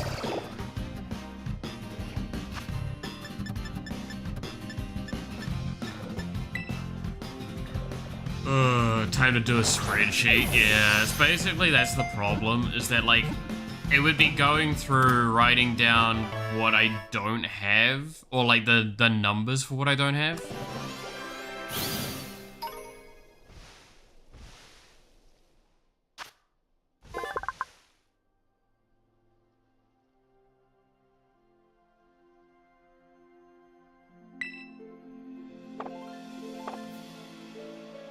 Alright, it's midnight, I should cook something for stuff to eat. Oh god, yeah, no, that's the other problem with moving, by the way, in case you didn't, like, in case those that haven't really experienced it, or recently at least. One of the most annoying parts of moving as well is, like, organizing your food so you're not, like, overbuying food and wasting stuff. It's really fucking frustrating. Dude, wow, I need to do a lot more battles in the lake area.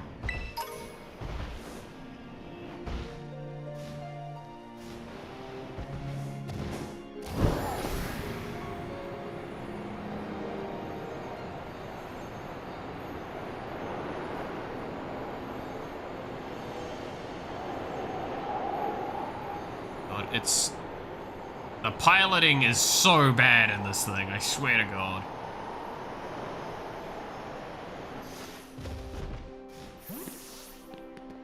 I also need to catch those things. Alright.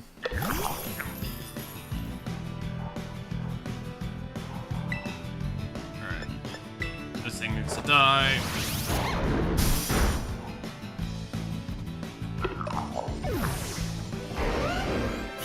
Here's something interesting regarding the isolation of species in Pokemon. Ooh. Maybe you're just a bad pilot, or maybe it's a really bad mechanic that was handled terribly. But I could also just be bad. You never know. You!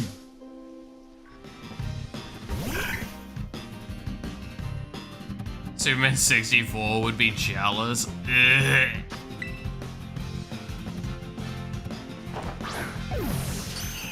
It is one of the worst flying simulator games ever. And I know it's not a flying simulator, but you know what I mean.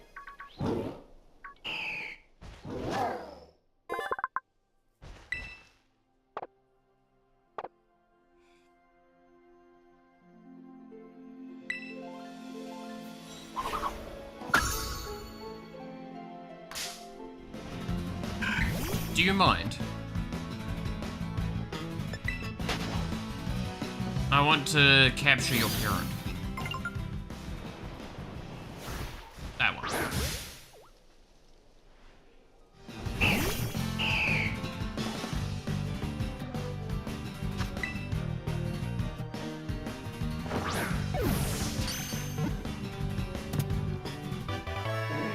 All right.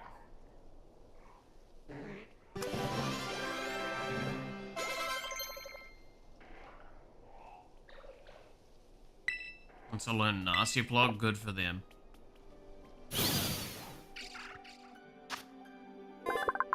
You've made close extension. It's possible for Pokemon who have developed enough personal experience or trial and error. Pokemon can unnaturally resistant or access to different type energy. Interesting. I mean, is that kind of the theory with the regionals, regional type Pokemon, where like it's the same Pokemon but it has different typing?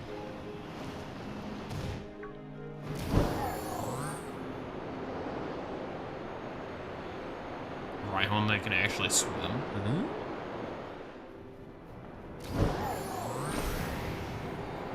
Well, I'm going to see you. Catch you later.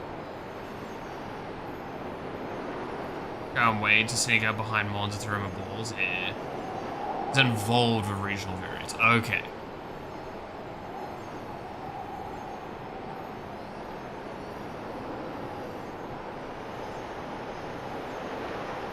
It's the middle step between. Got it. Okay. I mean, that makes sense though. Like, again, if we're talking like evolutionary species and stuff like that, a creature in a setting or an environment is going to likely adapt or evolve to work within said setting or environment, or it will die. Sadness of that being true. So it makes sense.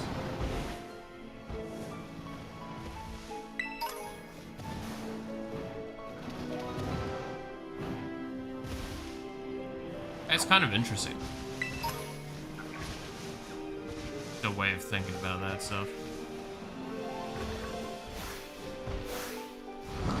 Hey, what are you? Crystal Onyx, yeah.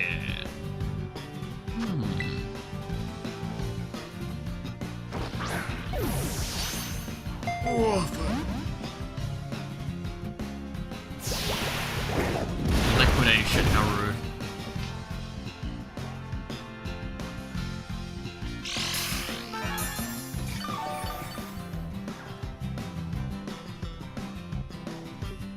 I'm gonna run, because I'm just gonna reset to do quick balls catching. This is just gonna be easier at this point. Especially knowing that I have rough skin. It makes trying to catch it in a natural way a little harder to do. Because it's just gonna end up killing itself.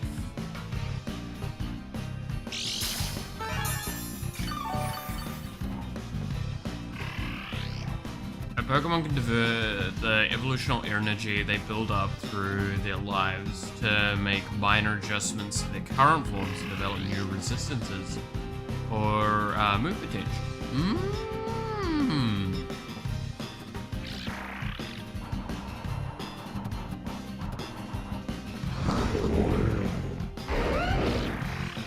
But it has new variants in Scarlet and Violet. Ah.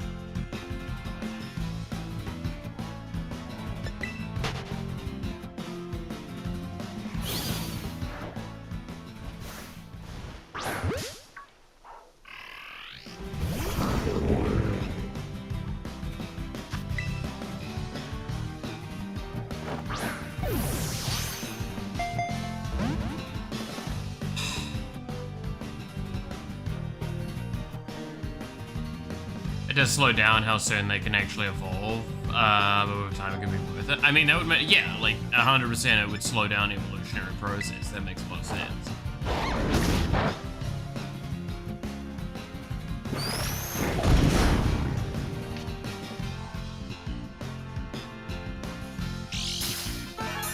Because it's using said evolutionary potential in like a way that would adversely affect its direct evolution, but it would evolve it in a beneficial way. So that makes a lot of sense. And then yeah, in a sense, like it's the step between the different regional forms makes a lot of sense there. But quite fascinating. All right, let's just try a fucking Ultra Ball now. I'm gonna see if it catches it before it dies. Just stay in the ball.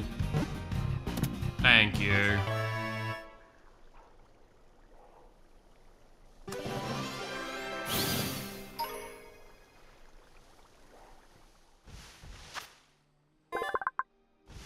Was there a legendary nearby? I feel like there was, if I remember the list correctly. I think there was one in this area. I just don't remember which and like what area of these islands. Also, I just... Oh, I know I didn't quite run it over.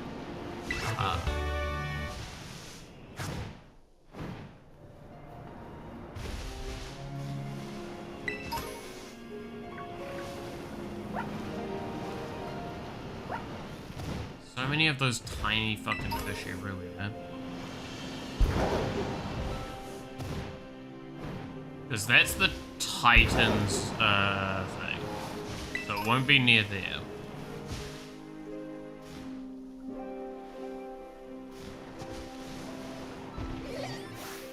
Ooh, Kroger. I think history has hints for the legendaries. Okay, so you want to know the thing with the legendaries now? It is a dude that gives you a bunch of candy or a bunch of food to go find them, and he tells you a tale of where they're gonna be. I just did all of it at once, and we did it like last week, so I don't remember shit. Never stops building in a Pokemon even when they hit their final form. That makes sense. Yeah. So it means that theoretically there's even more evolutions that could ever be possible one day. They just need to find the thing that would awaken Sith.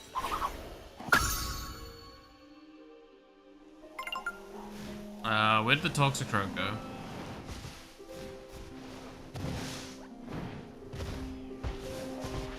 You got a map of where the stakes are? We've done that one already.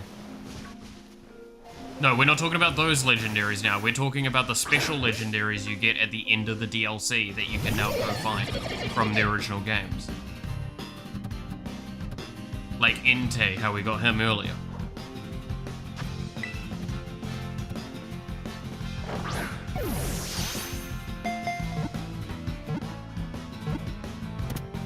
We've done all base game content.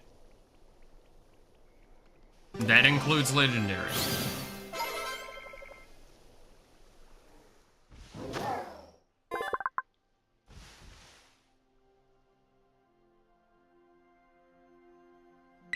I didn't catch them, but I am. I might as well. No reason not to. We've already caught it, again, like I said, we already caught Entei.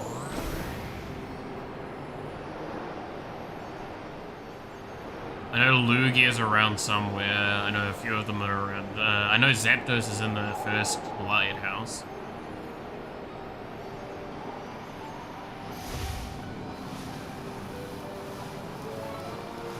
Like, I haven't done all of them because the requirement to unlock them is not doable for me at this stage.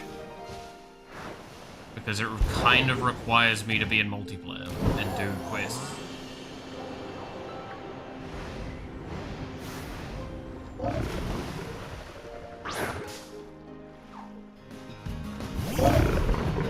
Cost between each individual Pokemon is different and is scaled up by the previous experience that individual Pokemon's gone through up to that point.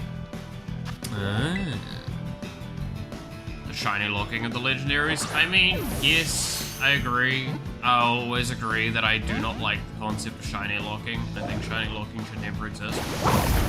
But it also creates a negative atmosphere as well at the same time, and I get the rationale behind that.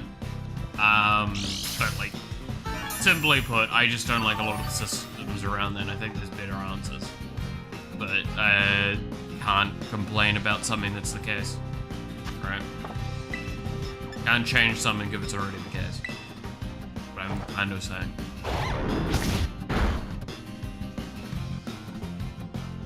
But yeah, it's this dude is actually competitive, funnily enough. This Pokemon that we're going after here. The Don, whatever it's called again. Dondozo? Is that what it is? Dondozo. This is a competitive Pokemon. Like, actively a really good one.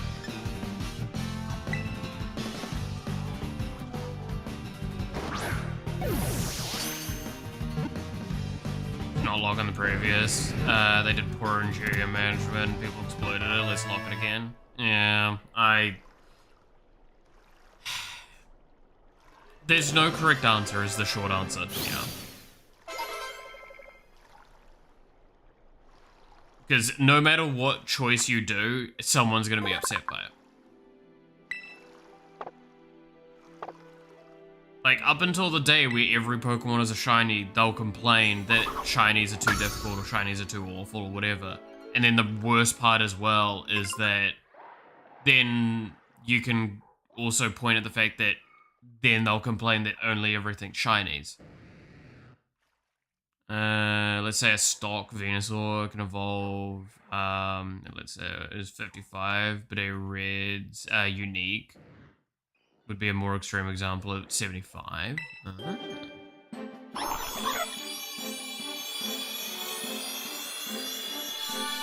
Okay.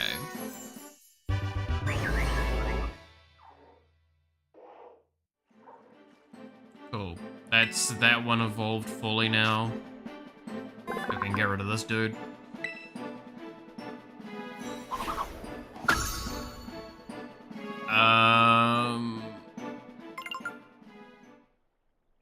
God, the rotations are fucking weird.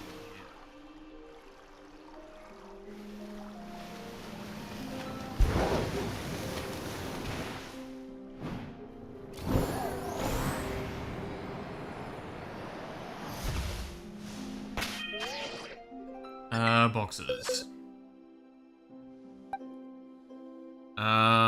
So I need to drop off you. And we need to go find... I wish there was an easier way of seeing what I actually have and don't have from, like, this kind of menu. Because then I could determine, like, what I should and shouldn't be looking at. I have to just try and go off memory. This is why I, like, we were saying the joke about the spreadsheet and how it's just fucking awful. I guess Charmander, sure. I don't think I've done your evolution line yet. Could be considered what is, the hypothetical next evolution could be, or at the very least a possible route that they could go down. I mean, that would make sense, right? And like a lot of those other similar sort of things, right? I think terrestrialization's not feasible to make an argument with that similarity because of the way it is conceptually. It's kind of like a side grade concept.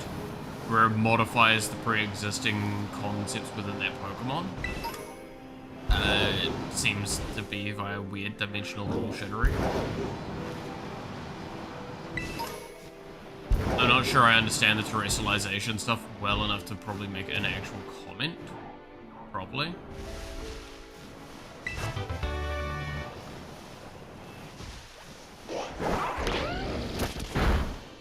But that would make sense. That you could make an argument with Mega Evolution as that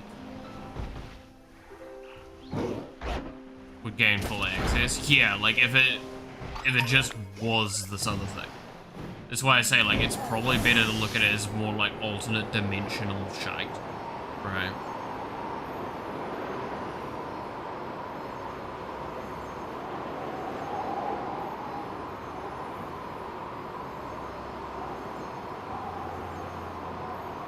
I don't think one of the legendaries is out here.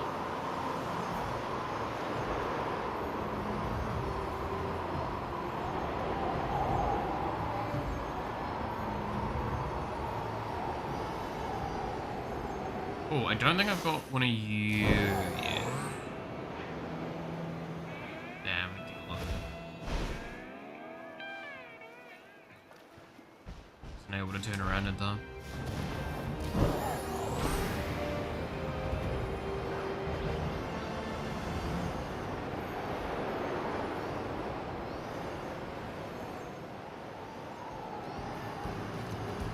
The fuck are you doing out here, buddy?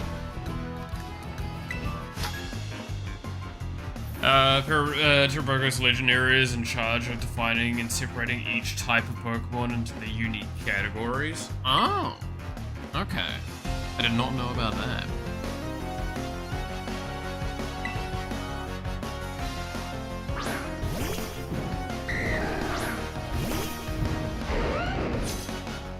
Hey buddy, you're level 45? Wow, that's really impressive.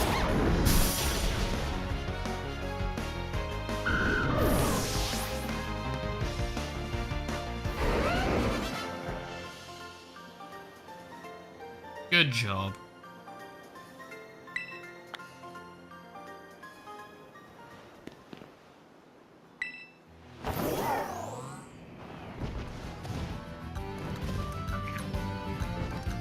As a coin guy here, you can fuck right off.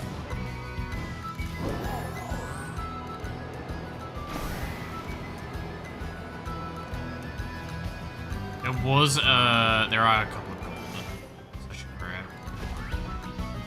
Have I caught one of you? I have. It's like the separate line yin yang and the classic symbol for it. Oh shit! I can look at that. Full magic up. Trying his best, man.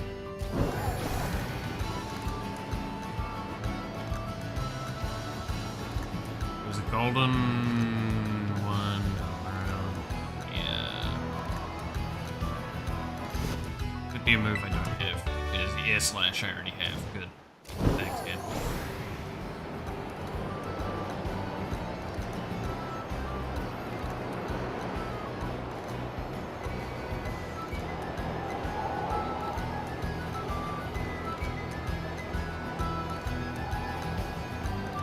Don't end up bird in the air. Probably not that beneficial, but maybe over there? One of the legendaries is over there. That does have a bit of a flat area. That could be it. I think there was one near this area, if I recall.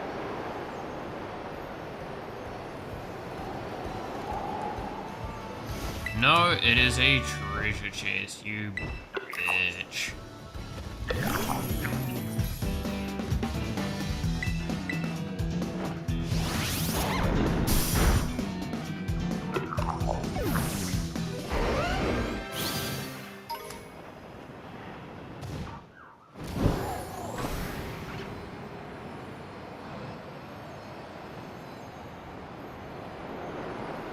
What about one of these islands?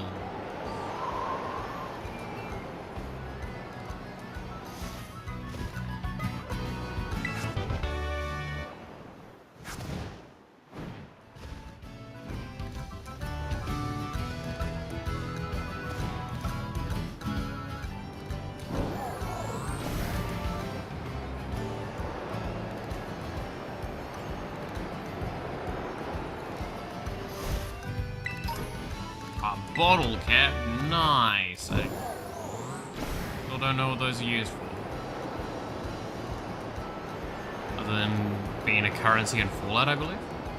Have you evolved it already? Nope. I have not. I haven't had the coins. That's why I'm kind of like still actively collecting them. Because I need so many fucking coins for it all correctly. Okay, I need to ask myself this. Okay, well I don't have whatever this is. You remember how the Reggie Trio were born? Yes, I do remember the Reggie Trio.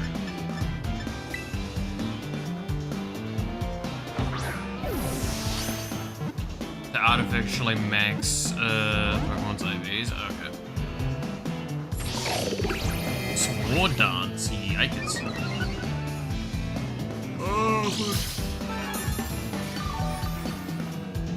Dude, I still think the Reggie Trio and Regigigas are like some of the most interesting storyline to me.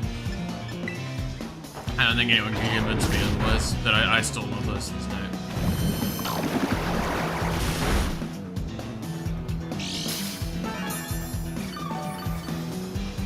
But my boy's just trying to do his best. Why you gotta be me, though? Can make more whenever he wants. Yep. I mean, they're golems. They're literally just golems.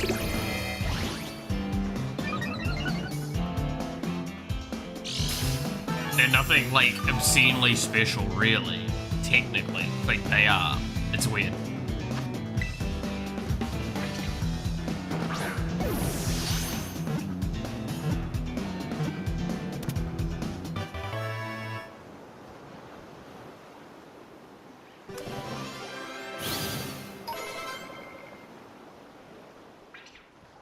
They are, but they aren't.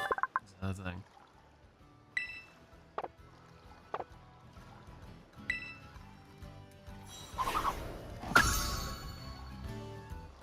Okay, I think there's something sitting in my ass. We'll see. No, it just went away. Also, this dude evolved. Nice. Blow my mind as a kid. That sounds about right.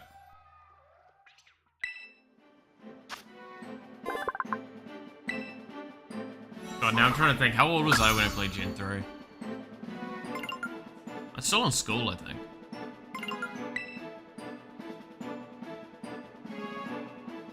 Yeah, I was pretty sure I'm still in school when I played Gen 3.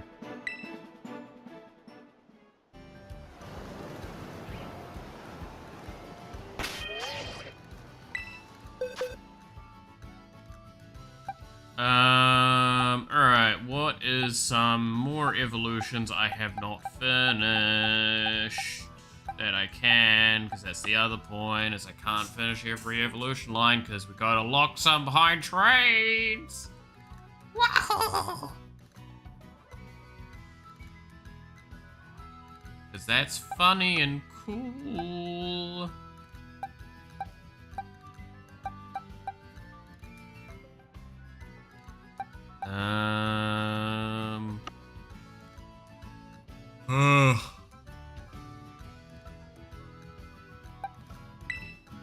Just do this.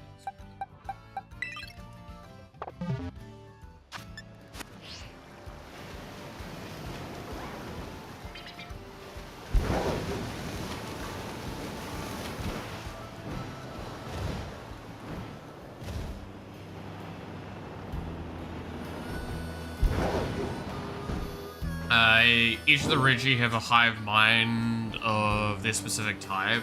That's why you notice them having familiarity with Ash, that they've never met before. Yeah.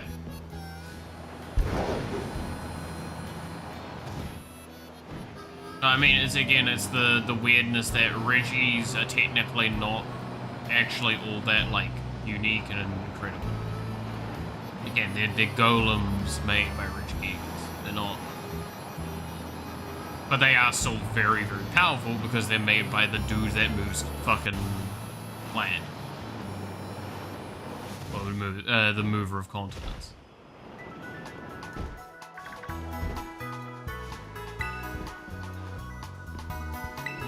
It's kind of one of those things of, oh, a god made these little things. They're still fucking made by gods.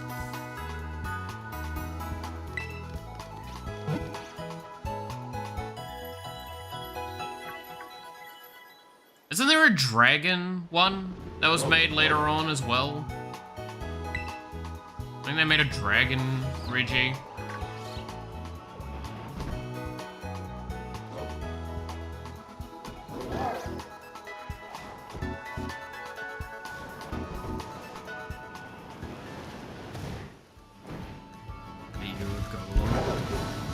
Where's this going? A dragon electric type? Oh yeah, there was the electric one they did as well. What about the electric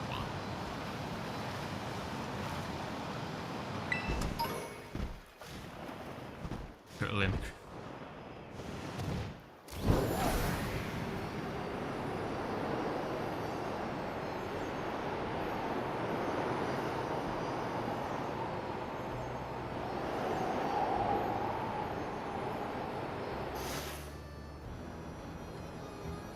Let's use fast travel for a moment. I don't like using fast travel because it defeats the purpose of the thing like this, but it's probably the correct thing to do.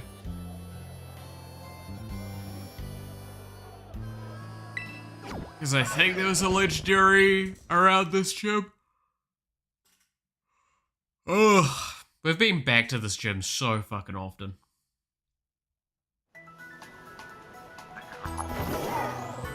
And is it going good?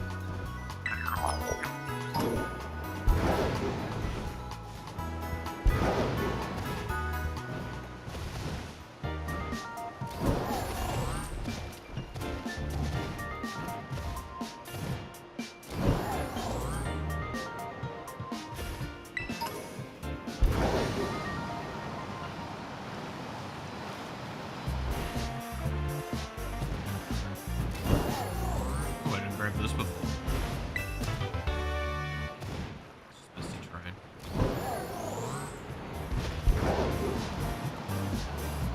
Yeah, I want to say there was a one of them listed a legendary near here.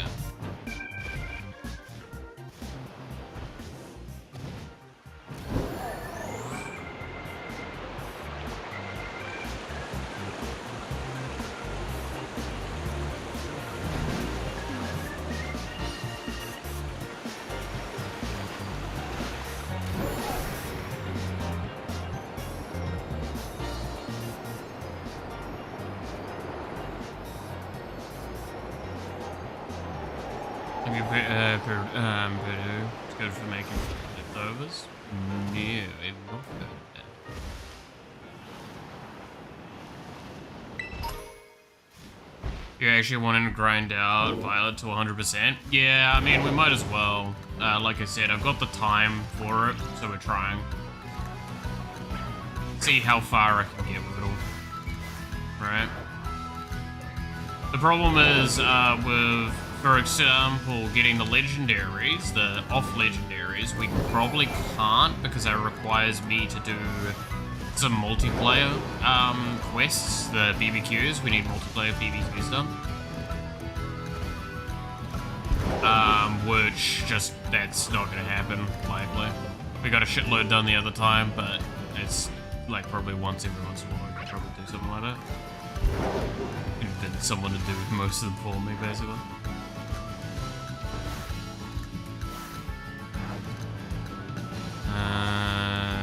Cotton bread, dip it in a mixture of egg milk, a bit of sugar, and let it soak, then cook it in a pan. Oh, I've made stuff like that before. Yeah, okay. That's what that is. Yeah. I mean, it's, I think it's normally named French toast, actually. Yeah, the legendary Pokemon can create backup bodies if they're willing to provide their available energy for a time.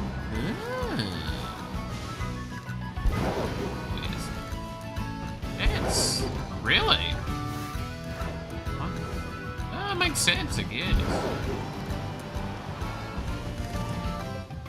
I swore there was supposed to be a legendary here. Am I wrong?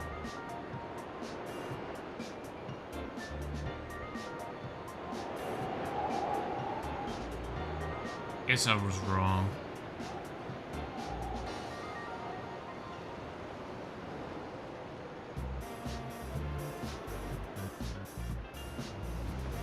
And shaman do this a lot? Interesting. Okay. Dude, they look fucking dead. This fish should be moving. They look dead otherwise. Whee.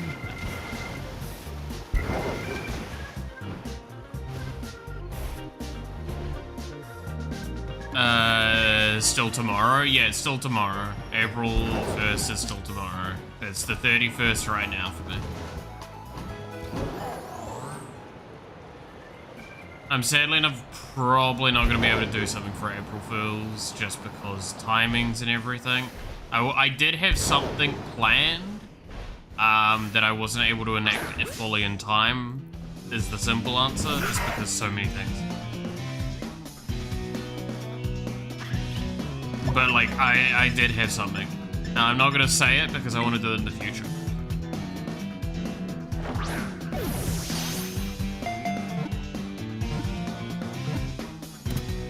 Has five confirmed backup bodies. Yeah, no, I do know that. That one I do know about, the Muse backup bodies. This was, like, with the concept of the legendary Pokemon creating backup things. Like, I knew some did. I didn't know all of them did.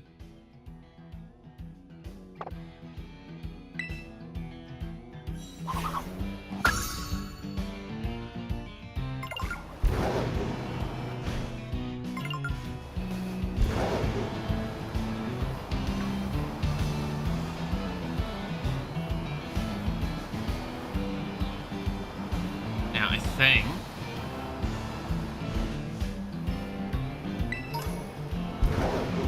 Before it hits nighttime, I'm gonna see if I can try and find the ticket. Maybe. There. That one. That's why you see intake here in Paldea, when it's basically only ever seen in Johto. Ah. That's why there's more than one truck. There are multiple new bodies. Shut up.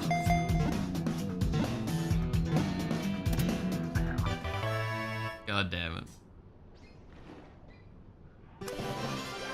Oh, I also need to go get one of those bronze ores, because I need them. Look at the little guy! Oh, he's so cute!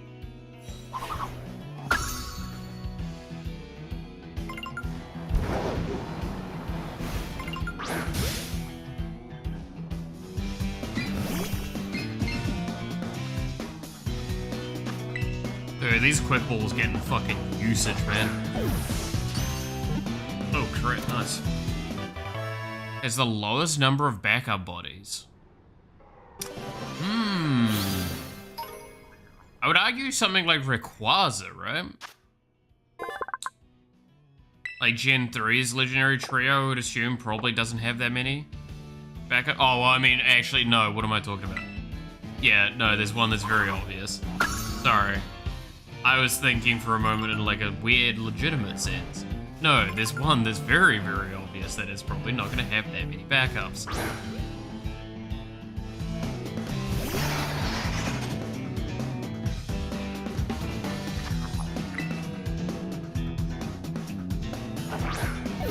God damn it. Rayquaza has 3? Rayquaza has 3? Really? I would not think Rayquaza having that many. I would have thought probably little to none, but 3 is still a lot more than I would have thought.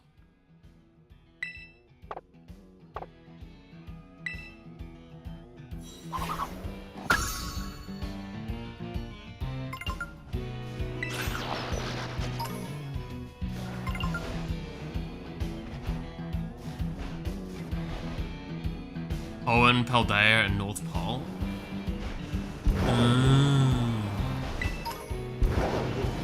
Yeah, that makes sense then.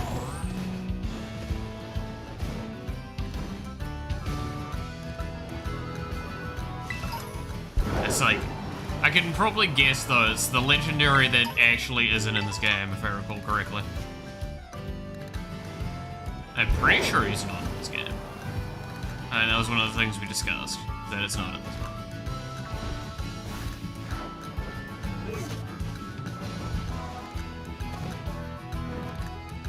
Darkrai? Yeah.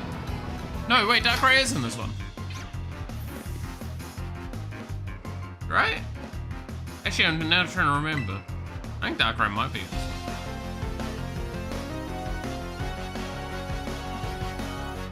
Grand total. God damn. Oh look, it's Baby Girl.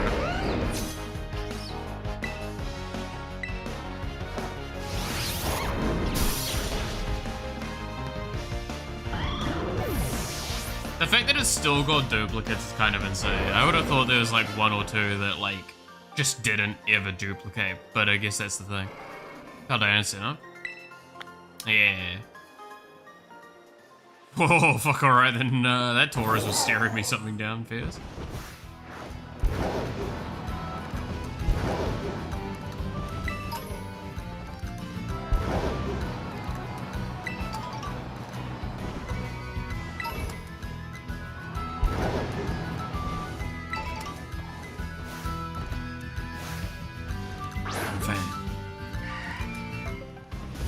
Have you count the Pokemon Rangers game?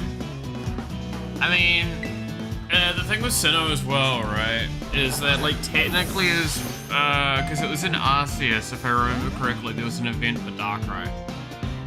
If you had one of the, if you had the, Shining Diamond and, whatever, it was a Brilliant Diamond Shining Pearl. I think you could get them. So I think it's kind of like, technically you could make an argument it's the same one. I guess. Through the generations. Same, yeah, like, it's one of those things of like, I'm pretty sure you'd just call that the same one, because it's the same region.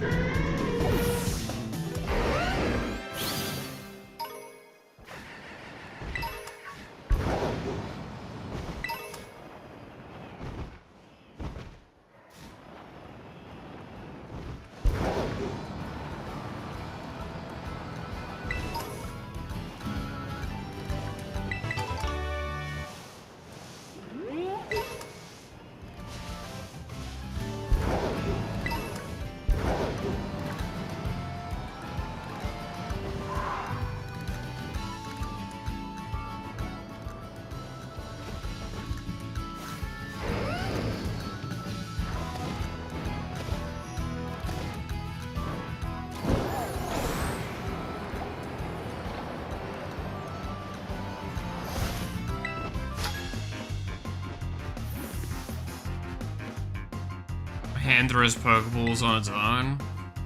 Okay. Cool kid. Kick your ass in.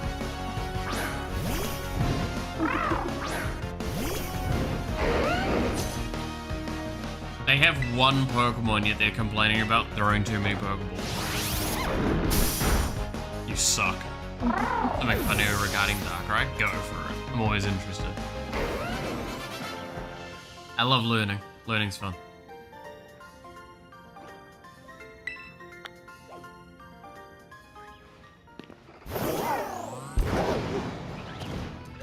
Do you remember Tobias sending out Darkrai in Sinnoh League matches? No, because that was part of the stuff of I not watched that. So I will openly admit to that. Because Darkrai is part of like when I stopped being so huge with Pokemon. So I know of Darkrai, I know a lot of things about them, but I don't know Darkrai, if that makes sense. Oh, you saw the clips at least? No.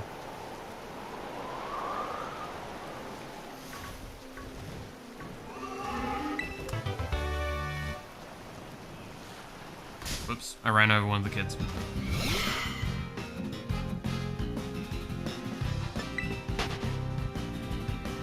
Yeah, like I'm that fucking out of it when it comes to like that sort of generation stuff.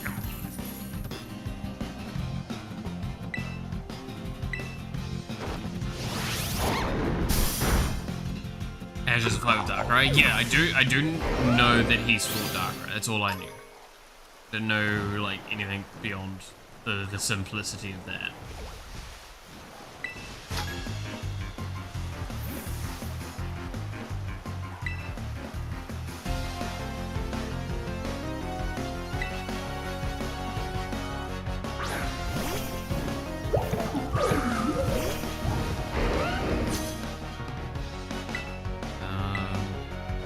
Level 53. Incredible.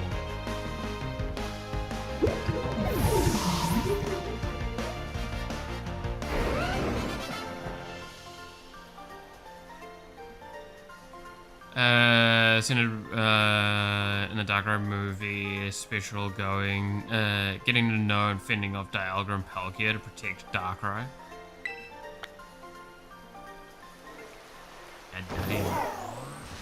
To be fair, Palkia and Dialga, they're little shitbags.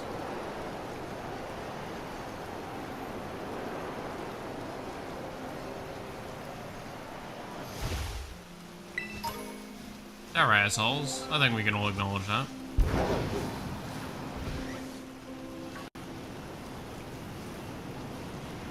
Well, at least to my understanding of the events around those things. Except it's the nightmare Pokemon or whatever. I mean, it feeds off nightmares, if I understand correctly.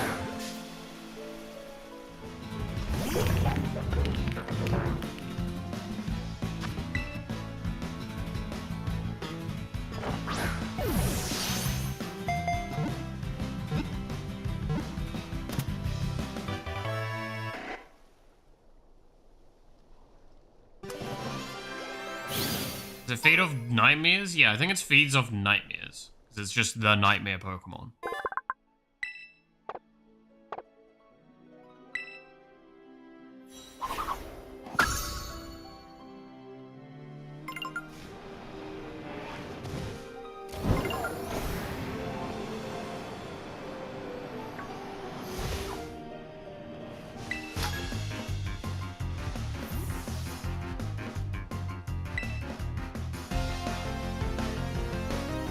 Oh my god, it's an old student again. We need to go talk to the fucking director and tell him to start graduating these dudes. Also, he's got a Gengar. That's cheating. I can't get a Gengar.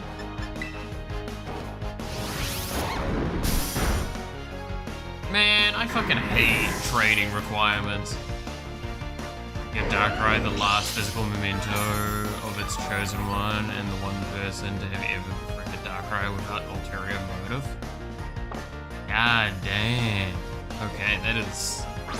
I should probably watch that movie, what I'm hearing.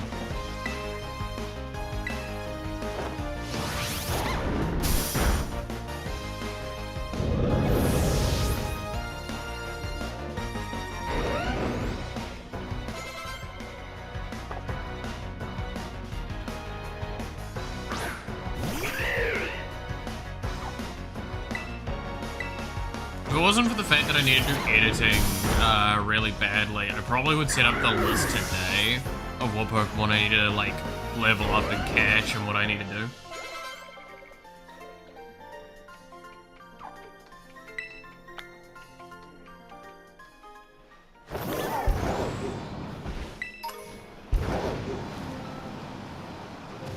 That would be the smart thing to do. But I'm not smart. Got one of those now. Cool.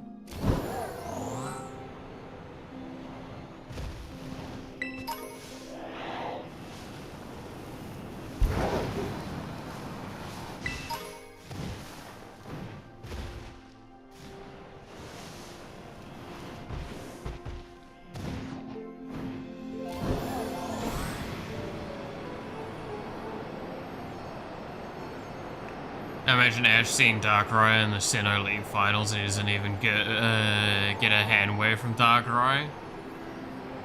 And that is actually kind of sad. It's actually, yeah, damn. It's kind of rude.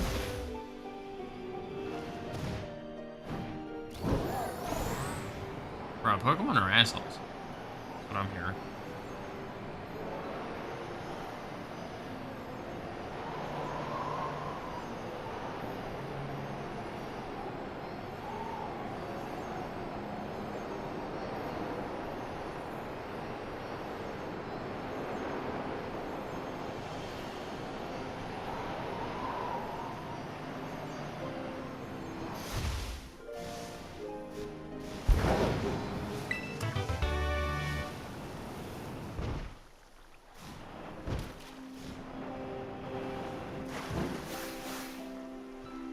Do need to catch one of these.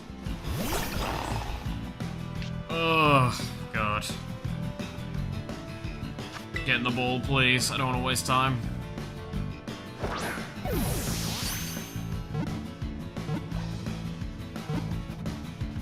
God, that felt really laggy.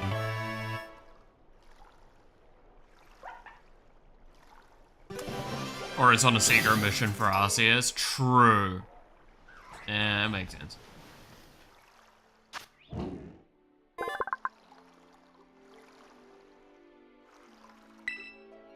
But yeah, no, I mean, like, that's a lore-wise, I guess, explanation of why, like, you can get multiple legendaries and other legendaries can be found in regions theoretically you wouldn't expect to see them in, because they're not, like, their relevant regions. Like how, simply, we talked about earlier, like, I caught Entei here. Entei is supposed to be, only in the Johto region, right? It's one of the sacred beasts of the Johto thing.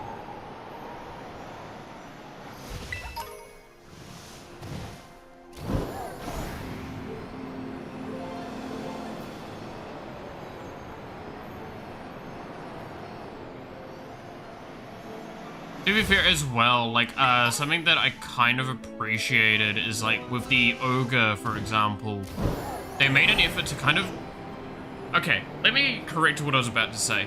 This entire game they've done with all of the legendaries outside of the final DLC one, or the two main, the base game and the first DLC, the legendaries in those aren't necessarily legendaries. They're legendary, but they're not legendaries, if that makes sense. They made a good effort to not, like, lock them into that concept, which was really nice. I like the ambiguous nature of that. They're legendary in the sense that, like, at this point in time, to our knowledge, there is not another, well, there's exactly two of, this Pokemon, of Miraidon. And it's not because Miraidon itself is a legendary, it's just that there is only two of them in our current world.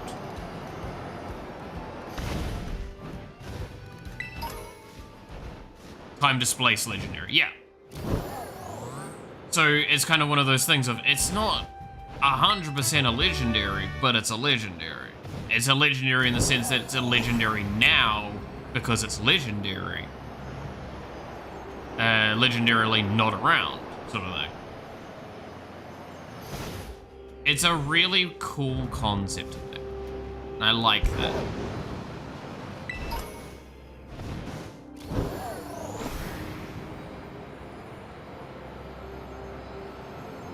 It makes them special, but in a way that's, like, not obscene. And not godlike.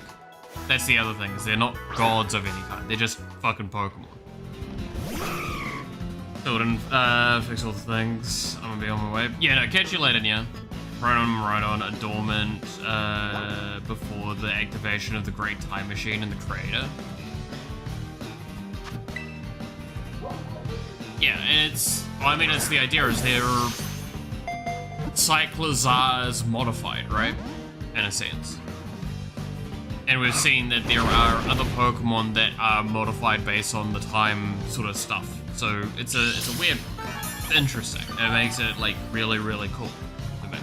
And then Ogerpon, it's just, we've never seen the Pokemon before. It could just pure and simply be an extinct species. In fact, I want to argue that's what it almost indicated to me. is that it's not a brand new legendary thing, it's just an extinct species that a guy hung out with.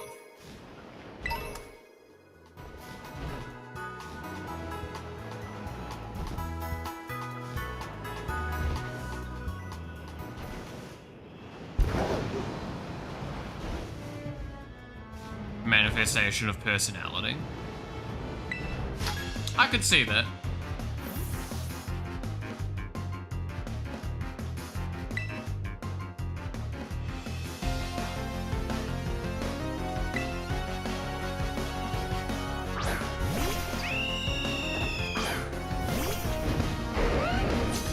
Because, I mean, it does, yeah, embody the personality that is prescribed to it via its face, or its mask. It's just like the legend that it has indicates in a almost roundabout sense that potentially the Pokemon isn't all that unique and special, it's just unique and special to that region.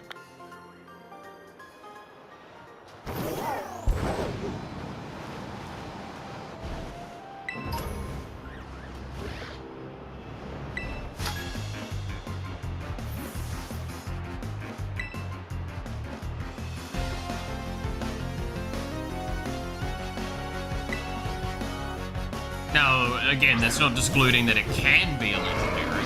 Where I'm not trying to say that. I'm just saying that it's not strictly has to be. That's the beauty. That's the thing I like. That's what I think made a lot of legendaries really cool in some sense to me. Is the fact that like they weren't strictly this like omnipotent god thing or anything. It was just something that was worshipped because it did really cool things. It's kind of going back to like the Beast Trio from Johto. Oh, Johto.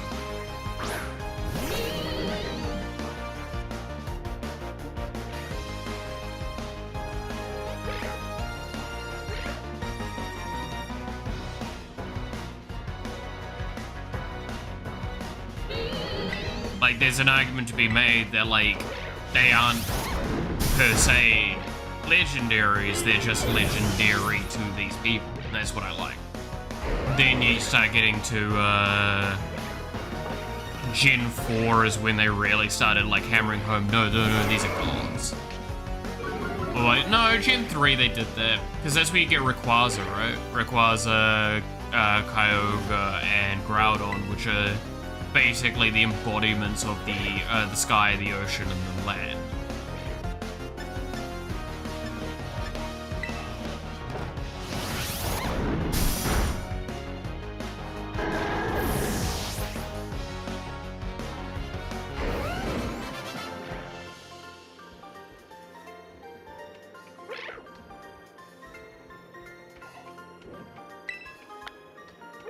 Is a god to the Meteor Falls gland? Yes.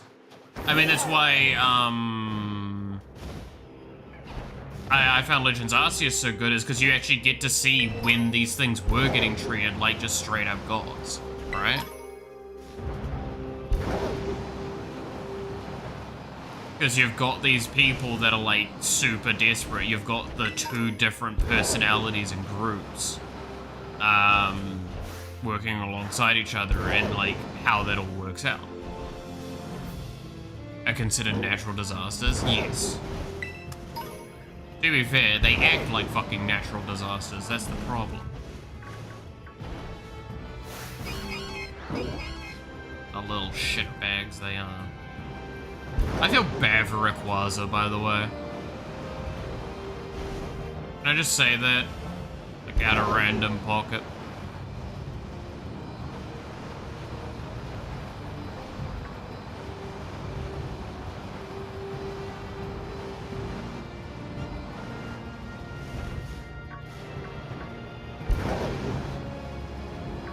Imagine having to put up with that long. Having to break those two up all the time. That petty bullshit.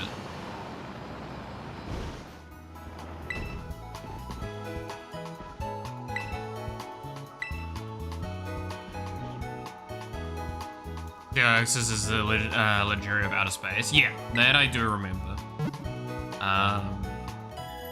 Because it's got like, it's 3 different, no, it's got more than 3 forms, but it's like, it's got its 3 main forms I can remember. It's technically, like, the concept is that it's ever changing, ever evolving, ever adaptable. So it's not got, like, strict 100% forms. It's just very clear forms that are foundation points that we know of, that are used for gameplay elements. Speed, attack, defense. In its simplest form.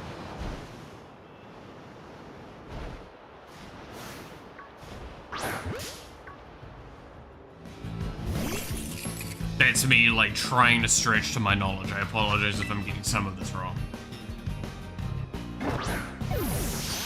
Some of this information is information I have not had to try and access for, like, decades, right?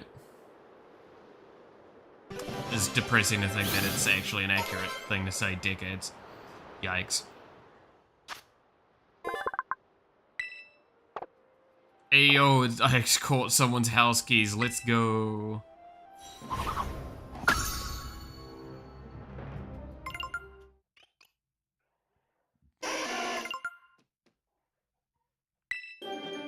Actually, I feel like there was a movie with Dioxys that I watched a bit of.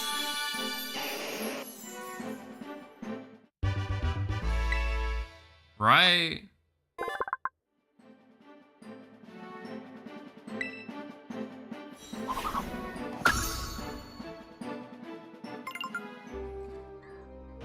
It was a movie with Dioxys is the main plot point, or at least there was a part of like the series that was, maybe.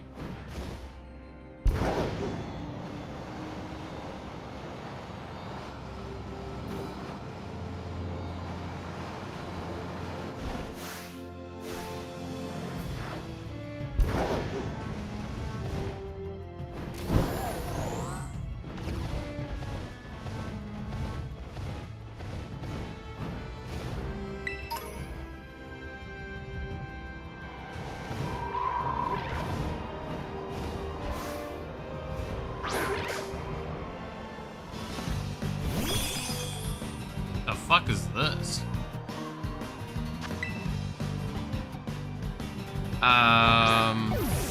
We're able to open portals to another universe. Oh boy. That's, gotta be careful with that then. Wrong kind of house keys. It's fucking, goddamn Cthulhu's house keys.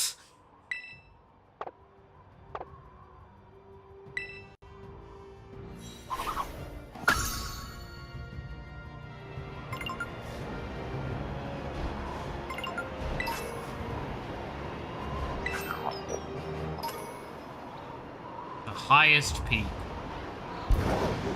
So this is the top of Paldea.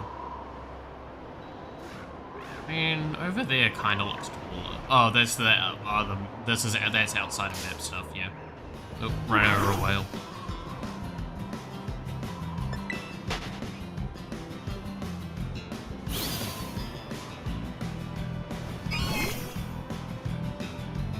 Is it access to the number of universes that has matching keys to? Okay.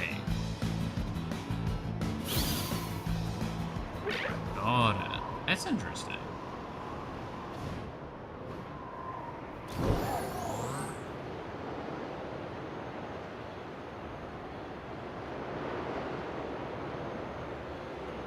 I'm not remembering. It has 5 keys. I just caught one and I do not remember. So I'm probably not the right person to ask.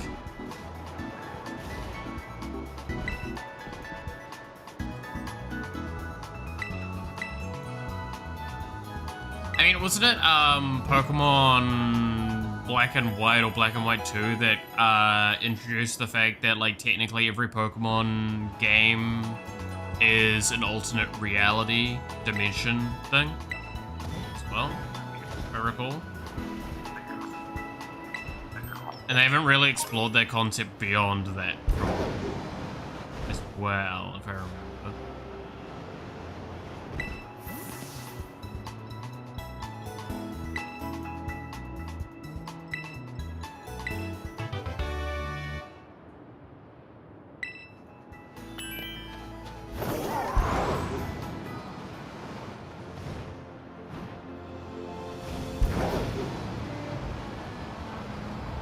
think that's what I remember.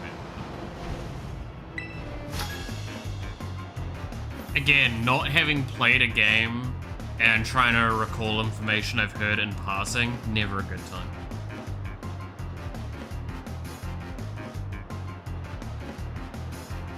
Games have split timeline? Okay.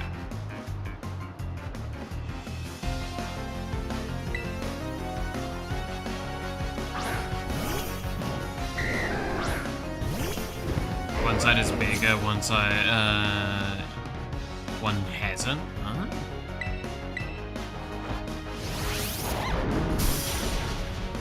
Okay.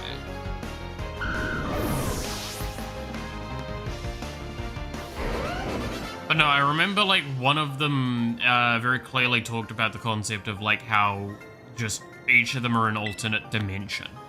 Like each game itself is an alternate dimension, alternate form of the same things. Which I found very, very interesting for them to canonically explain that sort of detail.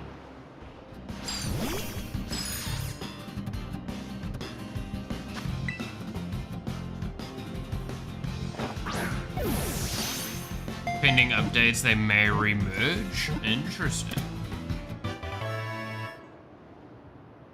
I mean, it's also, those ones were the ones with,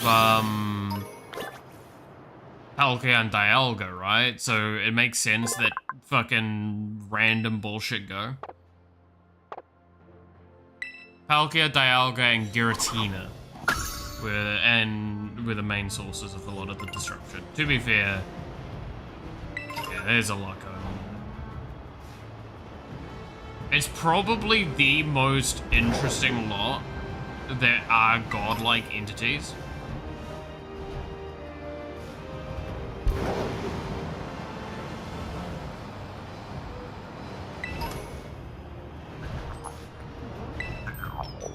I would argue, out of all of the legendaries that have ever been kind of done.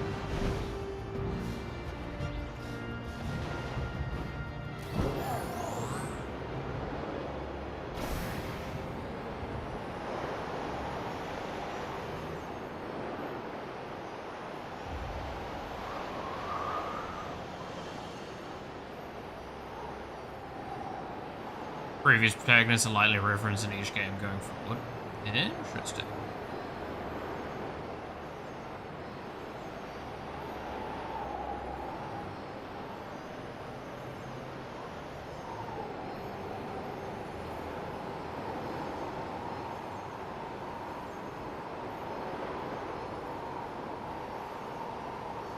I mean, I remember very clearly, in Gen 2, protagonists could be found, in 4. I remember that being a very important thing.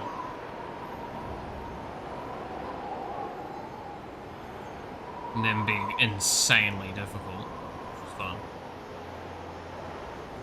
Literally the hardest challenge of the game.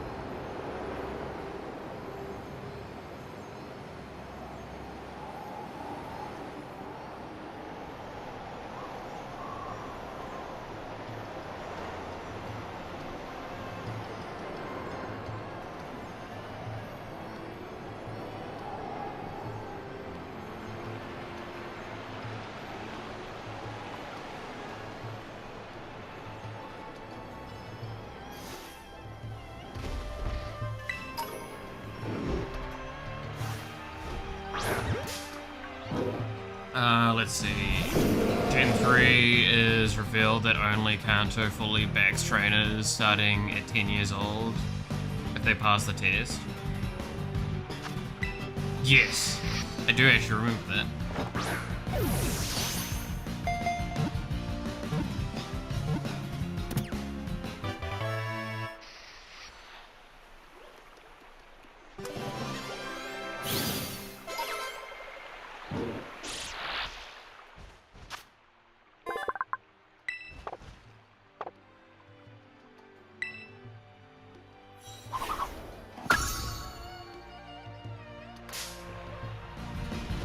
Excuse me.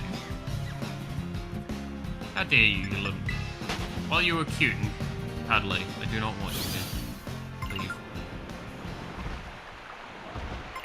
Yep, that's a legendary. I don't know what legendary, but I was pretty sure I remember hearing one about being in this forest. Yes, that's them.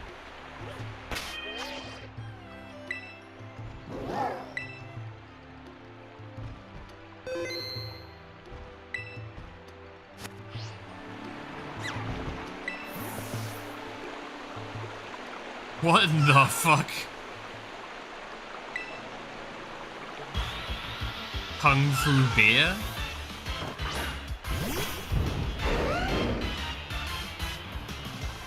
The Pokemon of Discord. That would make sense.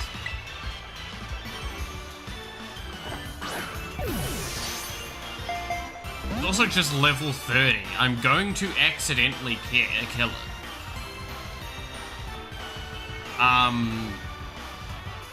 This is actually really awkward. Please don't do a physical attack. Cool, it didn't do a physical attack. I'm gonna have to switch Pokemon.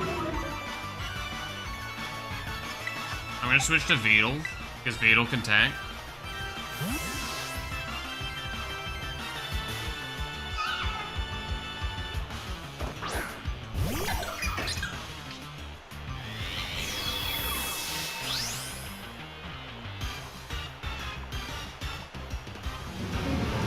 And then I just spam. As an awakening that manifests similar through evolution.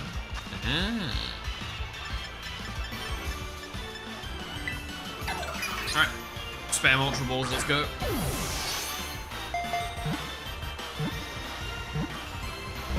Aww.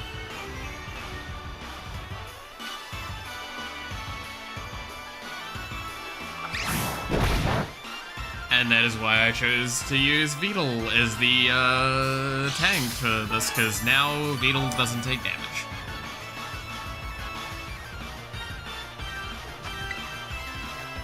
That Terra Shift is strong, man.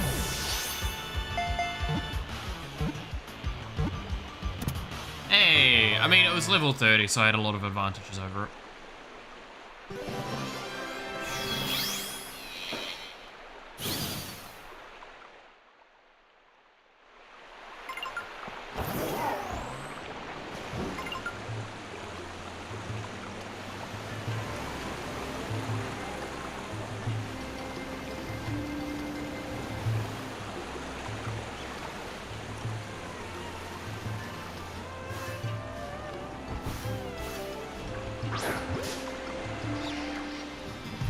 But yeah, I have no idea what Pokemon that is or what it was from, what generation it was. I just know it's a legendary, and I caught it. It's yay. Needs to see a dojo scroll to awaken one of its potential forms it can awaken into. Oh, okay. Is that something I can do in this game? Gen 8. Oh yeah, that's real far into the plane of I do not know.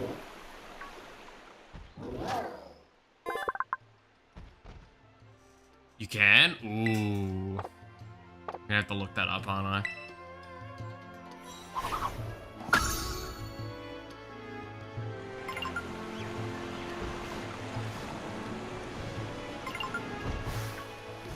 Oh no, I have already caught one of these. Shit.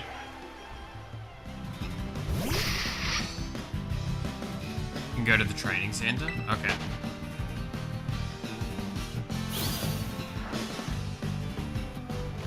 Oh, and there's a Slifer tickling my bum.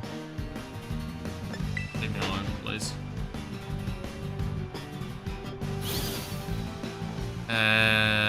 Kelp for the water? Yes, I do know that.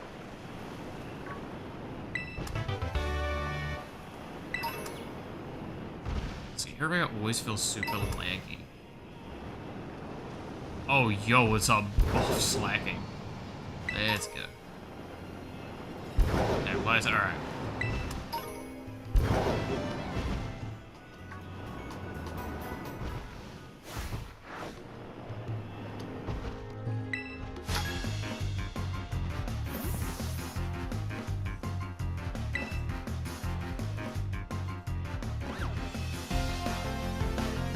But that leads to a question then. Does that mean there's multiple evolutions for it? Or is it just one evolution that's unlocked by doing that thing?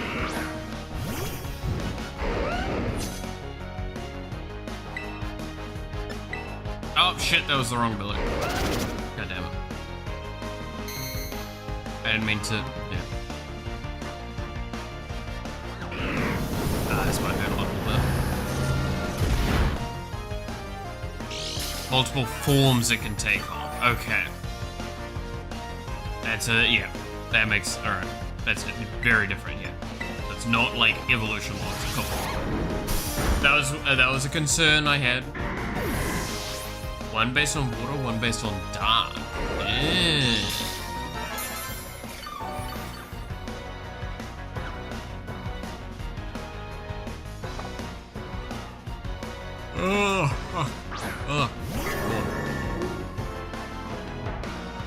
Bronze on. Doesn't it have levitate?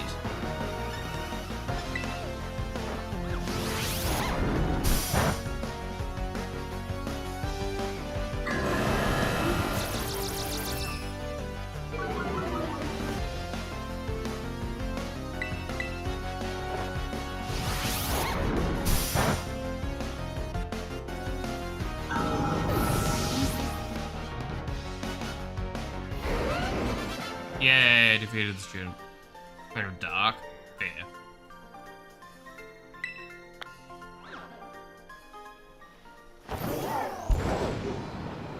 And what, we've gone with like Fire Ogopon for the most part, because like, we just, I don't know, it felt like the best thing to add to the comp. I don't really think anything else other than that.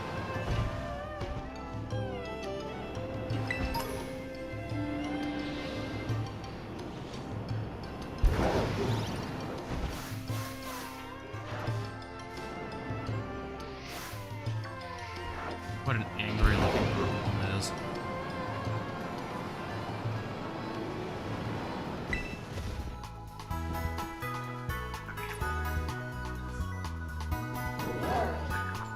Not a lot of people picked up regarding the school. Go for it.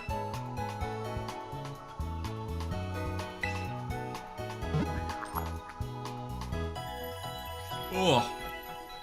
Oh, fuck. Oh, my shoulders are hurting.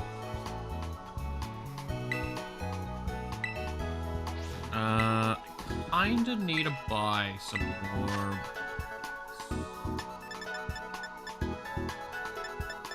Because I go through quick pulls like nobody's business.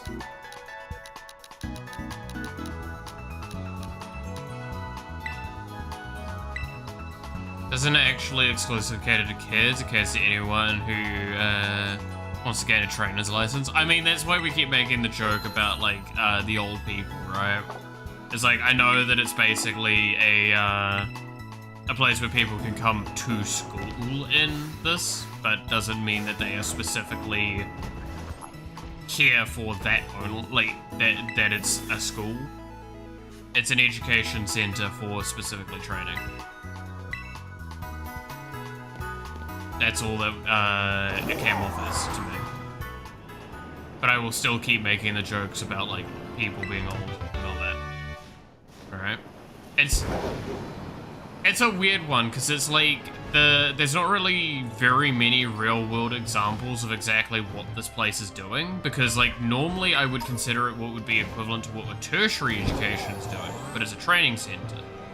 So, I guess gym, like an actual gym, is kind of accurate. I wanted to break it down for people in chat who are interested. Yeah, I mean, that's also important, right? Because, I mean, like, while I can figure something out, doesn't mean everyone has.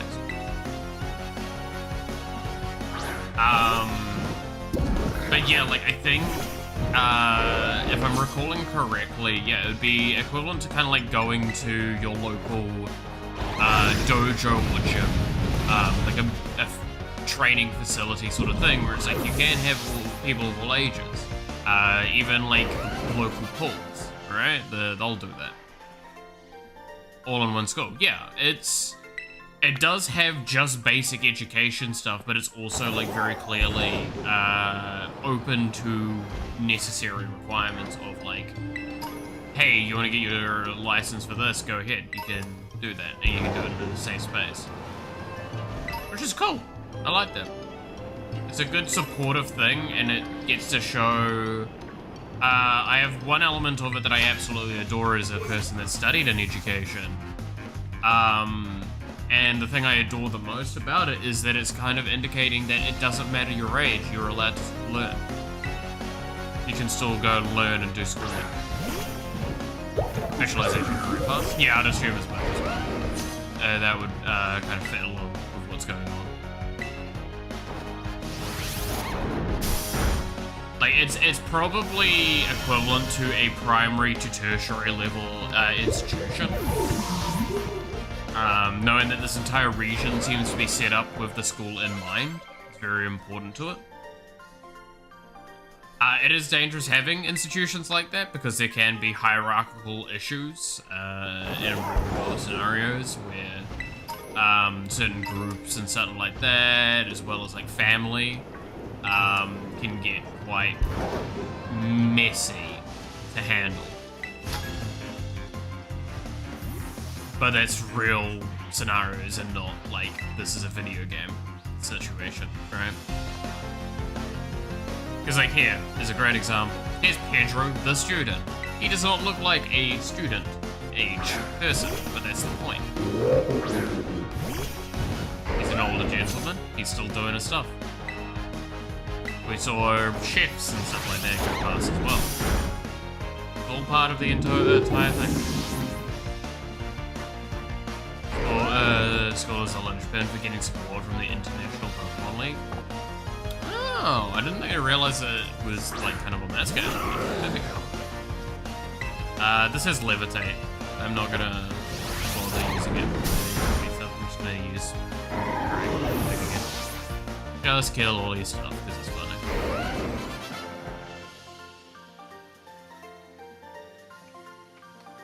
Now that dude over there, I want to go catch that. I need one of those. Wait, you. Come here.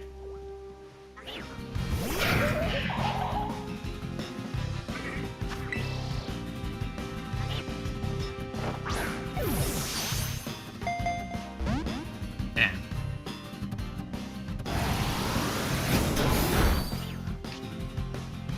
I love the best part with all of this is they deal more damage themselves than they do to me because of rough skin.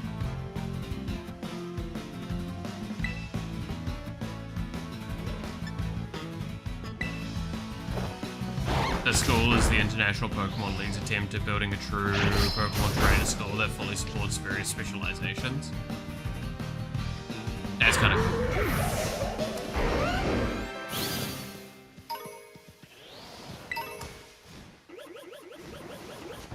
I'm glad that like the writers decided to do something like that. I'm a huge fan of that sort of concept. I've advocated very much for like better international and global support for educative purposes. I always thought it would be really cool if there was a global institutional educative facility that catered to grand scale things in the pursuit of knowledge, because I think that would be beneficial. But every country is too busy being up their ass, you know.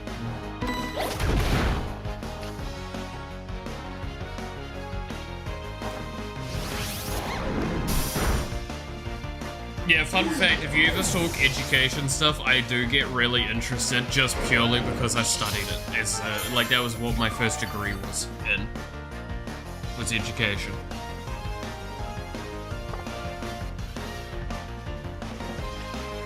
There's still regular schools across various regions. Oh yeah, of course. Right? Like, there's gonna be schools everywhere. It's the point is having one, central one.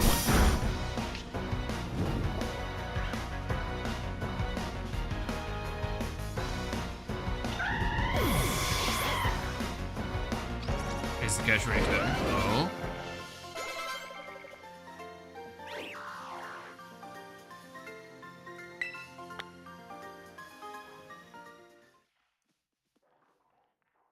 Oh, yay, Charmeleon's evolving. Can get rid of you then.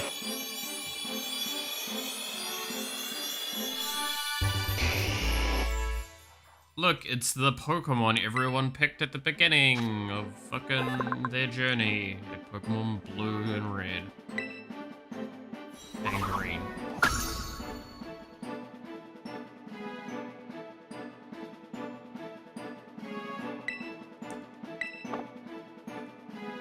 Cavali's too is right. Yeah, no, that it was a big deal. That's why he actually was like, he had to seriously consider things very specific in a very specific way, and it actually made a lot of sense why he was like being very cautious about things, but also he was being overly cautious to the point where it actually would have cost him his job.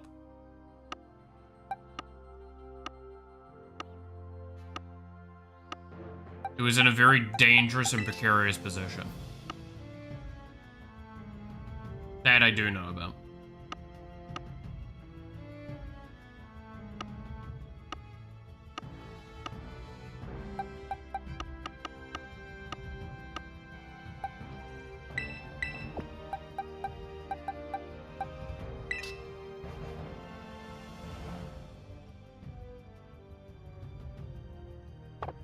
Guess who's the person references breathing down his neck? I'd actually have no idea. Can't think of anyone off the top of my head.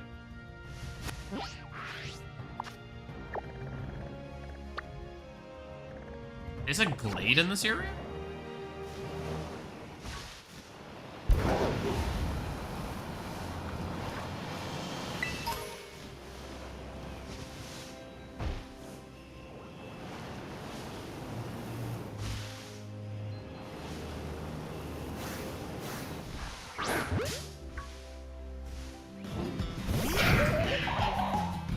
Caroline, the grandmother of Cynthia? Oh, that's kind of cool.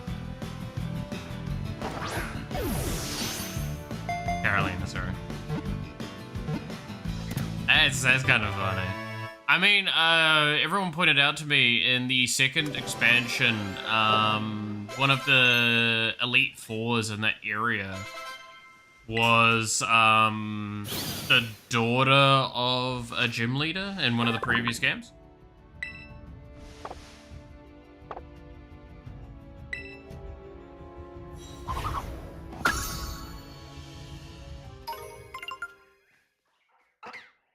Is a Pokemon Master and one of the leaders of the International Pokemon League. That's a fact, yeah.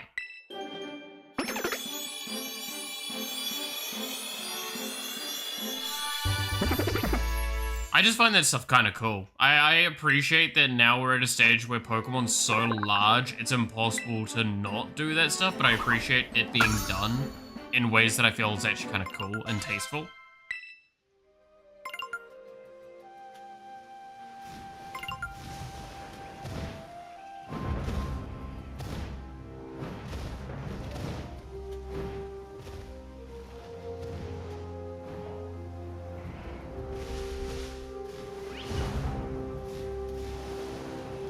It's just nice to have the worlds tied together, I guess, is kind of what I'm trying to get at.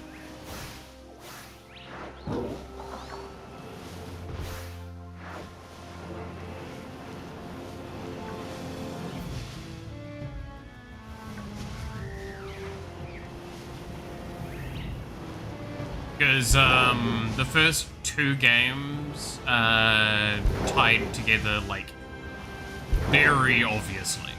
Because you literally go into the first game from the second game.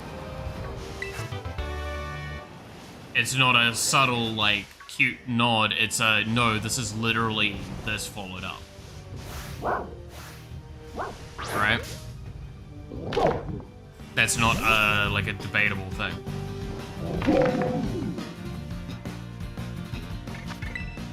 If he wasn't retired from active apprenticeship, she would have thrown out and stomped them out herself. True.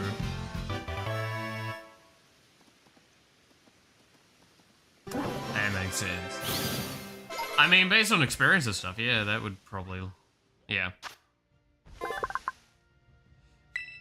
Thinking about what I remember from the plotline of Gen 4 sub games. Yeah, that does make a lot of sense.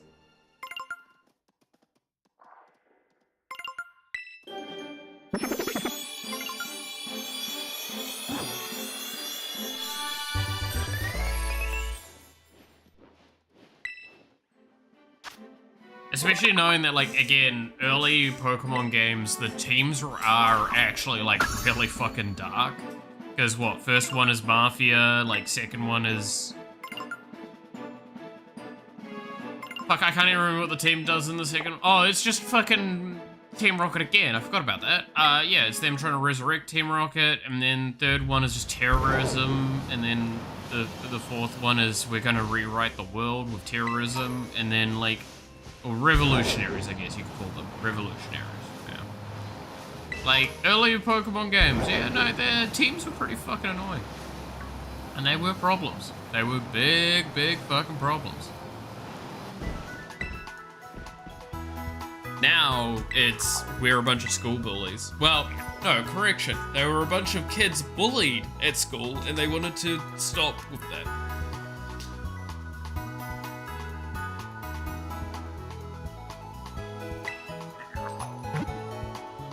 Or she saw with her own two eyes being the problem. Yeah, that's what I was saying. It's like, I remember a bit of the story and how she was actually involved with a lot of that stuff. Like, it actually mattered quite a bit.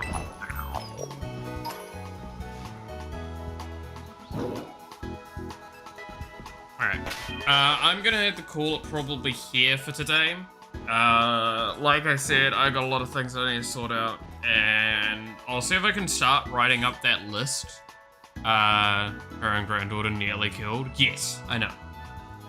That was, yeah. Yeah. One day we'll get to those games. It'll be fun. But yeah, no, I'll see if I can start writing up that list of the Pokemon that we're missing so I can actually start, like, figuring out what we need to do to try and complete the Pokedex entries, because we are quite a ways for this. We're nearly at 300 out of the 400 we need here, which is pretty impressive. We're nearly, I think again this one's 200, right? Yeah, this is 200, so we're 70, under 70, so in the 60s range, away from being done with that one, and this one's got so much more to go.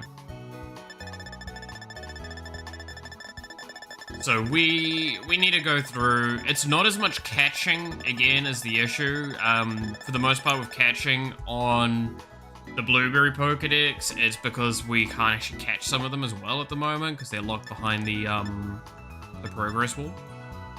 But we're getting there, we're getting there. So, with that all being the case, thank you so much for watching. I hope you enjoyed. You're awesome. Stay awesome, and I hope to see you again next time. Until then, goodbye.